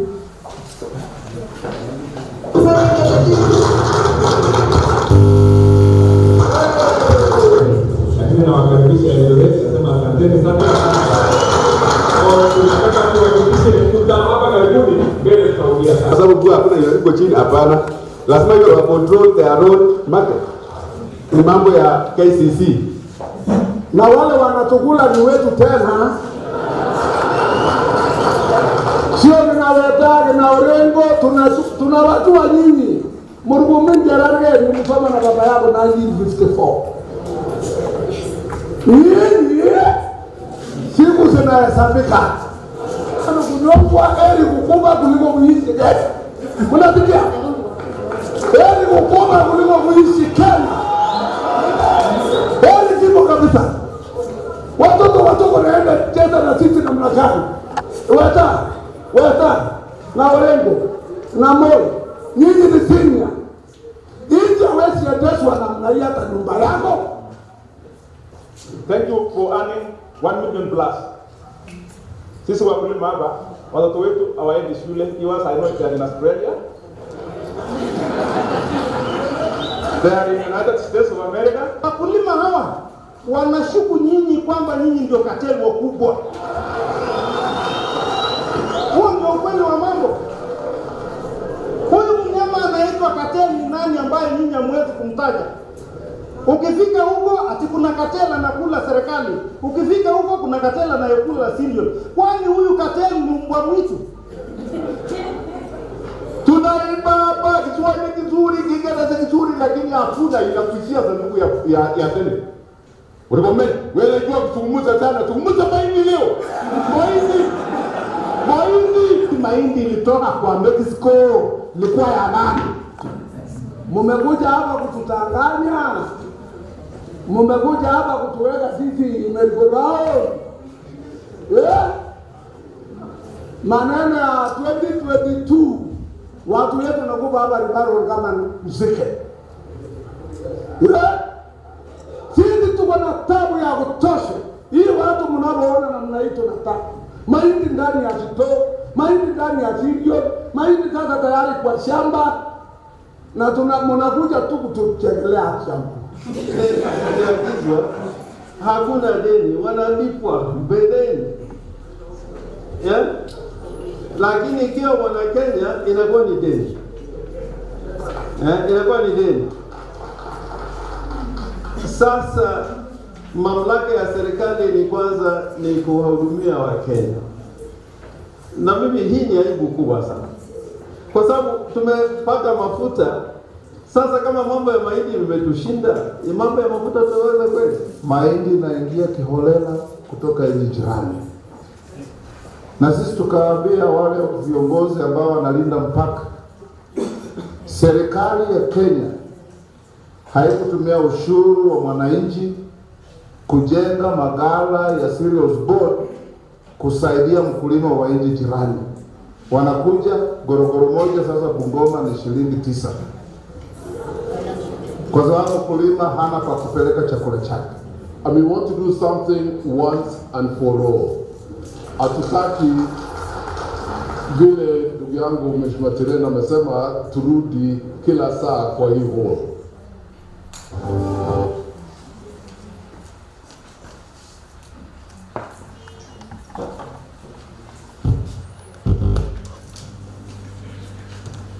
Thank you very much. I think you have seen the power of, that was a public hearing before the Senate Ad hoc Committee investigating the maize scandal in Kenya. Now, next I'll take you through the statutory frameworks enhancing statutory requirements for public engagement in the Kenyan Parliament. And then on the spirit of having women at the high table, my colleague Lorna will come up with the live testimonies here. Thank you. First, Parliament is tasked with ensuring legislation, representation, and oversight. Vision of Parliament is democratic and people-centered Parliament, and I like the word people. The first statutory framework is Article 1 of the Constitution, which ensures, which says that all sovereign power belongs to the people of Kenya. Underlying people of Kenya, Article 118 talks about public access and participation.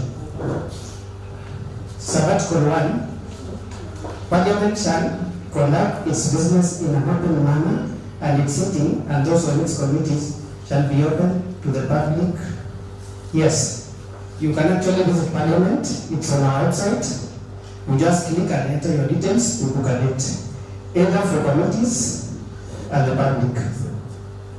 And if we go through the compilation of communications from the chair, you'll find that in a session is 1 year. Over 80% of the communications is visiting delegations, either from counties and other schools.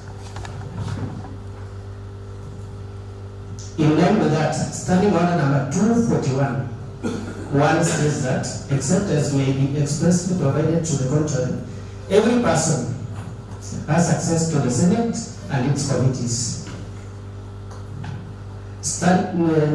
Article 119 of the Constitution, which ensures that the people are involved in legislation, is that every person has a right to petition Parliament to consider any matter within its authority, including to enact, amend, or repeal any legislation. We have had all manner of petitions, including legalization of marijuana. That shows how open the start is. Article 120 on official languages of Parliament. You may have seen that there is a deliberate attempt to conduct the proceedings in Kiswahili, which is more people will be able to understand. Article 1 states that the official languages of Parliament shall be Kiswahili, English, and Kenyan Sign Language.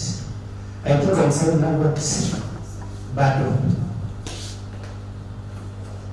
In line with this, standing order number 87 states that proceedings to be in Kiswahili, English, or Kenyan Sign Language. Again, with this, we had a task force which has translated the Senate standing orders in Kiswahili to make them more friendly to the public and to the users as well. We also have a Kiswahili desk which translates the journals of Parliament, including the order paper, which is Ratoda Shughuli. You can know beforehand what the House will transact eventually. They are all uploaded on the website. Article 35 of the Constitution states that every citizen has the right to access information held by the state. And Standing Order 235, 236 or 1 states that the custody of the journals and records, whether audio, electronic, any other form, including papers and accounts howsoever presented to or belong to the Senate, shall be vested in the clerk, who shall, unless otherwise prohibited by law, allow the access to the public. I think that is clear, so you can access this information through that channel. Standing Order 237 talks of answered reports. These are verbatim proceedings of the House, and for the benefit of the public to know what their representatives are doing in other houses, they are uploaded 48 hours after any sitting. There is also the PFM Act, Chapter 10, 2, which says that in carrying out its functions under subsection 1, the Parliamentary Budget Office shall observe the principle of public participation. I now yield the rest of my time to Lorna, who will give you living testimonies and life example. This is in the spirit of having women at the high table. Thank you. So let's clap for Eric and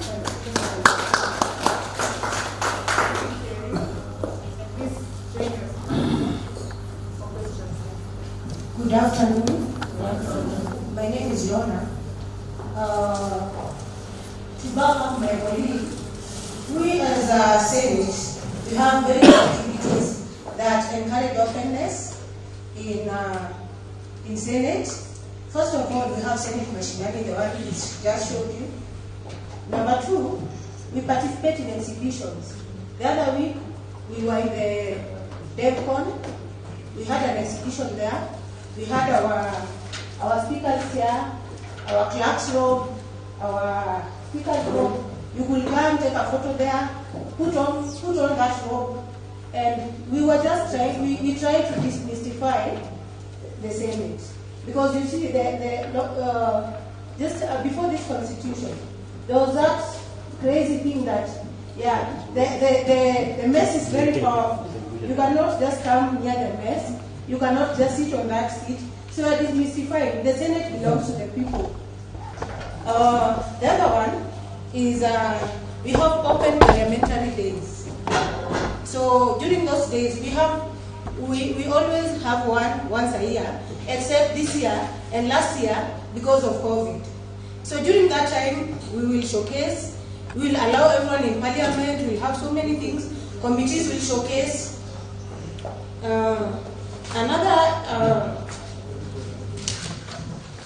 Another thing we usually do is we ensure that every bill is taken for public participation. Here, we sample counties where we go to at least, we have 47 counties, right?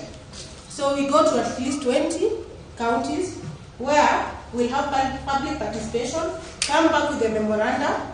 As well, we also advertise for memorandas online. We have our website, we allow memoranda online. We also have public hearings. So in there, the public will very well participate. Because we've realized that most of our court cases, court battles, are because of public participation.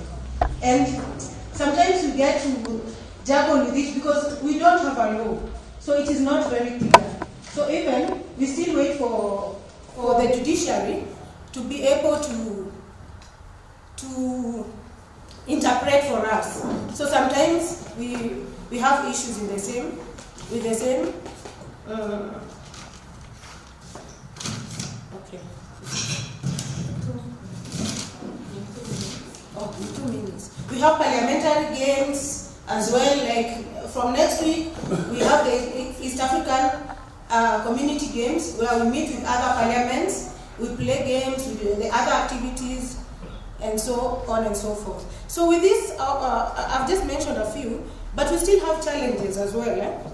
So the main challenges that we are facing as Senate in this issue of parliamentary openness is the notice that we give to the public is very short.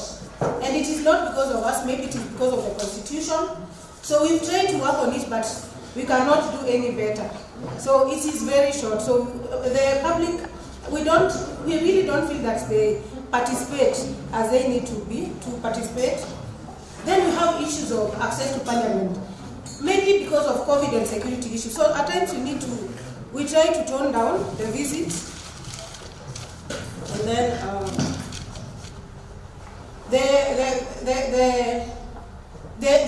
the adverts on bills and on memoranda, because for memoranda and invitations for public meetings are only done through the mainstream media, which again is a little biased, because now maybe those people from Mashinani Kabisa cannot even access these things.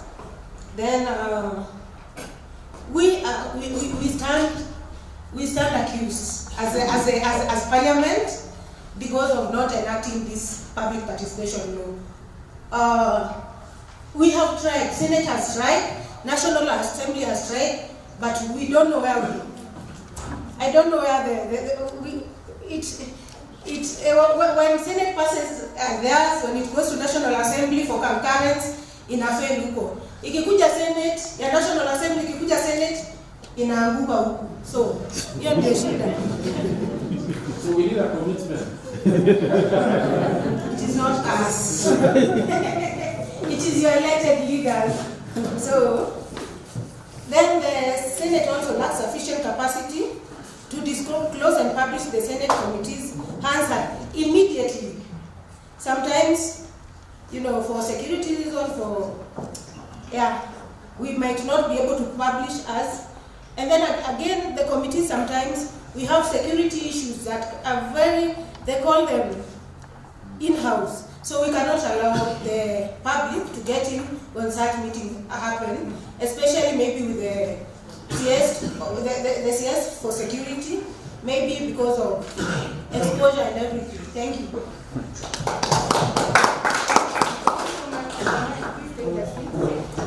That background was very important because if you look at not just the public participation bill,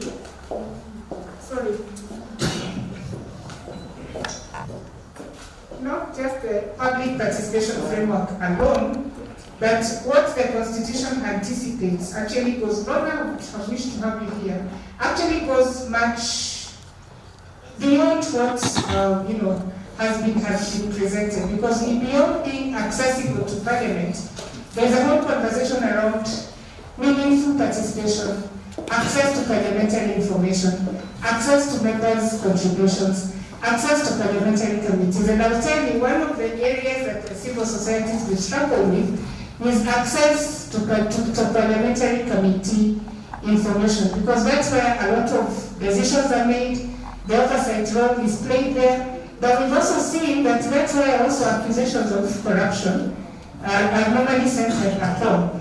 But as I invite the panelists from the County Assembly, let me just read what the National Action Plan envisages. It envisages that we will entrench legislative openness through timely proactive disclosure of information, providing access to parliamentary and county assemblies plenary and committee proceedings, and timely publication of all proceedings. So that is what we hope to have achieved by December 2022. And so I would request to hear from the member of the County Assembly whether there are any plans to open the County Assembly to the public, to mirror what happens at the National Assembly, so that make sure that the Hansard is available, and if it is available, is it useful to the citizens? Can I look at the Hansard and be able to know who contributed what and what did they say?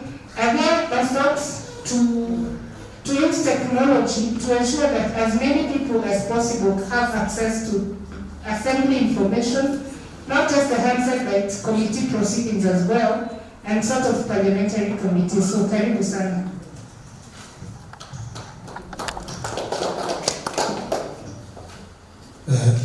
My name is Dr. Boniface.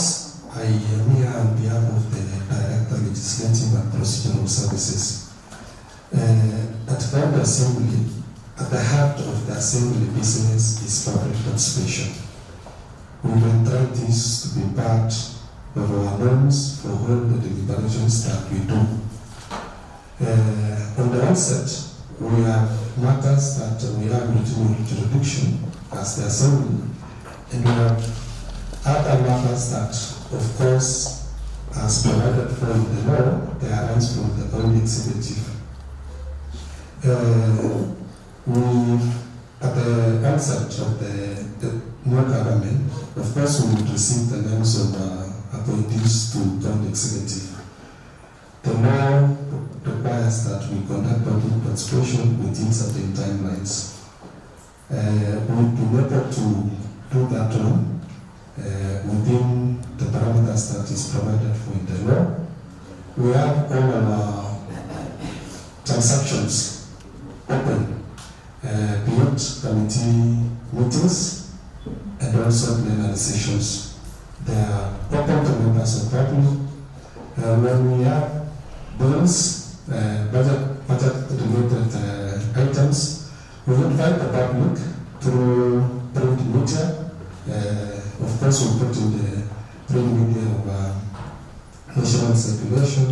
We also invite the public to air their views or present themselves in certain venues. Of course, we've been doing this at the sub-county level and sometimes at the ward level. And we also go an extra mile to rent our FM stations, the FM, and the rest, so that we reach to the public. We also have stakeholders, and wherever we are also doing public participation, we also have our great stakeholder, which is the county executive. And in terms of financial matters, the CCM for finance is our great stakeholder that we always invite the other members of public. So, committee reports are there. They are available for all members of public whenever you require anything which you have in mind or which you can come and ask. It is provided. They are also available in our website. And also the Hansard, because the members of public elected members of the Assembly.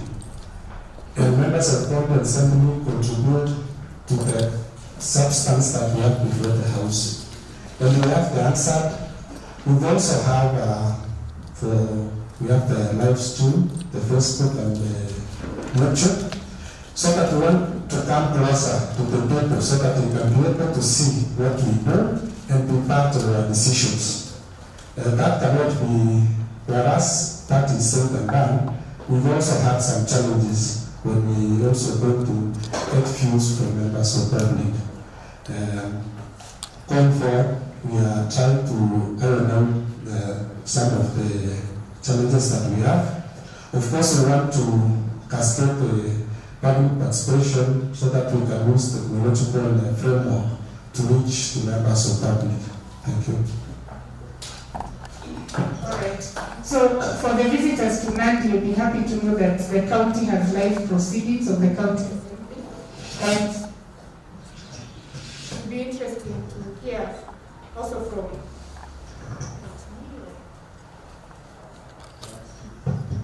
back now. It will also be interesting to hear from some of you whether you have interacted with the county proceedings and whether you have been able to make, especially from civil society organizations, decisions or follow-up action based on what either you've picked from the hand side or from the county assembly. But now allow me to go to Irene and just briefly talk about access to information with a view of enhancing legislative openness and public participation, given that a lot of the decisions that organizations need to make is based on them being able to access, in this case, parliamentary information, and also the information being in a manner that they can use and understand.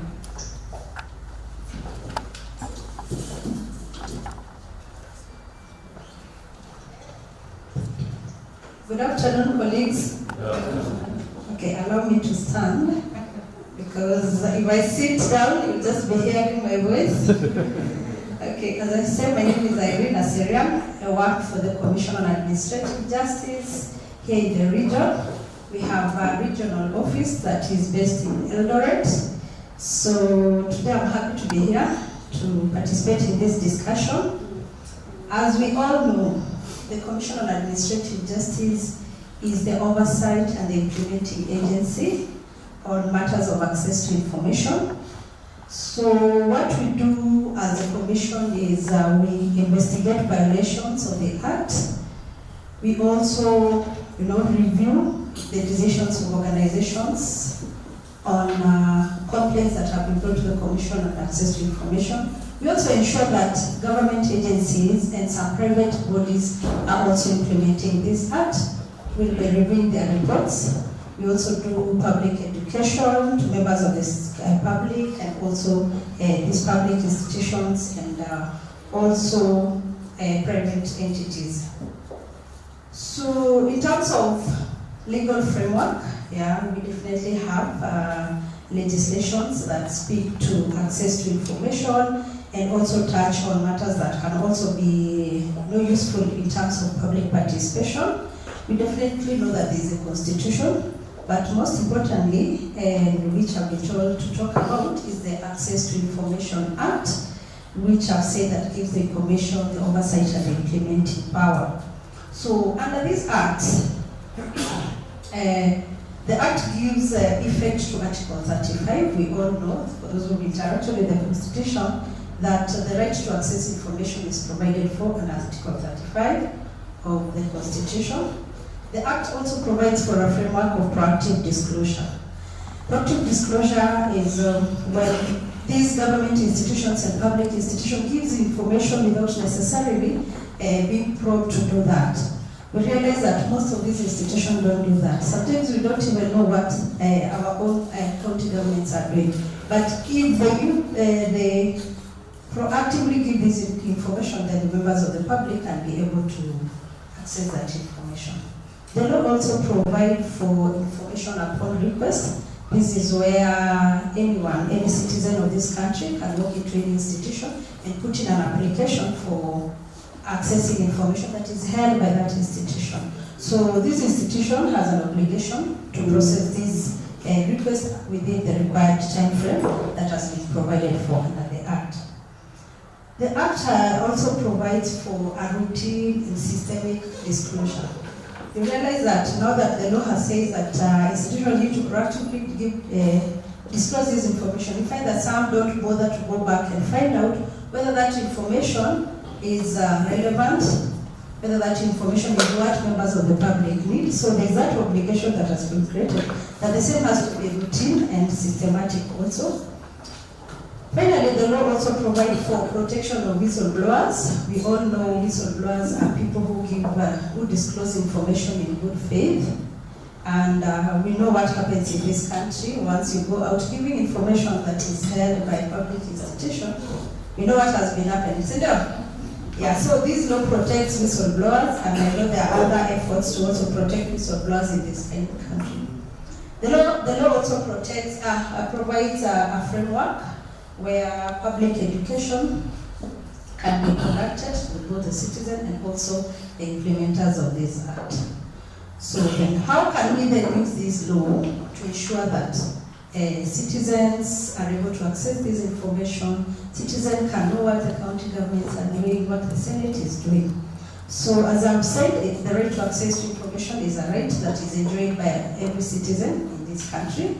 So because it's a right, then everyone should be given an opportunity to enjoy it by ensuring that this information is accessible to everyone. The other thing is to ensure proactive disclosure. Okay, and how can we do this? We can do this by ensuring that the kind of information we have has been simplified and it's user-friendly. Let's say, for example, a county government is undertaking a project and now they want members of the community to participate. Then they should ensure that they have a brief of what the session is all about. Whether it's a project, then they should also tell the community what the project is all about.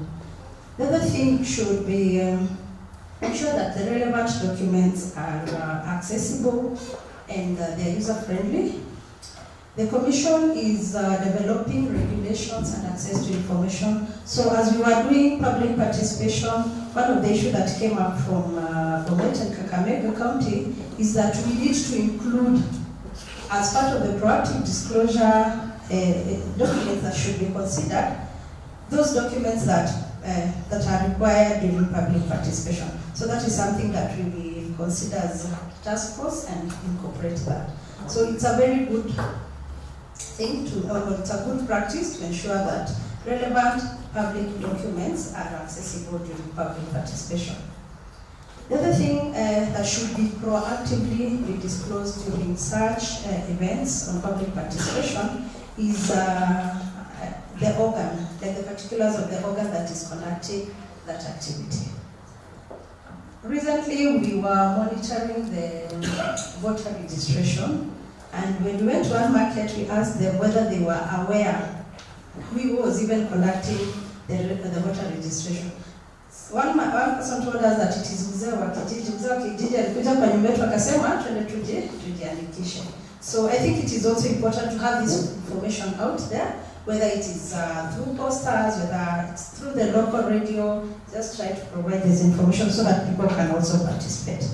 And then simple information that needs to be proactively be disclosed, things to do with maybe the venue, things of the participation, the channels which people can give their input, and when we talk about channel, we should also look at the target audience. If you're talking about the youth, you need to put this information to where you will target most of these youth. Do you put it on social media, maybe on your official social media about that, or do you need to go to the community radio and give this information? So those are some of the things you also need to consider.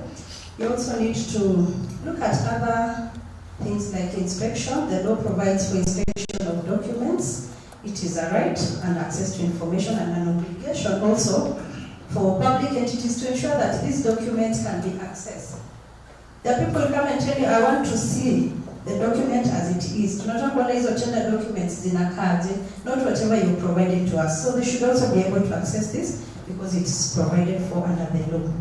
The other thing we need to do, and how access to information can help us, is that access to information has provided an obligation for public entities to manage the records that they keep. they have a duty to create records that are accessible, and they should. The other thing is these records should be digitized so that they can be accessed by wherever they are. They can do this through creating links in their website where these records are. So I think that is it for me. But I will be happy to answer any question related to access to information and the mandate of the Commission. Thank you. A big thanks to the panelists. I'm committed to ensuring that we release it by 4:30, but I'm opening the floor for some questions. And even as we pick them from, I can see a hand up from that corner. We always say in this country, many things are good on paper. If you look at the paper, if you look at the documents, everything is fantastic. But when it comes to actual implementation, that's how the rubber meets the road. And one of the questions I'll be asking, especially Eric and Lorna from the Senate, is how do you track the decisions that you make? So as a citizen, I'd be interested in knowing how the issues that the men in that forum, the issues they raised, were they addressed? Or the next sitting they will hear the same things. So I think we have, if someone can help me with the roaming mic. Question. Please identify who you are addressing your question so that you can move on.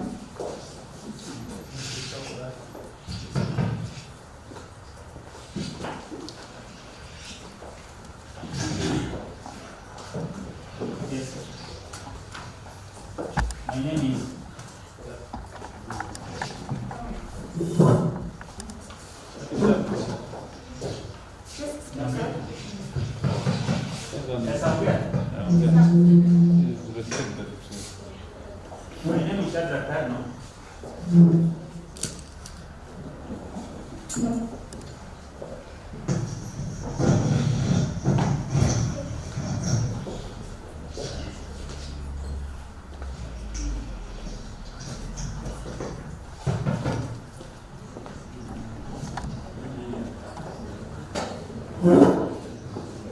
Yes, my name is Shadrach Karno, Chair Nandi Civil Society Network.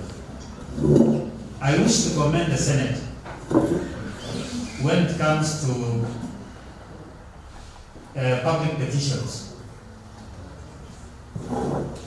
In 2016-2017 financial year, we did a petition to the Senate of the Republic of Kenya on issues access to information, public participation, and misappropriation of funds in Nandi County.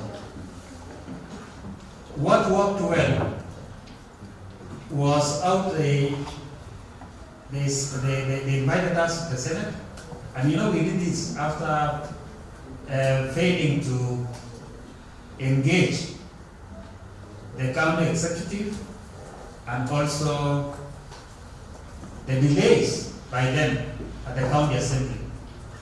Remember, we did the petitions to the county executives and the county assembly. But the Senate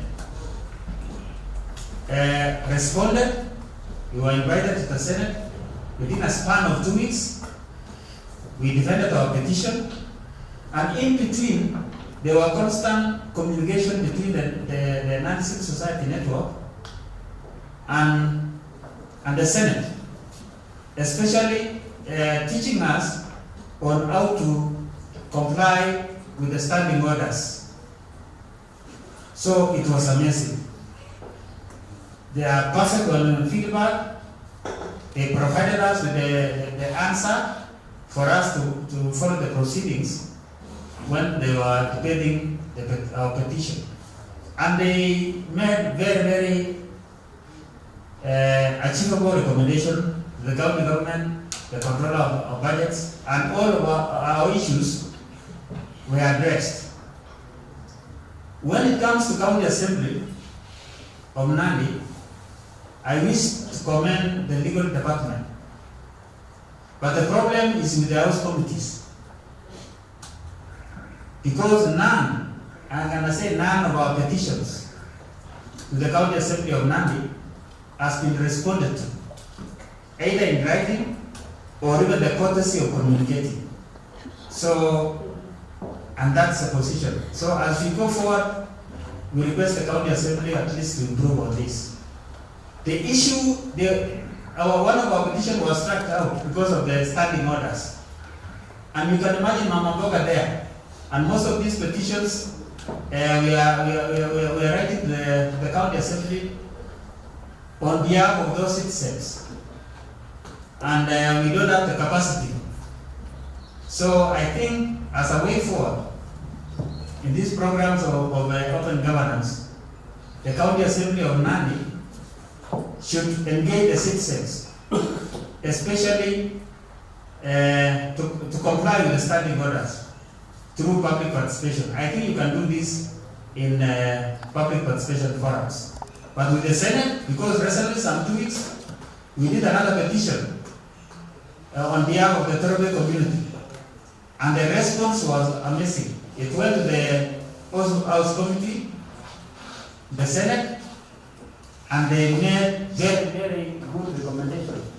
Within some weeks, the county commissioners at some of the communities across the north to map out where the communities are for further interventions.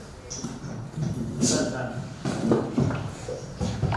Well, thank you for that feedback. I think those recommendations is just to note and for other people to keep engaging with them, and comment that under the National Action Plan, actually one of the things that you have committed as doing is developing a publicly accessible petitions tracker for both the Parliament, that's the 2 houses, and also county assemblies. So maybe that's one thing that the Nandi County Assembly may wish to take up so that they can keep track of the petitions and the progress being made and ensure that they are responding. And perhaps for the Senate, part of what you could commit to doing is sharing your best practice with the counties. We have a question at the back. Okay, my concern is about the county assembly. I think I wanted to confirm of that we don't have public going to the gallery. I wanted to tell us what might be the reason. At some point, they used to invite the CSO to attend some of the discussion going on there. But of that, we don't. And then another concern about the Facebook Live, I think that is a good idea, yes. But when it comes to feedback, I've been participating, but I don't get feedback. I wish at one point they should have opened that site to be live, whereby even public can engage them. Not only we follow the discussion, but at no point public can even give any recommendation. Leave alone the comments alone. Thank you. Okay. So you will respond to the comments on the county assembly. Any additional comments? Yes. Mimi niko na swali moja kwa county assembly. Nimekuwa nikiona county assembly of late, ile ndugu yangu Kida amesema watu wa hili gallery, watu jana gallery. Sasa wamechange, wana legislate kwa barabara, kwa mazishi, kwa masherehe. Wana complain, in fact not legislate. Wanakuja kama ni kwa mazishi ama ni kwa barabara, wanakuta watu wa bodaboda wanasema hapa imeenda mbaya. Sasa raia wanauliza, nyinyi mna complain kama sisi tena na tuliwaelect. Sasa nafikiri hapo inabidi watuambie mambo ya assembly. Wata complain kama sisi raia tena ama tuliwapea kazi wafanye. So those are 2 questions for you, Mr. Kiprofi. Perhaps we'll take those and if anyone has an additional comment, we'll take it after. We appreciate the news. In handling of petitions, previously prior to 2017, as Mr. Tarnad alluded, we had some challenges in respect to, because whenever you come to county assembly or maybe any legislature, there is a standard form for petition. Arising from those challenges, we revised our standing order and we ensured that there is a standard form which any member of the public can pick so that can easily fill issues of concern. We also have some aspects of which, whenever it comes to county assembly, we have challenges. Sometimes if we receive a petition on matters which have been pending before court, we will have challenges in dealing with that. Other participants come to court and come and engage the assembly because the litigation takes time. That is also a challenge on our end. We also have other aspects to do to removal of state officers from office. Whenever a petition is in that manner, we expect that issues informing the removal of one from office are clearly stated so that it is not on there must be reasons as to why someone wants removal from office. And in instances where we've received this one, I think we've had a number of reports, we've had a special committees doing investigations, and actions have been taken whenever we receive petitions from the county assembly. From debate, we are talking about the public gallery. I'm not sure because our public gallery is free. Yeah, it is accessible anytime whenever we have sessions. But from the advent of creation of Facebook Live and YouTube, I think a number of people prefer not to. But it is accessible. For the incident, maybe you can share so that we get to know. It has always been open. In terms of giving feedback, to realize the input from members of public who are engaging us through the Facebook and the YouTube, the communication and public relations unit was created to be able to pick up the issues which are being raised from members of public and the stakeholders in that matter, so that we would respond on time. So I think going forward, that has been taken care of. And as we progress, we'll be receiving feedback. We also have another challenge is when we have public participation is when we have structured public participation. When we have structured public participation, as my good friend here has alluded, that people are listening in the funerals and the rest, members of the assembly, they come from their communities. And whatever what they go to air there, see, you can't limit. But when we come to our common data stipulated under Article 185 of the Constitution, I think we've been precise to that. And structured public participation in the sense that if we are coming to public participation with a bill, we require specific views, any view relating to the subject of public participation. So if we go to public participation, we digress to other things of how the government has not been able to fulfill its mandate. We get an outcry of people in relation to other aspects. We end up not utilizing that time to contribute on the subject of public participation as opposed to open forums. Because open forums is where we would want to get views from people on a number of sector issues can be addressed. So that has been the challenge. Also, when we go into public participation, we carry with ourselves the documents. When we've placed them in our website, we expect that members of public can get access to it. When we say we want to come to Kabinet, in some of the instances, we coordinated with sub-county administrators. We give them the copies so that they will distribute to members of public. And on the material day of public participation, those who took the copies don't come to the material day of public participation. So we have new people who attend. When we walk around ourselves with announcing and we give to members of public the copies, they may also fail to come to public participation. It also brings the issue of bias. In the public participation forum, you will have 5 people who will turn up with copies. The rest who don't have and who we are not met, maybe somebody was coming from a safari and only came for public participation, would ask us what was the criteria that somebody sitting to him or her has a document and him or her doesn't have. So those are some of the challenges. Another thing is how the family sometimes have voluminous documents, and therefore we have to photocopy a number of copies to be able to distribute. That said and done, I think the institution is doing its best, but some of the views on how we improve our systems, we welcome them. Thank you. Thank you. I think I want to pose the questions here in the interest of time and give the panelists a session to give closing remarks, starting with Lorna, and we finish with Eric. But Eric, remember to answer the questions on monitoring action. Once you have promised those people the nice things, how do you make sure that it's done?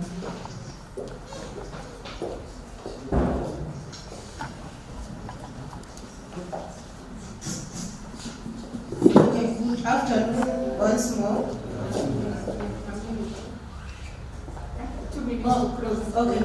Thank you so much for hosting us, and we've learned a lot. We've learned a lot as the Senate representatives here, and we are looking forward to also your. Probably you've identified some legislative gaps so that we need to, like a Senate, legislate on and enhance your work as the county governments. And we're always open to that.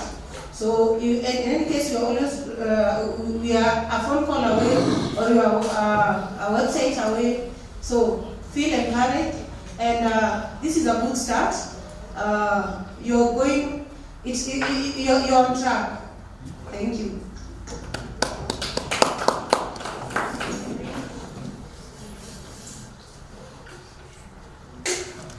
I'm also happy to be part of this discussion, and for the Commission, I'll say we receive complaints regarding any violation of the Act, so you can channel those complaints, if any, whether from yourselves or maybe the community that you serve. You can channel them through our website. You can also write to us. You can call the Commission. I'll provide for those details, maybe later, just because I didn't carry them, but they're there. You can even write an email to info@ombudsman.go.ke and we'll act on your complaint. You can even launch your complaint through our social media, our official social media handle, so we'll process your complaint. The other thing is that we are ready to partner to create awareness on the mandate of the Commission and access to information on what the law says about access to information and all that. So anytime you call us to come and partner with you, then we'll be ready to do that, to provide public education to the members of the public. The Commission also provides technical support to public institutions, just to ensure that they're implementing this Act. So you can call the Commission to conduct capacity building, and especially for the public institution, and also to provide the necessary instruments to ensure that you're implementing these laws. The Commission has also developed a model law on access to information, so maybe I may ask my colleague here whether you have developed an access to information law. It is in the process. So in case you need any technical assistance, then the Commission will be there to assist. Thank you.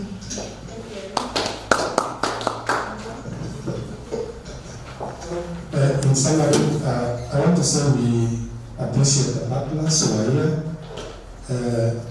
As an institution, we endeavor to, the commitments which have been made here goes a long way to help all of us, to help the county government to progress, and in that respect, the oversight too, which is squarely based in the county assembly.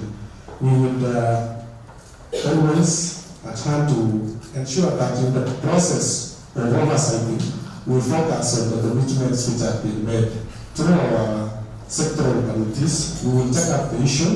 The OGI has been reaching us, and also we are going to make some MOU with them to ensure that we help to realize this bigger picture. On some of the technical issues, we will always endeavor to make sure that we address, keep debaters, you say, in fact, whenever we have more members of public, we have even flat screens, which we put outside the assembly for members of public to follow. So going forward, we will ensure that we play our mandate, and we thank all the stakeholders to ensuring that we have these engagements, and we had some members of the county assembly who are to take part. The Speaker of the County Assembly is committed with this vision, and going forward, he will be able to join you. the office of the clerk and the office of the speaker and the chairpersons who are holding certain committees are free, so we can enlighten members of public. And on the aspect of public expression, the stakeholders kindly, we would really value your support, because whenever we have public expression, when we use the stakeholders, we are successful. When we only hold the public, we can even get 3 members of public. And there is no forum for public participation. Even if we get 2 members of public, we will get their views, but that is not sufficient. We want to have input in some of our transactions. Thank you so much.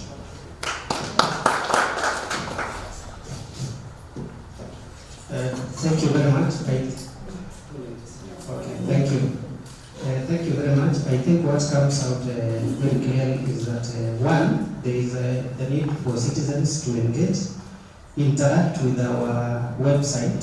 You'll find all the information there, the order paper, that is the legislative business, so that you get to know what our representatives are doing. The Hansard shows the verbatim proceedings. You know how your representative voted, how, when, on a particular issue. You can also submit memoranda through the website. You can schedule visits, and again you have time to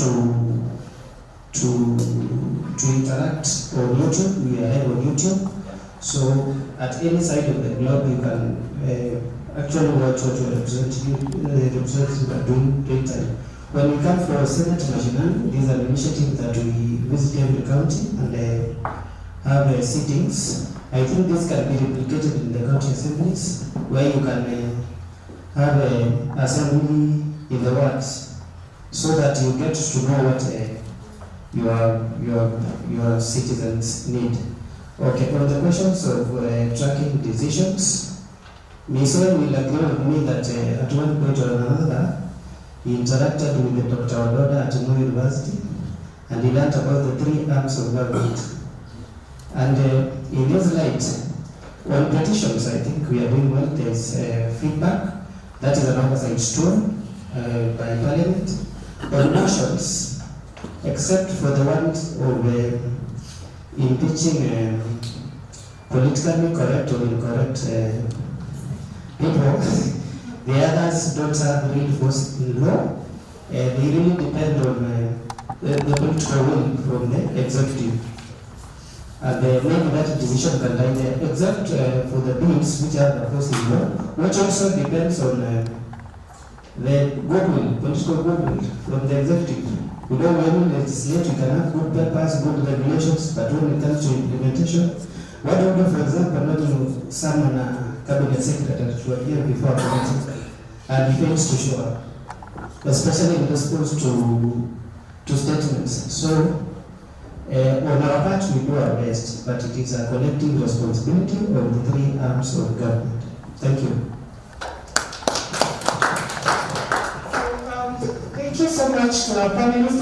That clap is not sufficient. I know we are tired, it's been a long day.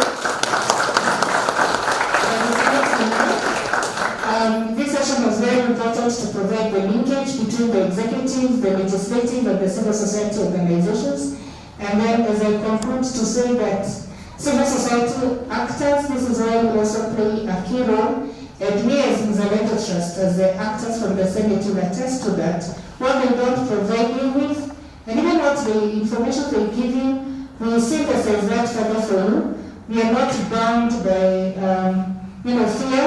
And so there are things that we report, and that's how we do the MP ranking. We give you the scorecard of members and how they perform. They provide the handset that we can analyze that.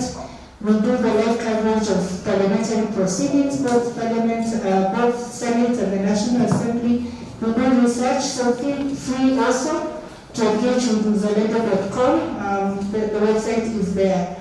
Thank you so much. This has really been an interesting session and an interesting 2 days of public participation, legislative openness. But it doesn't stop there. One of the other commitments, the commitments under public participation are many, and one of them is public participation in the budgeting processes. And I know that from tomorrow, we get into the deep dive with IEA and HIVOS into what this looks like. IEA will kick off and deeper public participation in the budgeting and audit processes. So please come as you did today and as you did yesterday, because the next 2 days are very important. On behalf of the Mzalendo team, Gitungo over there, Gitungo is our senior program officer in charge of research. Gitungo, you could start. Gitungo is in charge of research, innovation, and knowledge management, and he handles parliamentary issues. So anytime you want to engage with us, he's available. I also had Aida Rose, I don't know whether she's here. You also Aida, like Beyonce Rose, I think she has stepped out. And Royce, our communication officer, has also been part of the team. If you're on Twitter, you've seen we have been updating this meeting on all our social media platforms as we move along. But she's currently doing the Bunge coverage, so she's somewhere seated. I am Caroline Gaita, I'm the Executive Director of Mzalendo Trust, and I look forward to engaging with you further in the next 2 days. And I hand over the mic back to Ms. Oy to close. And you are free now.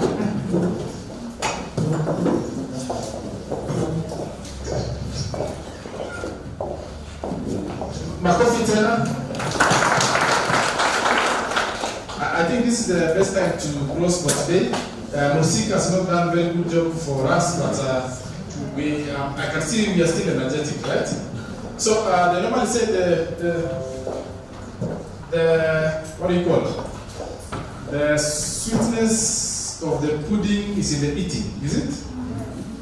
So the rubber meets the road tomorrow on these matters to do with public participation and open contracting. So I'm so excited that you guys are still going strong. Thank you so much to Mzalendo for leading this session. Makofi tena from Mzalendo. You are doing a very good job. Maybe in a few years time, maybe I'll decide to come to Senate. My previous life was in the academia. I'm now in government. I think my next life I will be in the civil society, so that I will have done the 3 arms. So Tano, I hope you will welcome me, so that I think I've done some things. So that I've come from academia, I don't want to go back there. Now I'm in government. After government, I want to go to civil society. Then I can be an evangelist. So thank you so much for coming. You're all inspiring me. Probably some of you or all of you on this session will enter into some manuscripts I'm writing. I'm also an author. I'm writing a book. I'll be releasing next year around February. You might find this session in a paragraph of what I'm writing. So I don't want to disclose. Some of you know. I can see them smiling. But you can be very sure these sessions will find itself in some of the paragraphs. So thank you so much for the sessions. We look forward to very fruitful engagements tomorrow. Tomorrow we are going to have 2 separate trainings running parallel. One for the civil society network, because they are going to go through a session on how to, they have to be separated now from government to be given knowledge on how to check us. Yeah? So they'll be separated to be given the tools on how to ensure that for this government to succeed in this, they need to do the following. So that they are strong and they have voices to actually, help us, critique us, support us. So you'll have a session, civil society network. So don't fail tomorrow. Now, that is the real session that you guys require. You remember the challenges that Tano was raising. I'm sure you'll be given tactics tomorrow in that session. So Tano, don't miss tomorrow's session. So mobilize your team. For the government, you are going to go into the deep dive, especially for open contracting, what our procurement ban. Yes. Now you start speaking tomorrow. So tomorrow you'll speak because they'll be teaching you on the actual subject of what you are practicing. So, but it's not only procurement, finance, communication guys who are here, you need to understand how procurement happens or open contracting for you to communicate. Even for the call center team, if you are called and you need to have the statistics team, so be there tomorrow for that session. Now, yes? Oh, the government officials will remain in this room. This room? And I think The single search report directly, they are opposite. There are small room over there. So, Kesha, that's how we do that. Tim has disappeared. Is he still around? I think we've guided for tomorrow. Konkid, anything you want to say? Ma'am? Okay. So we have come to the end of this today's session, but allow me to invite Waziri to come and close officially. You know, government, we follow protocol. Chief officer cannot end the session when Waziri is around. So makofi kwa Waziri.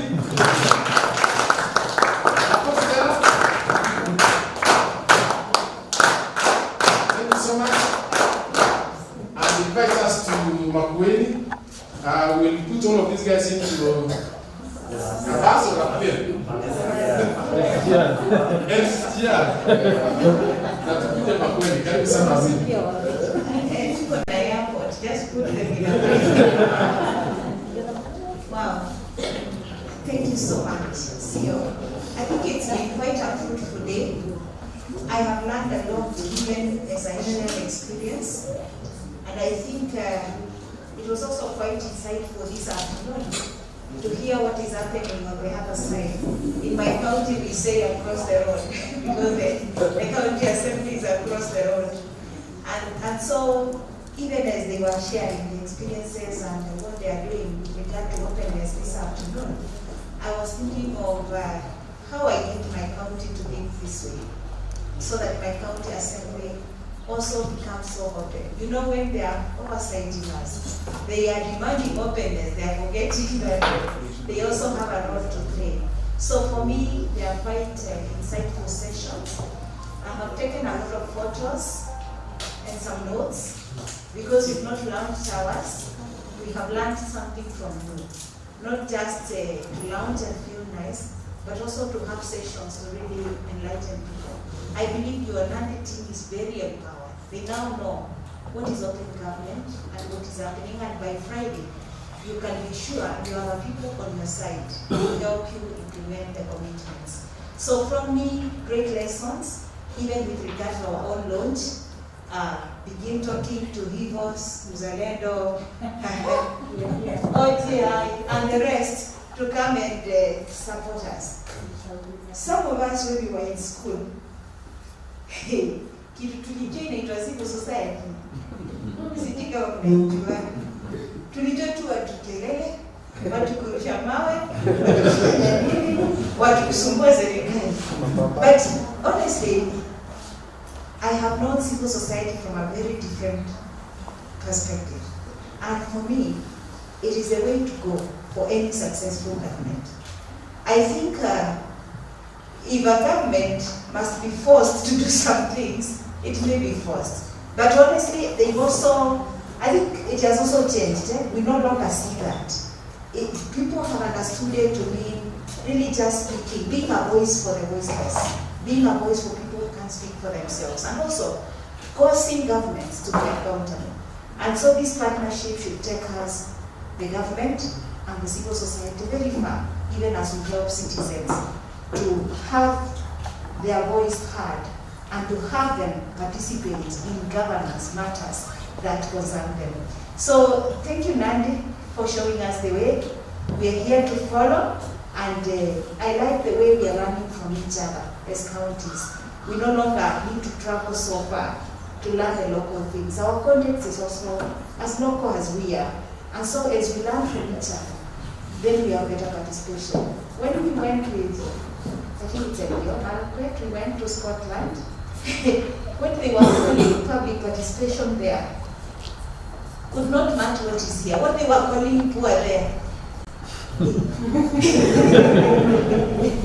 It's not poor here. When we were taken to their shop, second-hand shop, to see where the poor buy stuff, trust me, we bought.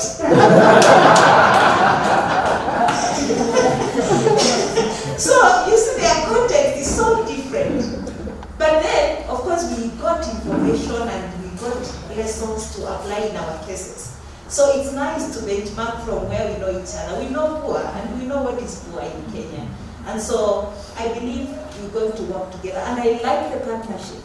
When you bring us counties, to think together, we're going far and we're going to influence other counties, to take the direction. Maybe when you're coming to our place, we will also try and invite another county to just see what is happening and see whether they can also begin implementing something. Let's be encouraged.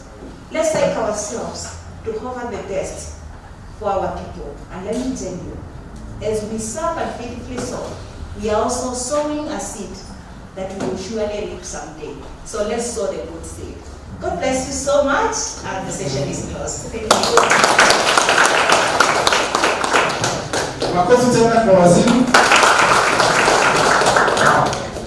Thank you so much, Waziri. We appreciate your coming. With your busy schedule and you're here in Nandi, and I'm sure you're still going to be here in Nandi, we don't take it for granted. So thank you so much for coming. As we go, there's a joke that goes like this, that in the Devolution 1.0, that is 2013 to 2017, some contest assembly somewhere went for benchmarking in another country. They were taken down, and then they were told, for other things, visit our website. So when they came back, one of them, Mashimo was complaining to the guy who took them there that there's one place we did not visit, the website.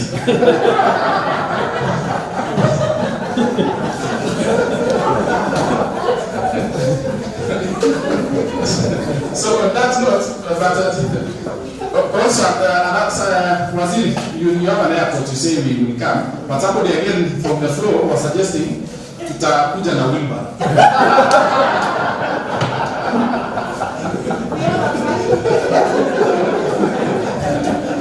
So, by all means, we will arrive there. We will come to Makweli for your launch of the action plan. I'm sure all these partners will support you. We will be there. Yeah? Tutakuja kwa wingi. So as we go, I want someone to volunteer to pray. Muslim in the house, so that we are inclusive. There's no Muslim in the house? Okay, who is volunteering? Yes, Kungi. Makofi kwa Kungi. By the way, I am a logistics person, and I make sure you have water. Makofi kwake kikuja. Na utoe mask ndio wakujue vizuri. So long as you social distance. Alafu tuombe. Thank you. So good evening everyone. As you heard, my name is Emmanuel Kongin from Open Governance Institute. I doubled up as the logistics person and also as a participant and active. I find it very difficult when people clap for me. Makes me feel like a politician, which is the last thing I would want to be in my life. But that said, let's believe and pray. Then we just remain seated. So to Heavenly Father, I come before you this evening. We thank you for the good care and protection that you've been given to each and every one of us throughout the last 2 days. We cannot take for granted the knowledge that you've shared, the wisdom that we've gotten from above and also from the participants here. We pray that as we go to our various homes tonight to rest, that you will be with us, guide us, protect us, and give us journey mercies, and also help us to get here tomorrow safely and have continue the fruitful engagements that we are having. We pray this prayer, believing and trusting in Jesus' name.